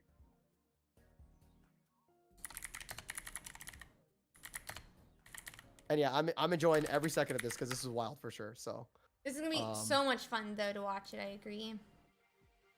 and it's gonna be this is best of 3, right? So it's just, or is it more, or is it just gonna be best of 3, right? Or sorry, It's gonna be two wins, BO3 right? again. It's a BO3 again. Okay, cool. Okay. Perfect. Okay, we're gonna bring this up. It is Buzzwole in the active for Sugar Water. Dot is got the Celestial, and it does look like Dot is going first. Again, Celestia is such a good card in Buzzwole. It's such a good support card because it allows you, the double Pokeball. It allows you to kind of start with any Pokemon, any Ultra Beast that you have, and allowing you to maneuver for free, just basically free retreat costs of any of your Ultra Beasts. And since Buzzwole only uses Ultra Beast decks, it allows you to maneuver through whatever you want. But it's interesting here. It's actually kind of a good play. Leaving Celestial to kind of tank because you don't know what Sugar Water is going to put out. So he does drop the Pheromosa, but does not have a Celesteela. So it should be interesting. However, though, in the Buzzwole matchup, you want to have your Buzzwole with the most energy first. And Sugar Water now to get that really well. I think Kartana is going to come out, though, and do some damage, which is really good. And then hopefully Pheromosa can kind of wrap it up as well, too. So nice play on Dot to use... sorry, it's a Pheromosa. It looks like a Kartana, sorry. So we'll see that chip damage come out. Onto Sugar Water's Buzzwole. This is why everyone needs to run the arts, because they look very different than... Yeah, the Kartana does look the same as the Pheromosa, like the promo one. Also, it is in Korean, I believe, so that's why. But so we do see the helmet come through, and then the punch. I feel like this is kind of the game plan if you're going against Mirror. If you get your Buzzwole active and just start swinging, it really puts the other Buzzwole player on the back line, because now if you look, Period has no energies on his Buzzwole. So what is his kind of call to action against the opposing Buzzwole? So yeah, great question. Does look like we are going to attach the Buzzwole now, and there is a Kartana on the bench. Erica, onto the Lusamine. Pheromosa. Not Lusamine. Oh my God, Pheromosa. The Pheromosa, yeah. But Not a Roach, by the way. Not a Roach. I don't know who even thought it was a Roach in the first place. Like, they were obviously wrong. But I'm interested to see if we can find that Celesteela. We will need it next turn if this card does not get knocked out. Oh, really nice with the Erica. It does bring it back out of range. These guys, man, just burning the heals for only a little amount of damage, but their math brain is really good. Now, keep in mind, this is a KO onto Dot. However, if you look at the side of Sugar Water, no Celesteelas. So he can't do the little ring around the rosy, and that's kind of needed after you do a big beat, right? So hopefully you see a Pokeball draw or a research draw. We could see a retreat from Pheromosa back into... actually, no, that wouldn't work. Yeah, you definitely just need a Celesteela here. So we'll see how this plays out. I mean, we could see retreat back to Pheromosa. It would set up a Buzzwole Lusamine later, I guess, but we definitely need a Celesteela very quickly, I feel like. We kind of need a Pheromosa to set up this Buzzwole on the bench, in my opinion. Right. Now, again, with that helmet, though, Pheromosa could self-KO. That Kartana, big damage. Oh, actually... Yeah, it would take it down to Kartana. If it's interesting. Well, no. So now Sugar Water cannot, if they drew a Kartana, they couldn't even retreat either. Because they still need Celesteela. But since their bench is full, they only have one slot. And are they going to choose Celesteela? They're going to choose Kartana if they had it, right? So it's interesting to see what the next play is going to be here. He could do a punch. But maybe, again, retreating, though, you're going to lose all those energies, which you can Lusamine on. So it would be interesting to see what Sugar Water does. Looks like they're in a bunch. They can't big beat because again, if you guys don't know what Buzzwole does, big beat, you only can do it once, and you have to go back to your bench to kind of reset yourself. So we do see the punch here, but also taking 20 damage is something you definitely don't want, because now Period can come in, or Dot can come in and revenge KO with their Buzzwole. The problem is Dot can just come in and KO with their Buzzwole. Yeah. No matter what. So this is but now what's interesting too, though, is that say Sugar Water's Buzzwole does go down, he has another one ready to go with one energy, so they could Lusamine if they have it, and then start doing the revenge KOs onto the opposing Buzzwole. So I think that's the line that Sugar Water's going to go for. But again, we'll have to kind of see how this kind of plays out. Also too, they could send out Pheromosa, not a Roach, and to hit for 20 possibly, but I think they want to just do as much damage as possible with their own Buzzwole. So we'll see how this plays out. So Oh wait, the Okay. 20 though. Yeah, you're right. Yeah, and I there's that- apologize. Yeah, the 20. I don't think he saw that. Wait. Well, Dot. Wait, was that the only? Wait, And then they're I gonna don't go think to. they saw the helmet. No, that's game. Yeah, if they have Because loose again, mean, if this they would have just be loose game because yeah. Sugarwater already has a point. Was that a misplay or was that the best? I think that was a misplay. Yeah, but again, it's pocket. I don't. Maybe that wasn't a misplay. Maybe that was the best play possible. But again, that was game one. So onto the side of Sugarwater. So we'll see what happens in game two. But now if if they kept in Kartana or just use Kartana, Kartana maybe kills that would have been itself better. is the But problem. right. So we need to heal it. But I don't I really mean, know what maybe you're they supposed could to have do. stalled out with Celesteela. I think they could have stalled with Celesteela a little bit, but I think they're just kind of banking on they didn't have Lusamine. You know what I mean? But Yeah. I again, that's kind of a risk. Like these players know their outs, right? So I think that they're trying to bank on there was no Lusamine, which is a gamble. But again, with a small deck size of 20, more than likely your opponent will have the card that they need. So, but regardless, GG's to Sugarwater, and then this is game one going to Sugarwater on to game two. We'll see how it plays out. Again, if you guys don't know, they're pretty much using the same exact decks here. Just again, Dot has a Cyrus and a Sabrina, and then Sugarwater has a Cyrus and Repel. So Yeah, let's see what they decide to do. Dot's going first again. 2 games in a row, I'm pretty sure here. But this time they're the one with the Buzzwole. It's basically stuck in the active. Sugarwater over here, already the Celesteela, but Dot does find a Celesteela as well. It should be interesting to see. Also, what's really interesting, I believe, is that there's there's the Repel here. So Repel was drawn. Now the Turbo Thruster is come through. I would still say Pheromosa is the best play here. Because you want to do chip damage onto their Buzzwole, right? So yeah, same. just getting the early chip onto it. Now I think Sugarwater, what I've noticed as a Buzz player, it allows you to like have the energies up, right? So I think Sugarwater likes to, as a Buzzwole player, likes to add energies to it really fast, no matter what. So he does have Buzz, so I think he is going to just add the energies to, yeah. So it looks like we're just gonna hit the Buzzwole again. Yeah, I thought it was really interesting how something I noticed like with these is how quickly people are deciding to play the Erica. It kind of reminds me of actually, never mind. But yeah, I'm really excited to see if Dot does decide to use the Erica here, if they're gonna heal up the Buzzwole or not. So the thing is, right? He doesn't have the Erica right away because if he wants a Cyrus, right? The Sugarwater doesn't have enough energies onto Buzzwole. So maybe next turn he'll do it. But again, it's taking a lot of damage right now. So, but again, Sugarwater doesn't have enough energies to kind of take advantage of a Cyrus, right? So we'll just have to kind of see. I don't know what they're kind of waiting for. I don't know if they want to switch out Pheromosa for something else. But I'll just say add the energy to Buzzwole here and just kind of keep on chipping. And because they can't lose to me. Remember, in order for you to lose to me, your opponent needs to have 1 point, right? And again, he is kind of hovering over that EX there, but I would say, does he know it's his turn? Yeah, he knows his turn, right? So add the energy to Buzz and just kind of keep chipping and kind of go from there. So I see. So the Kartana drop is interesting because wait.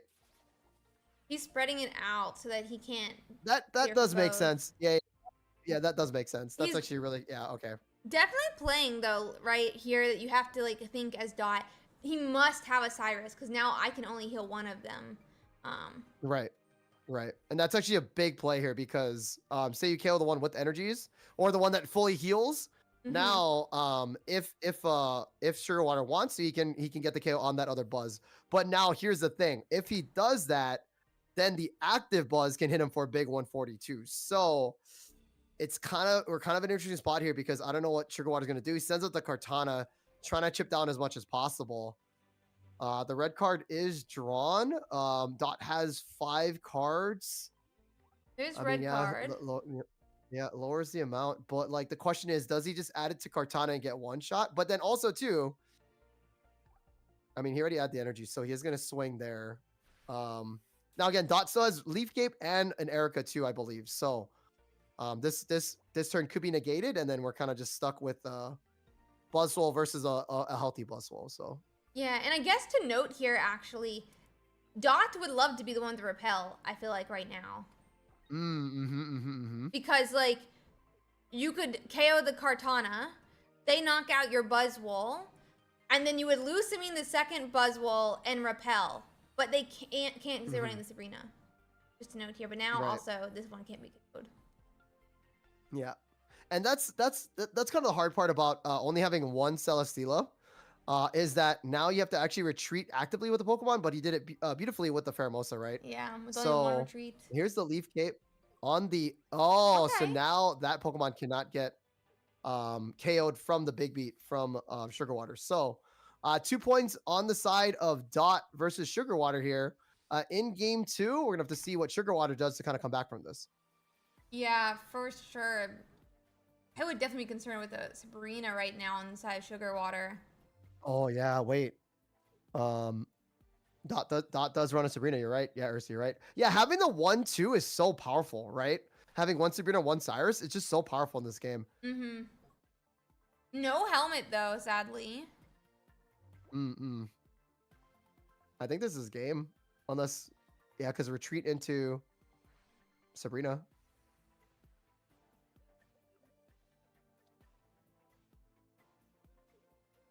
Or even chipping down for the Cyrus too, which I think that's the play here, right? Because what's super cool is that Dot can. Oh, okay. I think it's got to be a Sabrina.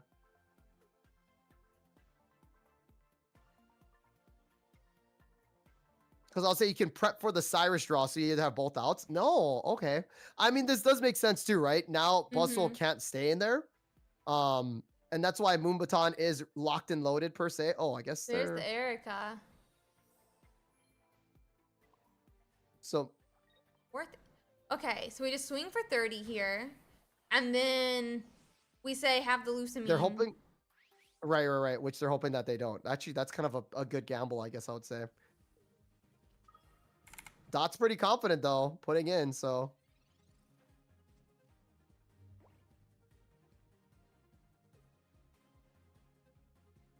yeah, there's Lusamine. Wow. And are going 1-1 into game 3 we go. Game 3. Chat, this is woo. Both players played insane, man. It was literally just on like one turn. So jeez Louise.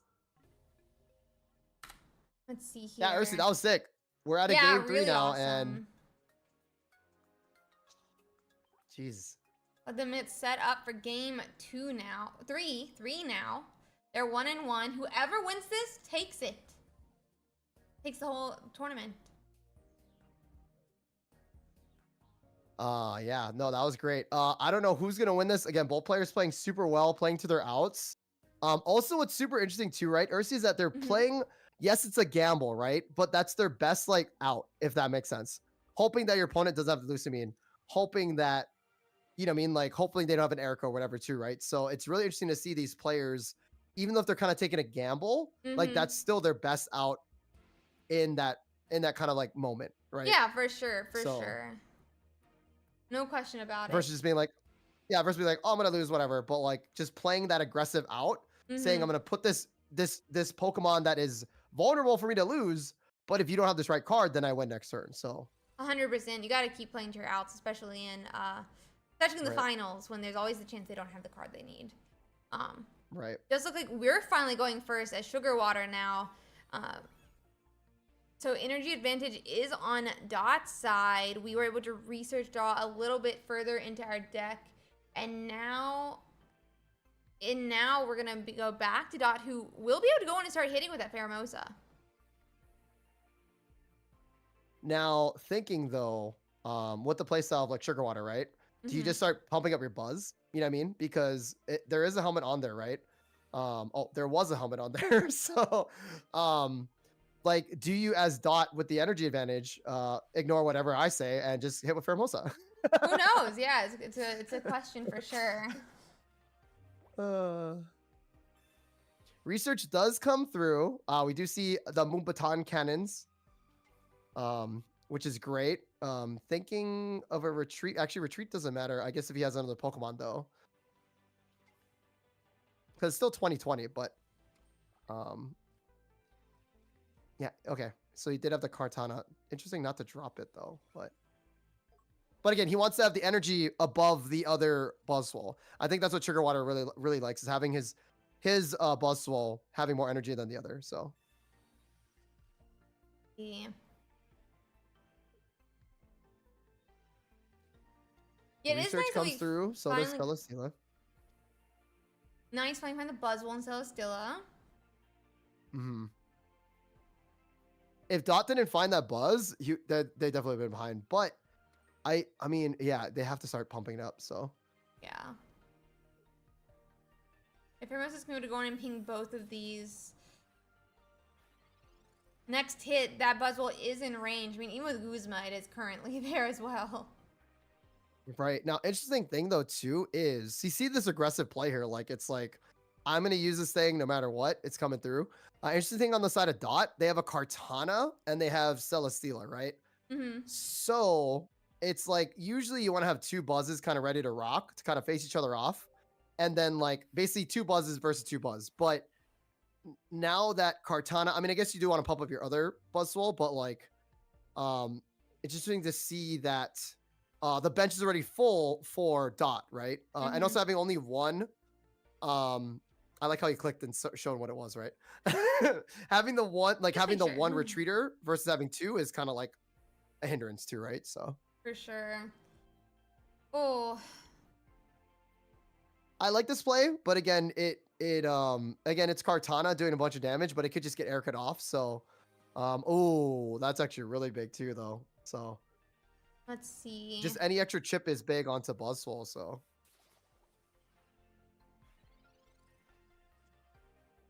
Goes Pokeball. yeah.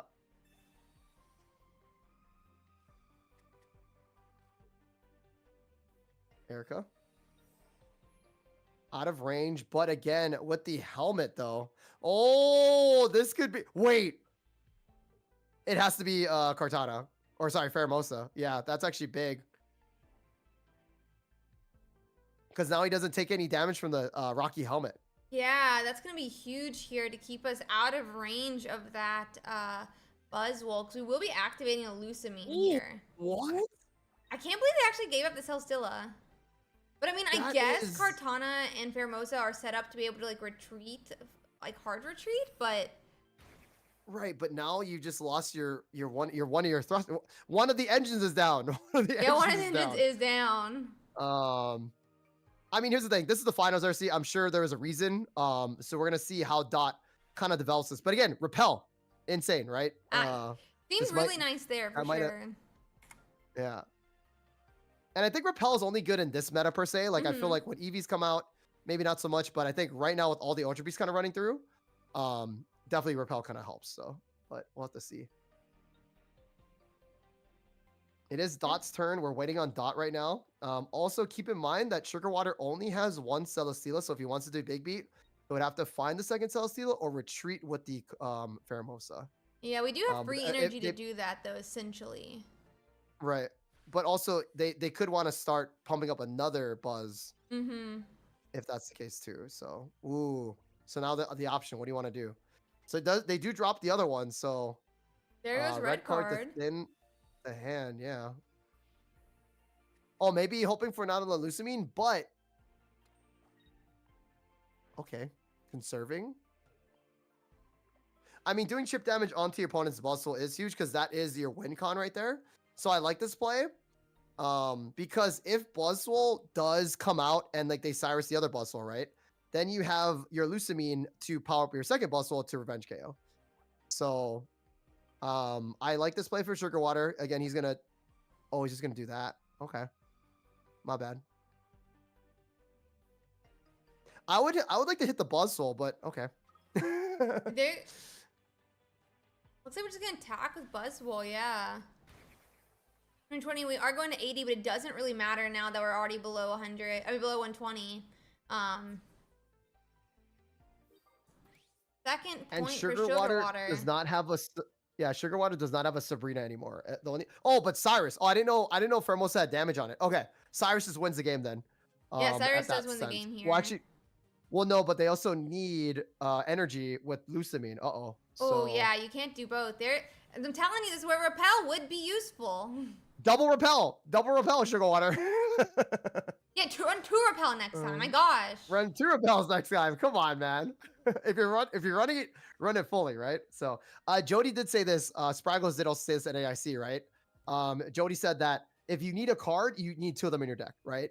So that was a really kind of like a big thing about like deck building, is that like if you really need a card, like 2. If you don't really need it, then it's kind of going to go down to 1. So I do see how Repel is kind of a tech card, but I mean, I definitely see how, like, in general, you don't need Repel. It's more like but it's I think it's just a meta. Yeah, it's a meta thing for sure right now. So a nice decision, nice chance situation. Lusamine.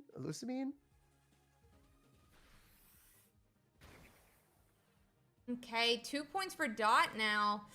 Who's gonna pull it off? I do believe Dot still has Holy this moly. arena. I do like how you said that, and then Sugar Water does look for it. So, yeah, this is crazy here. Yeah, it all comes down to this eventually. And then that's Pocket. So it's basically gonna come down. The winner is gonna be decided, or if we're gonna go to game 3, is gonna be decided on this next. Wait, no, this is. Oh wait, This is the last game. Yeah. this is it. This turn's gonna decide it right here. Ladies and gentlemen. Second Buzzwole. Okay, well. Erica? So no Sabrina. Has to retreat, but what does he retreat into? I guess retreats into the other Buzz. He has to retreat into the other Buzz, yeah. Yeah. We haven't used our Cyrus yet, so it should still be a lot. Right. I don't think we've used our Cyrus yet. Right. Oh my goodness. There's Cyrus, and that's gonna be game. Sugar Water stealing a second win from Dot. Not actually stealing, Jeez. Now again, yeah, the double rotation. Wow. GG's. That Ursi, that was an insane game coming down to the wire. Fantastic job by Sugar Water. Honestly, both players really having a master class on how to play their deck. Jeez Louise, dude. That was wild, man. That's Pocket right there. Fantastic job. And that was such an awesome finals. I had so much fun watching and casting and streaming these games with you. Thank you so much, Taj, for playing with me, for watching us for watching with me these games that all these players played today. I had so much fun co-hosting with you. Ursi, I appreciate the again you allow me to. Again, you're super awesome to me at NAIC, but also Ursi, this is all to you and your community, your judges, your mods, and everybody that participated in the tournament too, right? Say you're a new player, say you're a veteran, say you just want to have fun. Like, these Pocket tournaments are really cool because A, it makes you a better player, and B, you get to see all these really cool decks. Like, you get to see like really cool decks played, you know, from Jody, Kronos, again, Jay, right? All these great players too.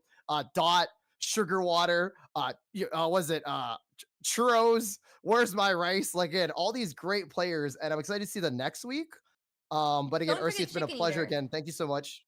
What was that? So don't forget Chicken Eater. There's a whole nother food in there. Chicken Eater, yeah, all the foods for sure. Yeah. So again, Ursi, I appreciate the again opportunity to do it. And again, I'm super excited to attend next week. And again, if you ever need a caster again, Ursi, let me know. Hit me up. So, Thank you so I appreciate much. this fun opportunity. So I really appreciate that. I had so much fun, as I said, co-hosting with you today. If anyone doesn't know Taj, Tajima is a awesome Pokemon Pocket content creator. They do YouTube, they do TikTok, they do Twitch as well. The mods will do the link when they hear me say this. So really, really good job with that. Is there any other platform, anything else you would like to say, Taj? No, I'm excited. So, guys, I'm not really a competitive player. I like to meme. I like to play Fan Rotom. I like to play Aerodactyl. But coming to doing the NAIC, I got to do a side event, and that kind of opened me up for kind of like playing more of the professional circuit. So I will be attending more of the Ursiiday tournaments, so you guys will see me there for sure. So again, thank you, Ursi, again for allowing me as a newer player to kind of come into competitive scene and kind of make it. We do hit Master Ball, which is like whatevs for sure. It's just a grind, but I will be at Worlds and I will be doing the side event for TCG Pocket. So that's one place you're gonna definitely see me for sure. And hopefully we make top 8 or something like that at Worlds. So that's where you see me for sure. If not, you can see me on Twitch, YouTube, and TikTok. But again, Ursi, thank you so much. Again, thank you players, thank you everybody as well too. Thank you to the sponsors as well.